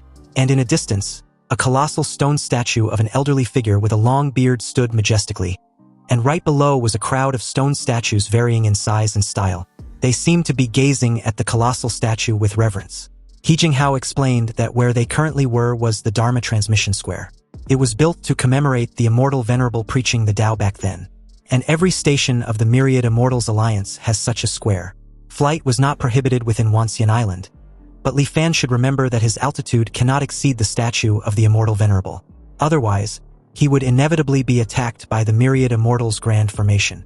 Even if he was in the nascent soul realm, his body will perish and his Tao will vanish in moments. Although flying was also not prohibited on the island, He Jinghao advised Li Fan not to fly around randomly if there was no need. He Jinghao led the way, explaining in a low voice the matters that need attention on Wanxian Island as they walked. And since it concerns life and death, Li Fan kept them firmly in mind. Passing through a corridor naturally woven from vines, they arrived in a quiet forest full of greenery. In a clearing in the forest, a massive, ancient, and plain mirror was placed. This mirror was the Tianxian mirror of the Myriad Immortals Alliance. From time to time, cultivators passed through the mirror surface, heading to unknown destinations. There were also cultivators coming out of the mirror and leaving directly. Legend has it that before the immortal venerable preached the Tao, the Tianxian mirror was just an ordinary mirror. Later, when the immortal venerable taught the Tao, this mirror reflected the immortal venerable's Dharma image and actually gave birth to a wisp of its own will. Later, it learned to cultivate like a cultivator, slowly evolving from a mortal object into the heaven and earth spirit treasure it is today. Most of the affairs for them as cultivators in the Myriad Immortals Alliance were handled by the Tianxian mirror. It is also said that the Tianxian mirror holds a grudge very much, so one must be careful not to speak carelessly. He Jinghao then led Li Fan inside, and the very moment they entered the Tianxian mirror, they appeared at what seemed to be an isolated dark space. And as far as the eye could see, no other cultivator could be seen in this separate space. It was as if Li Fan was in a void, with nothingness and darkness all around. He Jinghao spoke to no one in particular, explaining that Li Fan was a newly advanced cultivator, and he was there to join the Myriad Immortals Alliance at Wanxian Island. A reply came from the void. recording this ding merit as medium, and credited 50 contribution points to He Jinghao for referring a Qi condensation initial stage cultivator to the Myriad Immortals Alliance at Wanxian Island. His current total contribution points was now 920 points. Anyway, since Li Fan had now officially arrived, He Jinghao, relieved, decided to take his leave. He still had island guarding duties, so he won't be accompanying Li Fan any further. Also, if he has any questions, he can feel free to ask the Tianxian Mirror. Li Fan thanked him greatly, and soon after, the Void stated that this divine sense fluctuation had been recorded, and an independent space had also been generated. It then asked for the cultivator Li Fan to state his name. Li Fan gladly did so, and was welcomed to the Myriad Immortals Alliance. As a benefit, he will be gifted 20 contribution points for free. He can use contribution points to exchange for spirit stones, cultivation methods, magical treasures, and all sort of things. He can also obtain contribution points by turning in supplies, completing tasks, trading with others, and the like. Similarly, if he encounter a problem he cannot solve, he can also spend contribution points to post a bounty. Li Fan's current total contribution points was officially announced to be 20, and as a cultivator who has newly joined the Myriad Immortals Alliance, he can reside in the Tianxian Mirror for free for 30 days. But after the 30 days, he will need to pay contribution points to continue residing. The residence fee was 10 contribution points every 30 days. Of course, he can also choose to spend contribution points to purchase his own cave abode on Wanxian Island. Li Fan then asked a question that left the Tianxian Mirror speechless. He wanted to know that if he couldn't survive in the Myriad Immortals Alliance, he can choose to leave and join the Five Elders Council. The Void replied that those who have joined the Myriad Immortals Alliance cannot join the Five Elders Council, and vice versa. If violated, they will be hunted down by both sides jointly. But Li Fan pointed out that he hadn't agreed to join the Myriad Immortals Alliance yet. The Void's response was that once a cultivator enters the Tianxian Mirror and have their divine sense recorded, it was regarded as voluntarily joining the Myriad Immortals Alliance. Li Fan then asked whether it was plausible to leave the Myriad Immortals Alliance, not join the Five Elders Council afterwards, and choose to become a rogue cultivator. The Void confirmed that it was indeed plausible. However, if Li Fan choose to leave, all items obtained within the Myriad Immortals Alliance will be forcibly reclaimed. It then advised Li Fan to choose carefully. Afterwards, Li Fan asked the Tianxian Mirror one question after the next, tirelessly. And after a long time, he eventually had no more questions for the time being. So, with that out of the way, the Tianxian Mirror bid Li Fan farewell. And if there were new questions, he can call upon him at any time. Li Fan can also view it himself through his divine sense. Anyway, according to the Tianxian Mirror, the spatial form in the Void can be controlled by divine sense. So with the manipulation of Li Fan's divine sense, the space changed from a void into a simple and unadorned room. The interior decoration was exactly the same as in the Grand Tutor's Manor in the Great Xian Nation. The decorations and items in the room were almost exactly the same as the real ones, and the difference was completely imperceptible. Li Fan marveled at what an amazing treasure the Tianxian Mirror was. Through their interrogation session just now, Li Fan also gained a rough understanding of this Myriad Immortals Alliance. Cultivation methods, materials, and other items can be exchanged simply by clicking the exchange menu with divine sense. Staring at the cultivation method exchange, Li Fan laments at the exorbitant points needed to just obtain a common cultivation method. Even the simplest Qi condensation stage cultivation methods cost 1,000 contribution points. Opening the mission panel once again, the missions available for the Qi condensation initial stage only pay 5 or 10 points. Li Fan couldn't help wondering whether cultivating immortality really meant him working like a dog. But then the Tianxian Mirror notified him of a new visual transmission he just received, before advising him to check it in time. When he instructed for the transmission footage to be viewed, he also couldn't help wondering just who exactly was suddenly looking for him. After all, he just entered Wanxian Island literally just hours ago. But it turns out the virtual transmission was from none other than Xiaoheng, who wanted to congratulate him on finally making it to Wanxian Island. Back on Lioli Island, he was indebted to Li Fan's care, but had no way to repay him, and leaving without saying goodbye that day also added to his guilt. Li Fan's abrupt unease vanished the very moment he realized it was just Xiaoheng. And as the transmission continued, Xiaoheng was quick to inform Li Fan that cultivation methods were hard to come by in the current cultivation world. So newcomers often need 1 or 2 years to accumulate contribution points to exchange for a Qi condensation stage cultivation method. That was how it was for him back then. Fortunately, the very moment he actually started cultivating, he frequently encountered fortuitous encounters. And just a year ago, he broke through to the late stage of Qi condensation and was currently at the peak. At present, Xiaoheng intend to go to the center of the Zongyun Sea, specifically the Cloudwater Heavenly Palace ruins, to search for wondrous items of heaven and earth and achieve his Tao foundation. But before leaving, he had left a water attribute cultivation method for Li Fan. Anyway, since wondrous items were hard to find, his trip might take several years. During this period, he hopes Li Fan would cultivate well, since it was best not to rashly leave the Wanxian Island before breaking through to the mid-stage of qi condensation. When he returns, he will definitely have a drink with Li Fan for them to catch up. Xiaoheng gave Li Fan a qi condensation stage cultivation method, the lesser amplification water art, with the current number of cultivators being 0. Li Fan smiled at this kind gesture, admitting that Xiaoheng's current cultivation realm far exceeded his. Yet he still kept the kindness from back then in his heart. Looking at it that way, Xiaoheng's character was indeed not bad. And besides the lesser amplification water art, Xiaoheng also gave Li Fan a copy of the Supreme Primordial True Scripture. Kohong once said that by cultivating this technique, one can disperse their cultivation at will without much loss of cultivation base.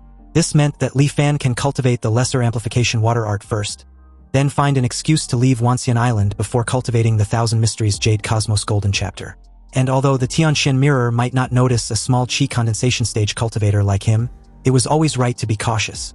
Then, taking advantage of the free residence time in the Tianxian Mirror, Li Fan started cultivating the lesser amplification water art. Once he started cultivating, he immediately realized the benefits of doing so within the Tianxian Mirror.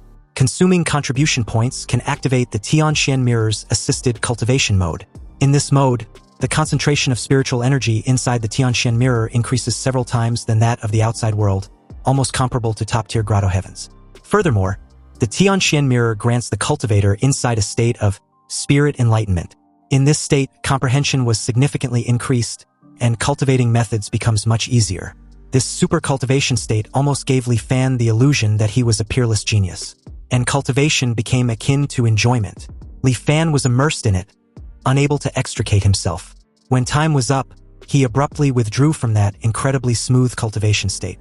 The cultivation speed under the assisted cultivation mode was more than 30 times that of his self-cultivation, and this deep sense of disparity almost made him unable to resist exchanging for another day. But thinking of how he only had 10 contribution points left, he forcibly held back. In that moment, the greed in Li Fan's heart surfaced, as he nearly convinced himself that a treasure like the Tianxian Mirror should belong to him. But he soon snapped out of such ridiculous thoughts, not now at least. After all, the Tianxian Mirror was the supreme treasure of the Myriad Immortals Alliance, its very foundation. And it was definitely not something the current Li Fan can covet in any way. It was more realistic to earn contribution points. Li Fan knew why the Tianxian Mirror opened this assisted cultivation function. And any cultivator who has experienced that super cultivation mode will find it hard to refuse trying it again. Plus, under the premise of spending the same amount of time, saving contribution points to turn on assisted cultivation was faster than the progress of burying one's head in bitter cultivation alone. This Myriad Immortals Alliance really had the cultivators firmly in the palm of their hands. Contribution points were a must, but compared to doing missions to earn them, exchange was the most time-saving and labor-saving way. If Li Fan takes out the wondrous item of heaven and earth from the Taiyan Ark, the halting steel fragment, it should exchange for quite a few contribution points. With his Huanjin system, the halting steel fragment will return, but the issue was if his cultivation base can also be retained. Anyway, he still needed to take a mission to leave Wanxian Island to retrieve the Taiyan Ark. Since every inch of land on Wanxian Island was within the surveillance range of the Tianxian Mirror, it would be troublesome if he attracts the attention of a mighty figure. And although his truth returning can turn reality into void, it requires his consciousness to control it. But what if a mighty figure takes action and directly freezes his divine sense, making him unable to think? No matter what, caution was Li Fan's first rule of conduct. Just then, amid the tasks list, Li Fan spotted a name that immediately piqued his interest. Liuli Island. A mission regarding Liuli Island. Apparently, the Pill Room had issued a commission of recruiting people to go to Liuli Island to retrieve at least 20 Liuli pearls. And the remuneration was determined by the quality and quantity of the Liuli pearls. Li Fan was delighted with this task because the mission couldn't be more suitable for him. So in order not to expose the Taiyan Ark, Li Fan spent 5 contribution points to buy the smallest storage ring as a cover. He spent a contribution point to open the teleportation formation and returned to Liuli Island. Upon arrival at the Liuli Manor, he met Steward Qian, who was in charge of finances. Li Fan demanded he quickly send people to retrieve Liuli pearls for him, the more the better. Steward Qian did as he was told and reported with only 23 Liuli pearls. He explained they were currently all what's left on the island. And if Li Fan, Now an immortal master needs more. He was afraid he would have to wait another year or so. Li Fan then inquired whether any accident had occurred recently. Steward Chen dare not deceive an immortal master, so he replied honestly that due to overfishing, schools of lily fish had become fewer and fewer as the years go by. Steward Chen respectfully hinted the very idea of perhaps waiting for a period of time for the lily fish to recover naturally before fishing again. But of course, Li Fan was pretty much aware of this matter. Anyway, returning to the Tingyu Tower, Li Fan released the Taihang Arc, then quickly completed the transfer of the gold, silver, and the halting steel fragment inside the Taihang Arc to his spatial ring. After doing all this, he decided to return directly to Wanxian Island. Li Fan made his way to the Liuli Island teleportation formation. But before he could depart, He Jinghao suddenly appeared behind him, telling him to wait. This freaked the living daylight out of Li Fan, who couldn't help widening his eyes in horror. But seeing Li Fan tensed up, He Jinghao tells him that there was no need to be nervous. He just wanted to ask him if he was interested in the position of an island guardian. Of course, it wasn't Liuli Island, but an island called Taiyan, which was to the west of Liuli Island. Apparently, the guardian of Taiyan Island and He Jinghao have a good relationship. And the guy was currently facing a cultivation bottleneck, so he wants to go out to find opportunities. However, he has duties to fulfill and cannot leave without authorization. So he asked He Jinghao if he had any suitable candidates to recommend. And upon seeing Li Fan come to Liuli Island, he thought he'd ask him. But the issue was the requirements needed to guard an island.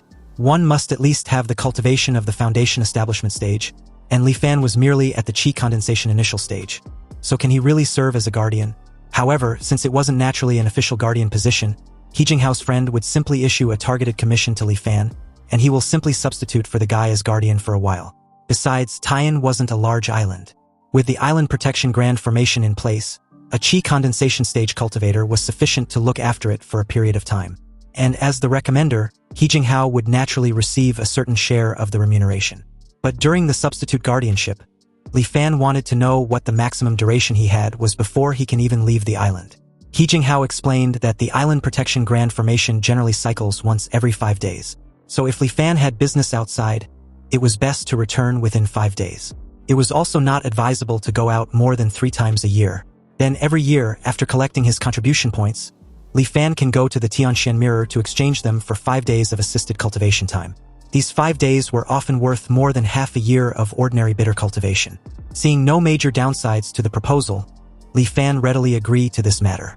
However, he still need to wait until he returns to Wanxian Island to hand in his mission first. This was only natural and He Jinghao had no issue with it.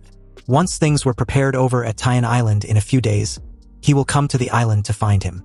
So, after bidding farewell to He Jinghao, Li Fan returned to Wanxian Island and delivered the Liuli pearls within the Tianxian Mirror, racking up his current contribution points to a total of 26. The quality of this batch of Liuli pearls varied. So in the end, he received a remuneration of 21 contribution points. Then taking out the gold, silver, and the halting steel fragment from his storage ring, Li Fan requested to exchange them for contribution points. A moment later, the Tianxian Mirror transmitted the results, and the batch of gold and silver was converted to 235 contribution points. The wondrous item of heaven and earth, the halting steel fragment, although flawed when it comes to quality, was also converted to a whopping 1968 contribution points. Suddenly becoming wealthy, Li Fan did not choose to spend lavishly immediately. Instead, he first asked the Tianxian Mirror about his concerns. He expressed his concern about any possible disaster expected to happen in the Zongyun Sea region recently. The Tianxian Mirror was speechless for a moment before assuring Li Fan not to worry. These were all normal movements of heaven and earth. And according to deductions, no major disasters would descend within the next 10 years. Li Fan held his chin and stated that he understands. But he would also like to know information regarding the Liuli pill. The Tianxian Mirror explained the Liuli pill to be an auxiliary elixir, generally used from qi condensation to foundation establishment stage. After consumption, the heart becomes like lioli, meaning glazed glass, clear and transparent. It can provide an effect similar to spirit enlightenment, increasing the comprehension of cultivation methods and cultivation speed. Furthermore, the effect can stack with the assisted cultivation of the Tianxian Mirror. Liuli pills were very sought after among qi condensation and foundation establishment cultivators. The price of one pill fluctuates between 5 and 6 contribution points. The Liuli fish were now nearly extinct, so the price of Liuli pills was bound to rise with the tide. Therefore, Li Fan spent 2,100 contribution points and bought 350 Liuli pills in one go. He then informed the Tianxian Mirror about an intel he suddenly remembered, which was that the schools of Liuli fish at Liuli Island had nearly disappeared due to unknown reasons. After a brief moment of verification, the Tianxian Mirror awarded him a contribution point. Li Fan was disappointed with the reward. After all, receiving just a contribution point for an important intel seemed too unfair. He wondered if hoarding goods was seen as somewhat malicious behavior by the Tianxian Mirror, hence why it only gave him a remuneration of 1 point. Did the Tianxian Mirror truly possess a will of its own? He questioned himself. Anyway, after Li Fan provided the intelligence, the market's reaction was quite rapid. The price of Liuli pills skyrocketed within a short period, surging from 6 points per pill to 9 points per pill. Soon, the cultivators all heard the news that Liuli pearls were about to go extinct. And the sudden change in price also attracted the attention of uninformed people. The price of Liuli pills managed to rise again. It briefly reached the astonishing price of 12 points per pill.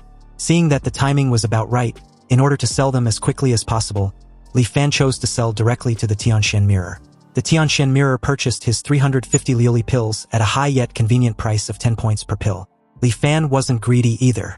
So with 3,500 contribution points credited, his total contribution points at this moment reached as much as 3,629 points.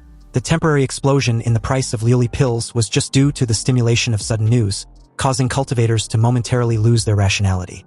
And after everyone calmed down, the Liuli pills also returned to a relatively reasonable and stable price, which was 8 contribution points per pill. At this time, Li Fan bought back 100 Liuli pills for his own cultivation use. Through this operation, he increased his contribution points by 600, and on top of that, he got 100 Liuli pills for free. Then he began to splurge, buying an Introduction to Formation Manual, the Elementary Explanation of Alchemy, the Artifact Refinement Basics, the Cultivation World Treasure Compendium, and so on. Regardless of whether they were useful or not, Li Fan just bought them all first. He also bought the Protective Dharma Robes, Hidden Chi Talismans, Elementary Compound Formations, Elementary Alchemy Sets, and other items commonly used by cultivators. He bought them all to his heart's content. And as his storage ring gradually filled up, his contribution points also plummeted rapidly, dropping to 346 points. After he was done spending, he consumed a Liuli pill, turned on the assisted cultivation mode again, and began cultivating the lesser amplification water art. Almost immediately, water attribute spiritual energy surged forth, and Li Fan once again experienced what was called a genius's cultivation speed. In just 5 days' time, he had already broken through to the peak of the chi condensation midstage with no bottlenecks. Success followed naturally, leaving him completely satisfied and not wanting more for now. Afterward, he received a visit request from He Jinghao. Li Fan only let him into his quarters after taking the Hidden Chi Talisman out of his storage ring and wearing it. And apparently, the Hidden Chi Talisman was capable of hiding one's own cultivation base. After the two exchanged pleasantries, He Jinghao informed Li Fan that he had already arranged things with the Taiyan Guardian. Next, he would have to take him to see him. Li Fan just needed to accept the commission. He Jinghao then handed Li Fan a talisman, emphasizing the need for him to wear this on his body. And about what they discussed earlier, when they meet later on, Li Fan shouldn't talk too much and should leave everything to him. Li Fan was visibly shocked to see just what kind of token He Jinghao gave him. It was a prestige talisman, and if he hadn't just bought an identical one, he really wouldn't have recognized this spirit talisman. The effect of this prestige talisman was the opposite of the Hidden Chi Talisman. It was used to disguise oneself as a cultivator of a higher realm. He Jinghao giving him this prestige talisman was to make him disguise himself as a foundation establishment stage cultivator. Obviously, He Jinghao had lied to him when he told him that a chi condensation stage cultivator was sufficient to guard an island territory. Meaning he planned from the start to have Li Fan disguise himself as a foundation establishment cultivator to accept the commission from the Taiyan Island Guardian, thereby earning the price difference. One must know that the contribution points spent to hire a foundation establishment stage cultivator versus hiring a chi condensation stage cultivator were worlds apart. In that moment, Li Fan's worry of He Jinghao grew stronger because the seemingly harmless fucker was full of deep schemes, and his cultivation was far higher than his. He cautioned himself not to form a deep friendship with him under any circumstance. Anyway, with no other choice, Li Fan had to put on the prestige talisman and followed He Jinghao's lead. He agreed to the visit request from the Taiyan Island Guardian, Zhou Qingong. Fortunately, everything went smoothly. One look from Zhou Qingong showed that he was very satisfied with He Jinghao's recommendation. He then immediately issued a targeted commission to him, which stated that during the period Zhou Qingong was out searching for opportunities, he would replace him in guarding Taiyan Island. The remuneration was 800 contribution points per year, and after He Jinghao accepted the commission, he turned around and issued a commission to Li Fan. Fortunately, He Jinghao didn't make the deduction too outrageous, so Li Fan barely accepted this mission. After Zhou Qingong handed a jade token to He Jinghao, he left impatiently. He Jinghao handed it over to Li Fan and explained that it was the Tian Island Guardian token. With this item, Li Fan can control the Island Protection Grand Formation. He Jinghao warned Li Fan to keep it safe and not lose it no matter what. So just like that, Li Fan accepted the token and went to the Tian Islands Protection Grand Formation with He Jinghao. The Island Protection Grand Formation was not like the one on Liuli Island with its 1,000 towering peaks. It just looked like a bustling city. But what he saw left him completely stunned and speechless, because all the natives of Tian Island had a weird zombie-like appearance. Apparently, these natives were the local specialties of Tian Island named the Tian fruits. And these fruits were just like real people, inside the city evolved from the island's spell formation. They work, live, marry, have children, and live out their entire lives just like actual people. Consuming a mature Tian fruit can increase the lifespan of a cultivator at the foundation establishment stage and below by 5 years. But it was only effective the first time each person consumes one. And the required number of Tian fruits to be handed over annually was 30, so Li Fan can keep any surplus for himself. He should consider it a benefit of the guardian position. On average, he can save 2 Tian fruits per year. And inside the Tianxian mirror, the price of a Tian fruit was generally around 90 to 100 contribution points. This led to He Jinghao pointing out the elephant in the deal. Thus, the remuneration for acting as this temporary guardian was truly not low, meaning he wasn't cheating Li Fan out of the deal. This was indeed true, so Li Fan thanked him. However, he was also keenly aware how sky-high He Jinghao skimmed quite a bit off the top. He Jinghao simply gave off his usual forced smile and told Li Fan to ease down on his gratitude. After all, he originated from the island he guarded, so it was only natural for him to guide and support him. And as long as Li Fan's cultivation base improves in the future, his efforts won't be in vain. Then, with a bombastic side-eye, he added that he knew Li Fan had broken through to the mid-stage of qi condensation. Upon hearing this, Li Fan, startled for a moment there, kept his composed demeanor and quickly made a plausible lie on the spot. He did indeed confirm to be at the mid-stage of qi condensation, but also added that he had a close relationship with Xiaoheng. And before he departed, he left behind a water attribute cultivation method for him. This cultivation method suited his affinity quite well, and his progress in cultivating it had been rapid. He just broke through a few days ago. He Jinghao gave a dismissive laugh and pointed out how Li Fan had acted characteristically cautious, and even managed to use a qi-concealing talisman. If his cultivation method wasn't special, he nearly wouldn't have noticed, though it was understandable since being careful prevents big mistakes. However, He Jinghao didn't expect Li Fan's relationship with Xiaoheng to be so good that he specifically left a cultivation method for him. It seemed Xiaoheng was truly a heavenly talent. That young man had only been cultivating for a few years, yet he was already about to reach the foundation establishment stage. His future was limitless. It was highly likely he will achieve the golden core, and even the nascent soul in the future. Having such a deep friendship with him also showed that Li Fan truly had deep karmic fortune. Li Fan also points out that being able to meet He Jinghao was a fortunate event. The two then arrived at the entrance of a residence, and upon a sheer coincidence that made He Jinghao laugh, it just so happens that a Tian fruit had matured in that very moment. He Jinghao decided to use this to demonstrate just how to harvest the Tian fruit. Even before entering the courtyard, they could hear mournful wails from the place. Inside, Li Fan saw about a dozen kneeling human-like Tian fruits sobbing profusely. They paid no attention to them, and were completely absorbed in mourning their deceased relative. Anyway, before everyone present was a coffin, and inside was a Tian fruit bearing a human-like face, appearing as if it was merely sleeping with a faint, eerie smile. Li Fan stared at the grotesque corpse, which was emitting a strange fragrance, and couldn't help wondering if it was indeed a mature fruit. He Jinghao stepped closer to the coffin, chanted an incantation, before gently pressing 2 fingers on the corpse's forehead. A sudden glow surrounded the corpse as it rose slowly from the coffin and hovered mid-air. It then began to shrink, transforming into a small crimson fruit. But at the very moment the fruit fully formed, the mourning relatives fell silent abruptly, their pale mourning demeanor slowly vanishing. Then their faces turned to ones of bewilderment, completely clueless to why they were there, kneeling. Li Fan and He Jinghao watched as they slowly got up and quietly left the place. Li Fan couldn't help finding the entire scene very peculiar, and as he stares at the fruit in his hand with an uneasy expression, He Jinghao urged him to have a bite first. At the same time, the fruit seems to be enticing him to eat it, and the fragrance it emitted was also getting richer and richer. This aroma was even making Li Fan hungrier and hungrier, so he no longer hesitated and bit into the Taiyan fruit before swallowing it whole. Then his hunger instantly vanished, as if he had just eaten a grand feast. Meanwhile, on his truth-returning panel, his maximum physiological age has indeed increased by 5 years. Li Fan gave a satisfied burp, amazed at the Taiyan fruit. It was truly an extraordinary item that increases lifespan. It's just that its appearance before maturity was a bit strange, looking exactly like a human. He Jinghao then explained that the Taiyan fruits were transformed from humans, so of course it would look like a human. But upon hearing this, Li Fan froze very abruptly, realizing that what he just ate was a person. He suddenly felt sick to the stomach. He Jinghao had to clarify that strictly speaking, the Taiyan fruit belongs to the fruit category, so it wasn't a human. But this brings them to the origin of this Taiyan fruit. Apparently, 500 years ago, Taiyan Island was just a very ordinary island. But one day, everything changed. Mortals from the surrounding islands noticed that they hadn't seen residents of Taiyan Island for a long time. So, driven by curiosity, someone sailed to Taiyan Island, wanting to investigate what happened. But unexpectedly, as several waves of people went, none returned. And upon realizing the situation was wrong, people hurriedly reported this matter to the island guardian at that time.